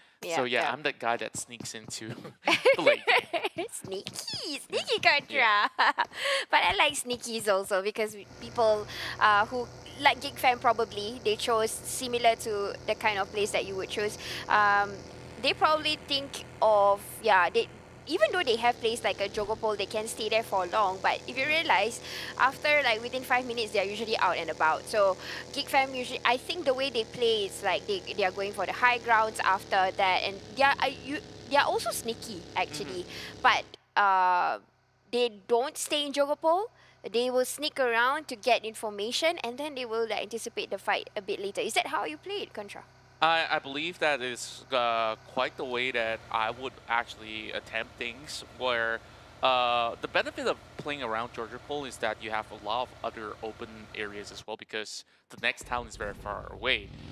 Maybe you do have maybe a little bit of attention if anybody drops into ruins, which honestly is an unpopular area to start off with because it doesn't really have full loot for, say, a full team, which is why they will scatter apart. So it's not really the biggest of threat.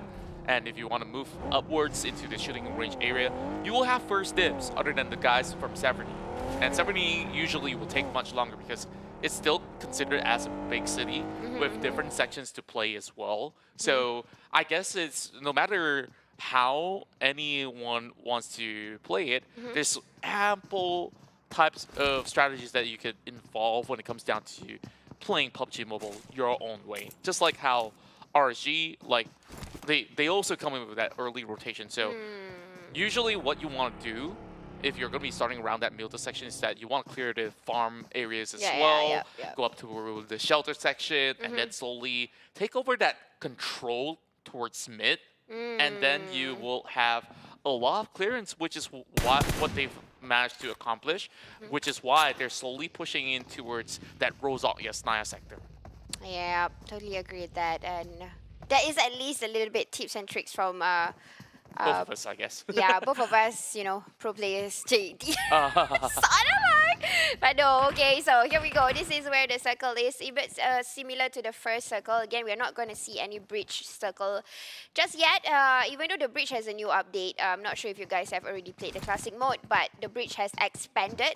I'm not saying that it's going to be harder to gatekeep, but you need more than one, at least I think about five different kind of transports to actually cover the entire bridge. So and there's an option to cross the bridge. There's actually a small option to cross the bridge. So it's a bit challenging after the new update, and it is in PMPL mode. So I'm waiting for the chance or waiting for that particular wrangle where it will close into a bridge, but apparently it's not, because I think it's going to be a bit more stressful for the IGL to plan out on how they have to close up the bridge, and it's just hard to farm kills even if you get to close up the bridge. Yeah, and I think that there's many ways to go about it, right? Like the pedestrian area on the side of it, like you mentioned with the brand new update, that could be a sweet spot where with cars driving by, it's really hard for them to really seek you out. While we draw back the attention into some of the action that's currently going on, KHI Esports will be moving closer to the patrol station in between the Rozok as well as Yasnaya once again. So RSG have taken notice of that. Small boy always keeping his tabs closely with the UMPs. While MAB Esports, I think last round was one of the better rounds where they made it into the top 3. And of course, even better for ALMGHTY to secure the chicken dinner. It's also good to see Yoodo Alliance back into a really solid form where ALMGHTY, definitely one of the most consistent players that we've seen year in, year out. This is a player that we expect him to pull off an astounding performance all the time, as he's also the team captain ever since they were formed all together, even back in the Dingoz MPX days. Yep, definitely agree with you. He's one of the oldest players that is in the lineup right now. But coincidentally, just now Epi was actually tapping onto ALMGHTY China. They have no idea that's actually ALMGHTY, but we are seeing it as a bonus. And coincidentally, ALMGHTY just, you know, eliminated Epi from getting the chicken dinner, and he actually released that gunshot over towards ALMGHTY. So like, hey. It's like, yeah, I still remember what you did to me on the last game. I'm gonna give you a little bit of prize to pay.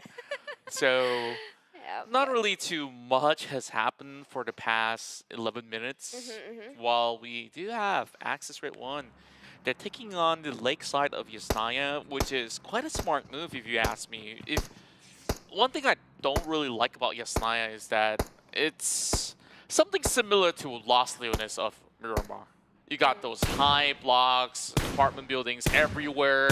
So if teams were to commit into that city to get out of it, it's also going to be very, very difficult, especially on the outskirts. It's all flat grounds. Yeah. And therefore, teams will prefer playing outside of that city instead.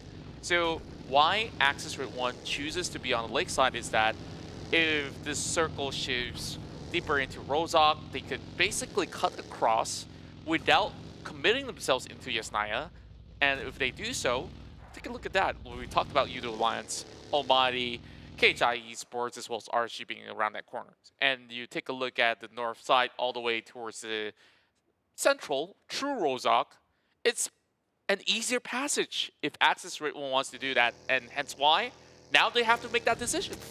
Yep. All right. But they can make a 360 rotation, I think. That's no problem. But first, CLC. Clutch Guerilla getting the first blood from Shinzi, one of the new players that just got into the Guerilla lineup. He's also quite young, actually. So one of the new blood for the first blood. Okay, a lot of Gen Zs that we do have here. I'm definitely happy to see all these new faces out there. Rising Stars, and Jumper definitely needs no introduction. As he's driving all alone. Whoa. Okay, a little bit of bumper car ride. He's still on all 4 of the wheels, so nothing too much that he needs to worry about. But like you said, 360 rotations are a thing. Yep. Well, technically, I know that the 360 rotation is basically a turn that you would go cross map. Yeah. But it's not really a 360 anyways, It's right? Because like if you go 360, you're going back to the same place. It's a I like to call 180? it 180. Yeah. Yeah, you go to the south side. Or, I'm lazy to calculate 270. Yeah, like, I know. 270 is a little bit of stretch. Like, if Shortcut. you're going to go to 270, why don't you take the left turn? Yeah. You only need 90 degrees. Yeah. All right. I mean, I'm a lady, so when I see a circle, I think it's 360. Okay, fair enough. Anyways, yeah. As we go back into the journey of Axis redONE, okay. Who would have thought, right? When Voki first joining the team, he could have led the team to great results. Yeah. Has gone into PMPLC for the very first time. But after C, I don't think that we've heard that great of news from the team, and now he's hop on over to a team with pretty darn good success. Yoodo Alliance, 4 rivals, gone to the global stage. And, you know, this isn't exactly like the easiest playground, still going back to the local scene with, of course, Singapore as well as PH involved. I think that they're still taking it into a lot of adaptation, especially when you mention newer players coming into the scene, hungry to prove themselves that they are better than the old dogs. Yep, because as of now, I think competitively, almost everybody is equal. They have their own specialty, skill sets, and all that. Oh, what's this? This is a new emote. I didn't see this animation. Stage 3, zone shrinking. Were we that busy not to see that? Oh, I guess so. That's cool. So, new notifications. I love the brand new update. Yeah, cool. But anyways, guys, if you like what you're seeing, like how we are loving it, please hit that like, follow, and share button so that we can produce even more better ones for the upcoming seasons by our awesome organization. So, yeah, to give us a support. Indeed. Well, I hear a little bit of text. I guess that's the affirmation. It's like, hell yeah. More great stuff on the way. You know, this is the 4th year. I believe that, you know, when we go into 5th year, it'll be quite the awesome showing. Now, take a look at this. EVOS VIP have not moved a single muscle, as they're still going to be by the school apartment, but they're also paid a visit by the rest of Yoodo Alliance. That's also because the circle is shifted into school, and Yoodo Alliance just want to book a dormitory of their own. Yep, they want to check in and share the place, but is EVOS willing to share? Well, I don't think that they're so comfortable sharing, though. They need a little bit of private space, but MAB doesn't really care about private space. They're just going to invade Almighty, and this is where they will bring in the pain. MAB, they got flushed out on 3rd place in the last round, and they, this time, will ensure that Almighty, the ones with the chicken dinner, will not be in the game. Oh no, what went wrong? I really wonder, but I don't think they were prepared for it. Yeah. Like, the moment that they arrived, they came in from all angles, and then it's like everyone's on the ground floor, and even if you're on top, it's like, oh boy, what do we do? That's quite a shame actually, because it's usually the momentum, like what R2K did earlier when they get a chicken dinner, the momentum kind of drives them to get into another one. So it kind of kills the entire situation already for Almighty. But don't worry, we will see them back tomorrow, hopefully. Now let's focus into the game currently. It's already the 4th circle, still 58 of the players are still alive. They're taking it a little bit slow, maybe because it's the 5th game, a little bit exhausted from the previous games, and plus it's already the 3rd day. So they're going to play it more carefully, and plus the circle this time, it takes a lot of thinking. So all the IGL put on their thinking caps, trying to be different from one another, and who will suffice the winner? Well, I guess it's really tough to tell who's going to be having that clear advantage at this moment. Adek going in for this spray down. Funky's going to be able to catch out Izane. Top fragger of R2K is already down, but not out. While Echo, he looks like he's going to be in the goner, but he's going to be able to challenge Leo up top. Now he's going to be going in to push through the smoke. Adek tries to snip it out, but there's still a member left, and it's going to be Rebel Boy from a different angle that will be able to pin him down. Still 2 players of Farang Lejund will be able to trade right back while they spot out Izane. It's going to be a tough hurdle for them, but he's stuck in a rock in the hard place. While the Blue Zone's coming in, he's going up close and personal, and they're going to be challenging Mano once again. Oh my goodness, they bring out the rest of Farang Lejund, R2K. Izane just had enough time to heal up. Not a good day at all for Farang. Never a better chance for them, but it's okay. Here we go. We're going to go and take a look into the Philippines representative. KHI, come on. This is your time to shine. And they are taking a fight with Team Hawk. And they are opening up a little bit. I'm not sure if they want to commit, but you know who is committing? The Yoodo Alliance 4 Rivals have already ditched their EVOS, but here we go. Dingoz going to do a crash here. Who will be the one that's going down? I'm not so sure. Oh, Cameras is going crazy, but Epi is still stuck in the building. 2 of the members is already down, leaving Pamburu and Epi in the building. And as EVOS VIP hear all of those sort of noise, they still do not know where exactly Yoodo Alliance is currently at. Now Razor, he's currently right down below. He's trying to move off with the vehicle, but that grenade's gonna be lobbed right in. And Appy does get the knock on to Mika instead, and he did not even see that one coming. So Appy definitely doing a lot of great duty from the top of the building. So EVOS, they really have to go in for those quick res once again, while Bosskur only has 2 more. Psycho is not going to be around, but he will keep his crosshair close by. KHI Esports now take on the rest of Team Hawk as they are putting up a little bit of stronghold. Homebois inside of the corner of the building as well, charging up with grenade by his own. The Master soaking a little bit of damage, while there is a little bit of Molotov to be expended by Heikel eventually. Here comes Demigod. He have to come in with a good setup as he drives his way into the left-hand side of the flank. The Master's going to be moving forward as well. Damage will be able to crush one Pickle. Heikel will blow Monkey Boy up, and Homebois don't really have business to do here. The Master though, sneaking it in. He heard those engines roaring, but how much can he possibly pull up with? He's basically healing up. He's not even taking this chance, but he will still try to survive while the rest of Bosskur, they only left with 1. EVOS VIP will collide with the rest of Yoodo Alliance. And I'm not sure if Yoodo Alliance 4 Rivals already got eliminated because they only left with Epi and Pamburu. But here we go. MAB just taken down one team that decided to crash onto them, if I'm not mistaken. Yes, it's Bosskur already eliminated, but from a distance, Geek fam returning the fire. And this is a long distance shot from Damroot from the hillside, making it difficult for MAB. No chance to come in. Eliminated next for the 9th position. Now, this is a circle that we are talking about because it is a slope circle, Contra. Yeah, and whoever's on top of the hill may not have the best of advantage, but at least they do get those angles right.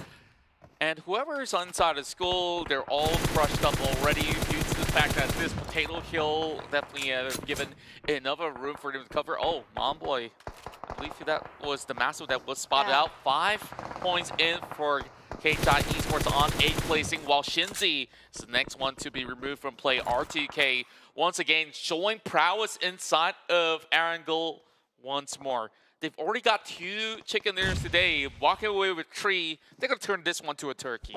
And look at Aizen. He's not being he's not going to try to be vulnerable because his level vest is already damaged, and that's the level 2. So he's just tossing all the grenades that is possible. But R2K definitely showing a good fight already, getting the momentum from that 2 chicken dinners. They are returning the fire after winning that victory from Farang Lejund. And see, they still have those numbers, but they're also having a little bit of commotion of their own. Lost smokes have been set up. They do find Haynook though. Flags now rushing forward, but he needs a little bit of assistance coming in from Dumper, who's going to be able to shut one off. Frankie's now coming right in. Inside of smoke, he's not going to be helping it out, but Frankie gets blown up instead. My goodness me, Axis redONE. They're pulling every tricks out of the bag. THQ still having healthy members up alive, while everyone else will have to take over control. Geek fam looking pretty good for themselves.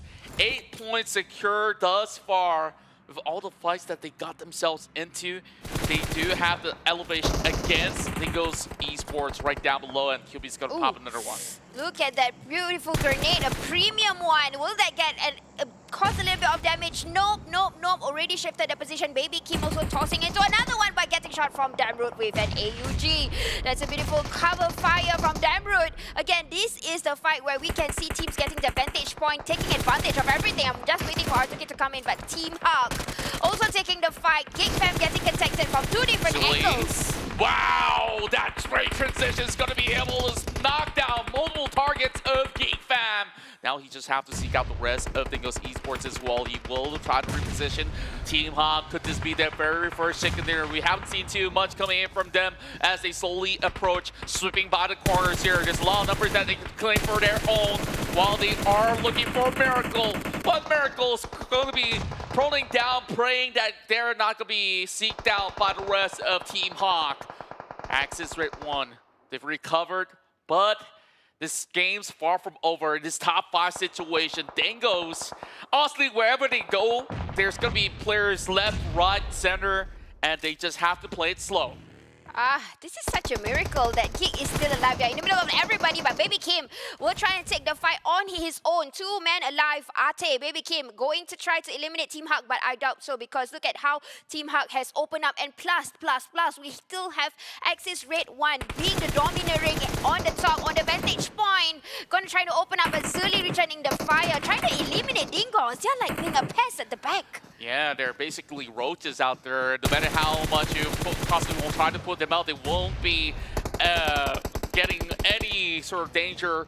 Wow, it's going to be Geek fam there that will take the short end of the stick. The Team Hawk, they get those frags going for them as they go on a Rampage Miracle here to turn the tides around. My goodness me, this one player has gotten 3, but it's going to be Micah up on the hill that will take out the rest of Geek fam. Axis redONE recovers with 4, and this is their game here to lose. Axis redONE with 4 men alive. You know, they did a beautiful rotation. I doubt their resources is being touched. They are still good and they are opening up. I can smell a chicken dinner for Axis. Yeah, and unless Baby Kim, well, never mind. I want to say that maybe Baby Kim could work together with Hawk, right? But they're not that friendly after all. Heiko now getting suppressed by Jumper as well. Micah tries to rush right in. This member is just going to go into regroup, but Dance, he's going to be able to get one back while he tries to go in for a spade. It's not going to be enough to stop Axis redONE from securing the final chicken dinner of the evening. Winner chicken dinner for Axis redONE. So winner for our analyst Keith.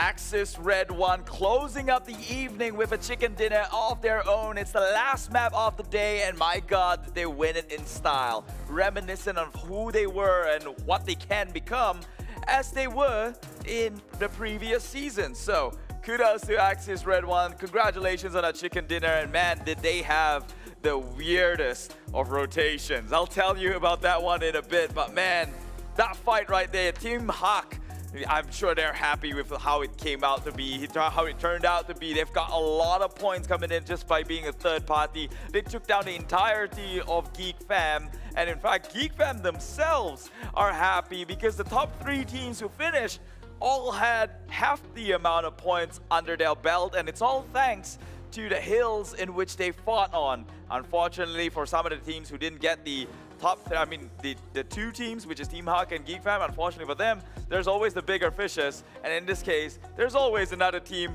right on top of the hill. So that is kind of inevitable as it is. As you all know, you got to work into your advantage, and at that point, Axis, they played really smart. They took control of the map, and in the end of the day, they sealed the deal and brought home that last winner chicken dinner, propelling them higher above the charts here. So congratulations once again. My name is Keith. This is the 2022 PMPL MYSGPH Spring, and just before we move on further, I want to thank the big boys on top, and that is the PUBG Corporation, Tencent Games, Lightspeed, and Quantum Studios, because if it wasn't for them, we wouldn't be here right now. We wouldn't be having such an intense matchup, and we wouldn't have the entertainment that we are having right at this hour, watching safe from home, away from COVID, and, well, enjoying the same experience, just in a safer manner. So go over to their social pages right now, go wish them a happy birthday, and maybe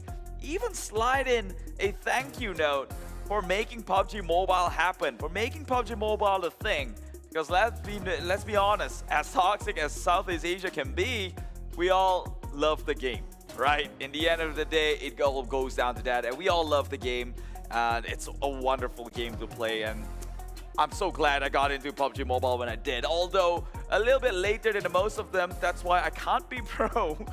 My motor skills are not there, but hey, at least I get to watch some of these high caliber gameplays being played out right in front of me, live in front of an audience, so we all could experience it together. Man, I just love this game, man. So if you have any more questions about how this team got their chicken dinner, let me know down in the comments below, okay? Do you think you saw how it happened? Or maybe do you think that Team Hawk should have done something differently? All down in the comments. We will be reading it, okay? Moderators are going to be reading it as well, just so you know. There are more than one people be monitoring the chat down below. And yeah, we're going to get into the nitty-gritty details in a bit, right? For right now, I bet you want to know some stuff that PUBG Mobile has came up from. One of it is the balloon mode, which you kind of have to check it out. Like, I highly recommend it. It is insane how crazy the people on top can get these ideas. If you don't know what a balloon mode is, essentially people get shot and their head expands and then they start flying up to the top. It is pretty fun, pretty fun. But if you're a purist yourself and all you want to see is competitive PUBG Mobile, then maybe that's not for you. But you know what is for you? The brand new things that are all coming out. Aesthetic skins, PUBG Mobile with the Warframe collaboration, right? So, just to recap again on the format of this tournament, every day teams will be playing for points in hopes that they secure themselves the overall standings. Why is the standings important? Because where you're at from 1 to 20 at the end of the week is how much point you will earn in the overall, and that's going on for 3 weeks itself. So, before you forget, the PUBG Mobile version 1.9 is out, okay? It is the vibrant anniversary being introduced.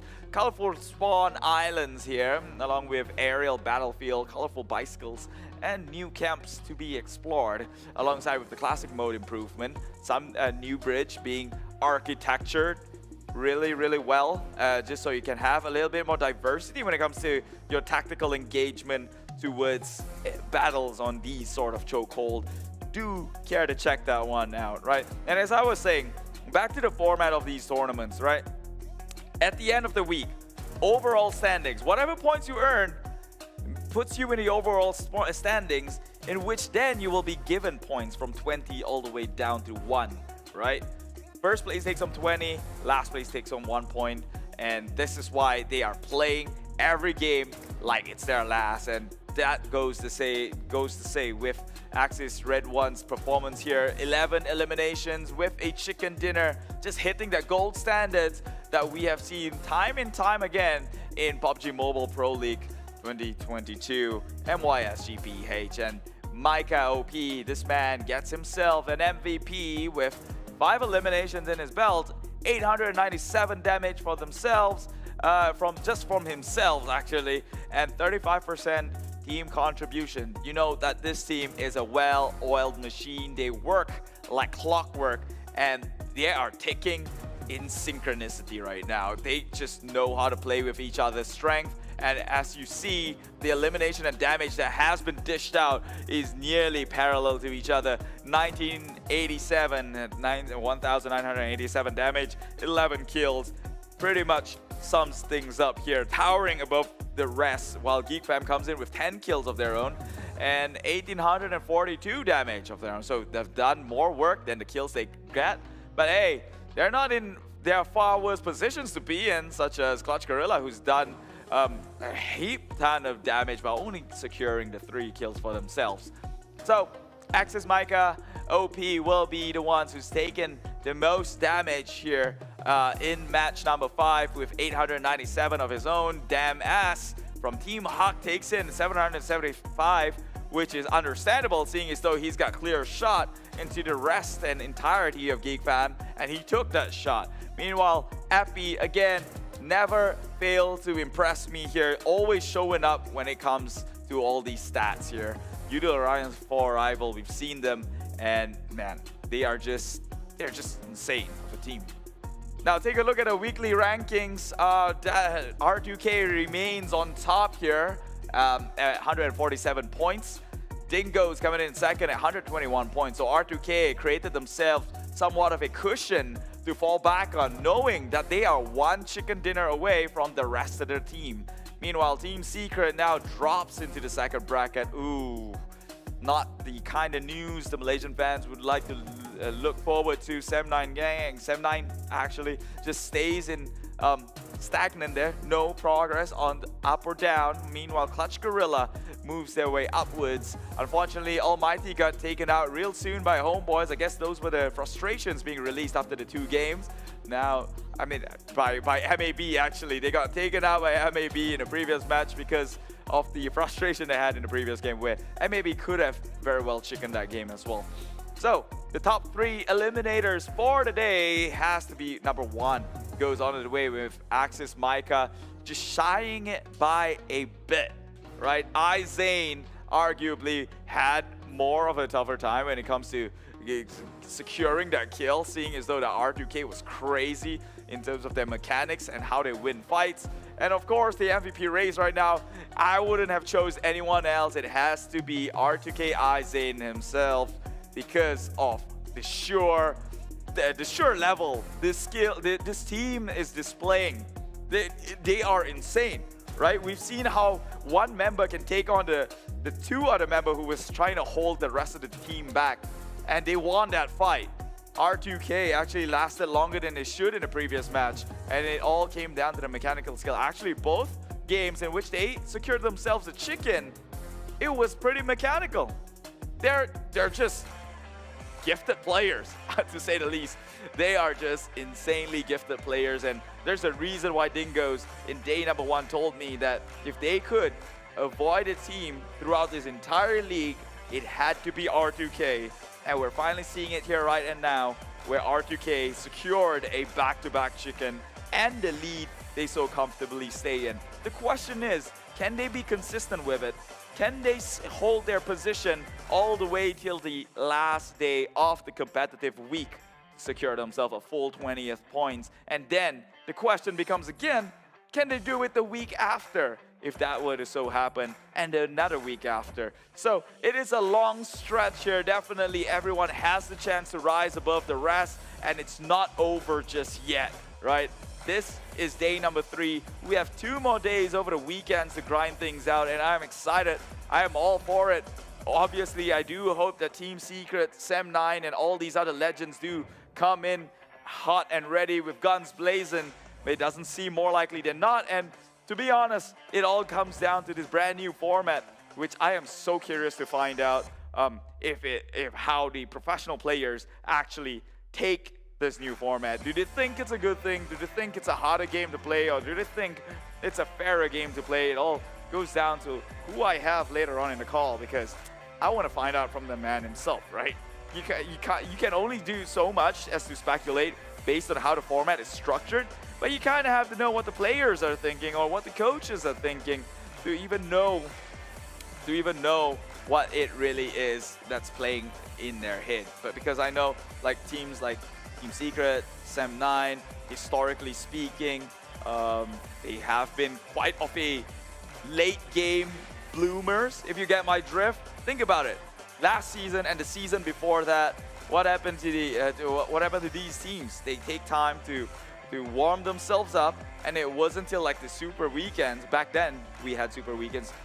Only then these teams started to show up, and it was in numerous games and numerous occasions, but not majority of it. So with the format now emphasizing each and every single game, question is, can they actually keep up with the pace? But first, let's take a look at how Axis Esports, Axis redONE secured their chicken dinner. So the moment they land onto Mansion here, you can see that the rotation they're making, every one of them split into a 1-1-1 position to go in for the loot. Some all the way to Stalber, all the way in Kameshki, and then all the way split up. Eventually they rendezvous to a certain point, and then this is where the game really actually began. When they have the resources, and immediately they camped around the top of Yasnaya Poliana. And obviously playing that move, you know you're going to be the last man to arrive, seeing as though that you took a lot of time out of your way to be looting in various situations. So now, playing from behind, they realize that they're just going to play it slow, knowing comfortably to a certain degree that 80% of the chance that the teams are all in front of you. But look at what they did. Immediately make a full rotation down onto the bottom to make an entry onto school. It's as if they know that there were no teams by the area that the gatekeep. Sure, Team Hawk saw them rotating through. They did shoot a couple of warning shots, but nothing very lethal, to say the least. Take a look at this hut right here. It was a bloodbath between all these teams, right? Yoodo Alliance, 4 rivals, they had their eyes busy against the likes of Dingoz. At the same time, EVOS VIP was coming in as a third party through the windows, which cocked them in their attempt there. And Axis, they just came in straight from the bottom to take over the only remaining compound that's within the entire circle. So again, working towards their advantage, they see one and they capitalize it. Also, mind you that Axis's compound is the highest point within this gradient, and everyone else was playing by the foot of the hill. And as I mentioned, there's always a bigger fish. There's always someone above you. Look at that. Geek Fam and Team Hawk. Geek Fam eats up those at the bottom, and that is Dingoz. And then Team Hawk comes in to eat Geek Fam, and then Axis comes in to eat Team Hawk. So there's always a bigger fish. It all goes down to where it favors you during that point of time, and that is how Axis redONE, against all odds. Actually, there was no odds at all. It was a clear victory for them, playing a very unconventional rotation and making it work into their advantage. So congratulations to Axis redONE once again. They are the final winners, or they win a chicken dinner here in day number 3. I am so stoked for more games like this. That was the 2022 PMPL MYSGPH Spring. My name is Keith, and we have a phoner on the line, and it's none other than Dingoz. It's Kiddos. What's going on, brother? Hey. So, first off, right off the bat, I can hear people in the background, but it's okay. It sounded like you guys are happy. That's a good thing. Yeah. I want to know from the professional players themselves, and especially from you, what do you think about the new competitive format here in PUBG Mobile MYSGPH? In my opinion, I think it's more stable compared to the previous format. That is my opinion. You suka It's more format stable. ni lagi lebih, or do you prefer the old format? If you could have it any other way. Saya lagi suka format ni.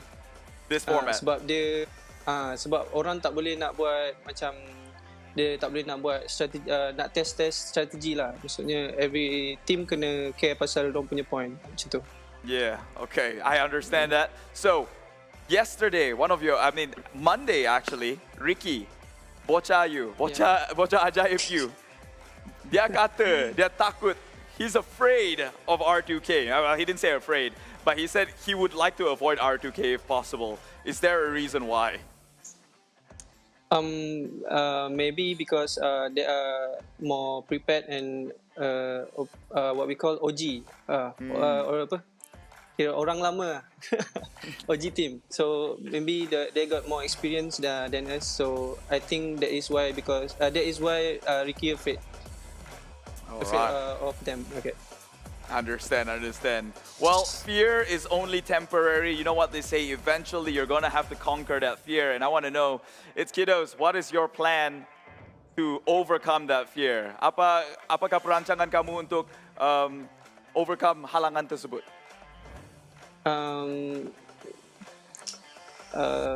Maybe we need to be more prepared and brave.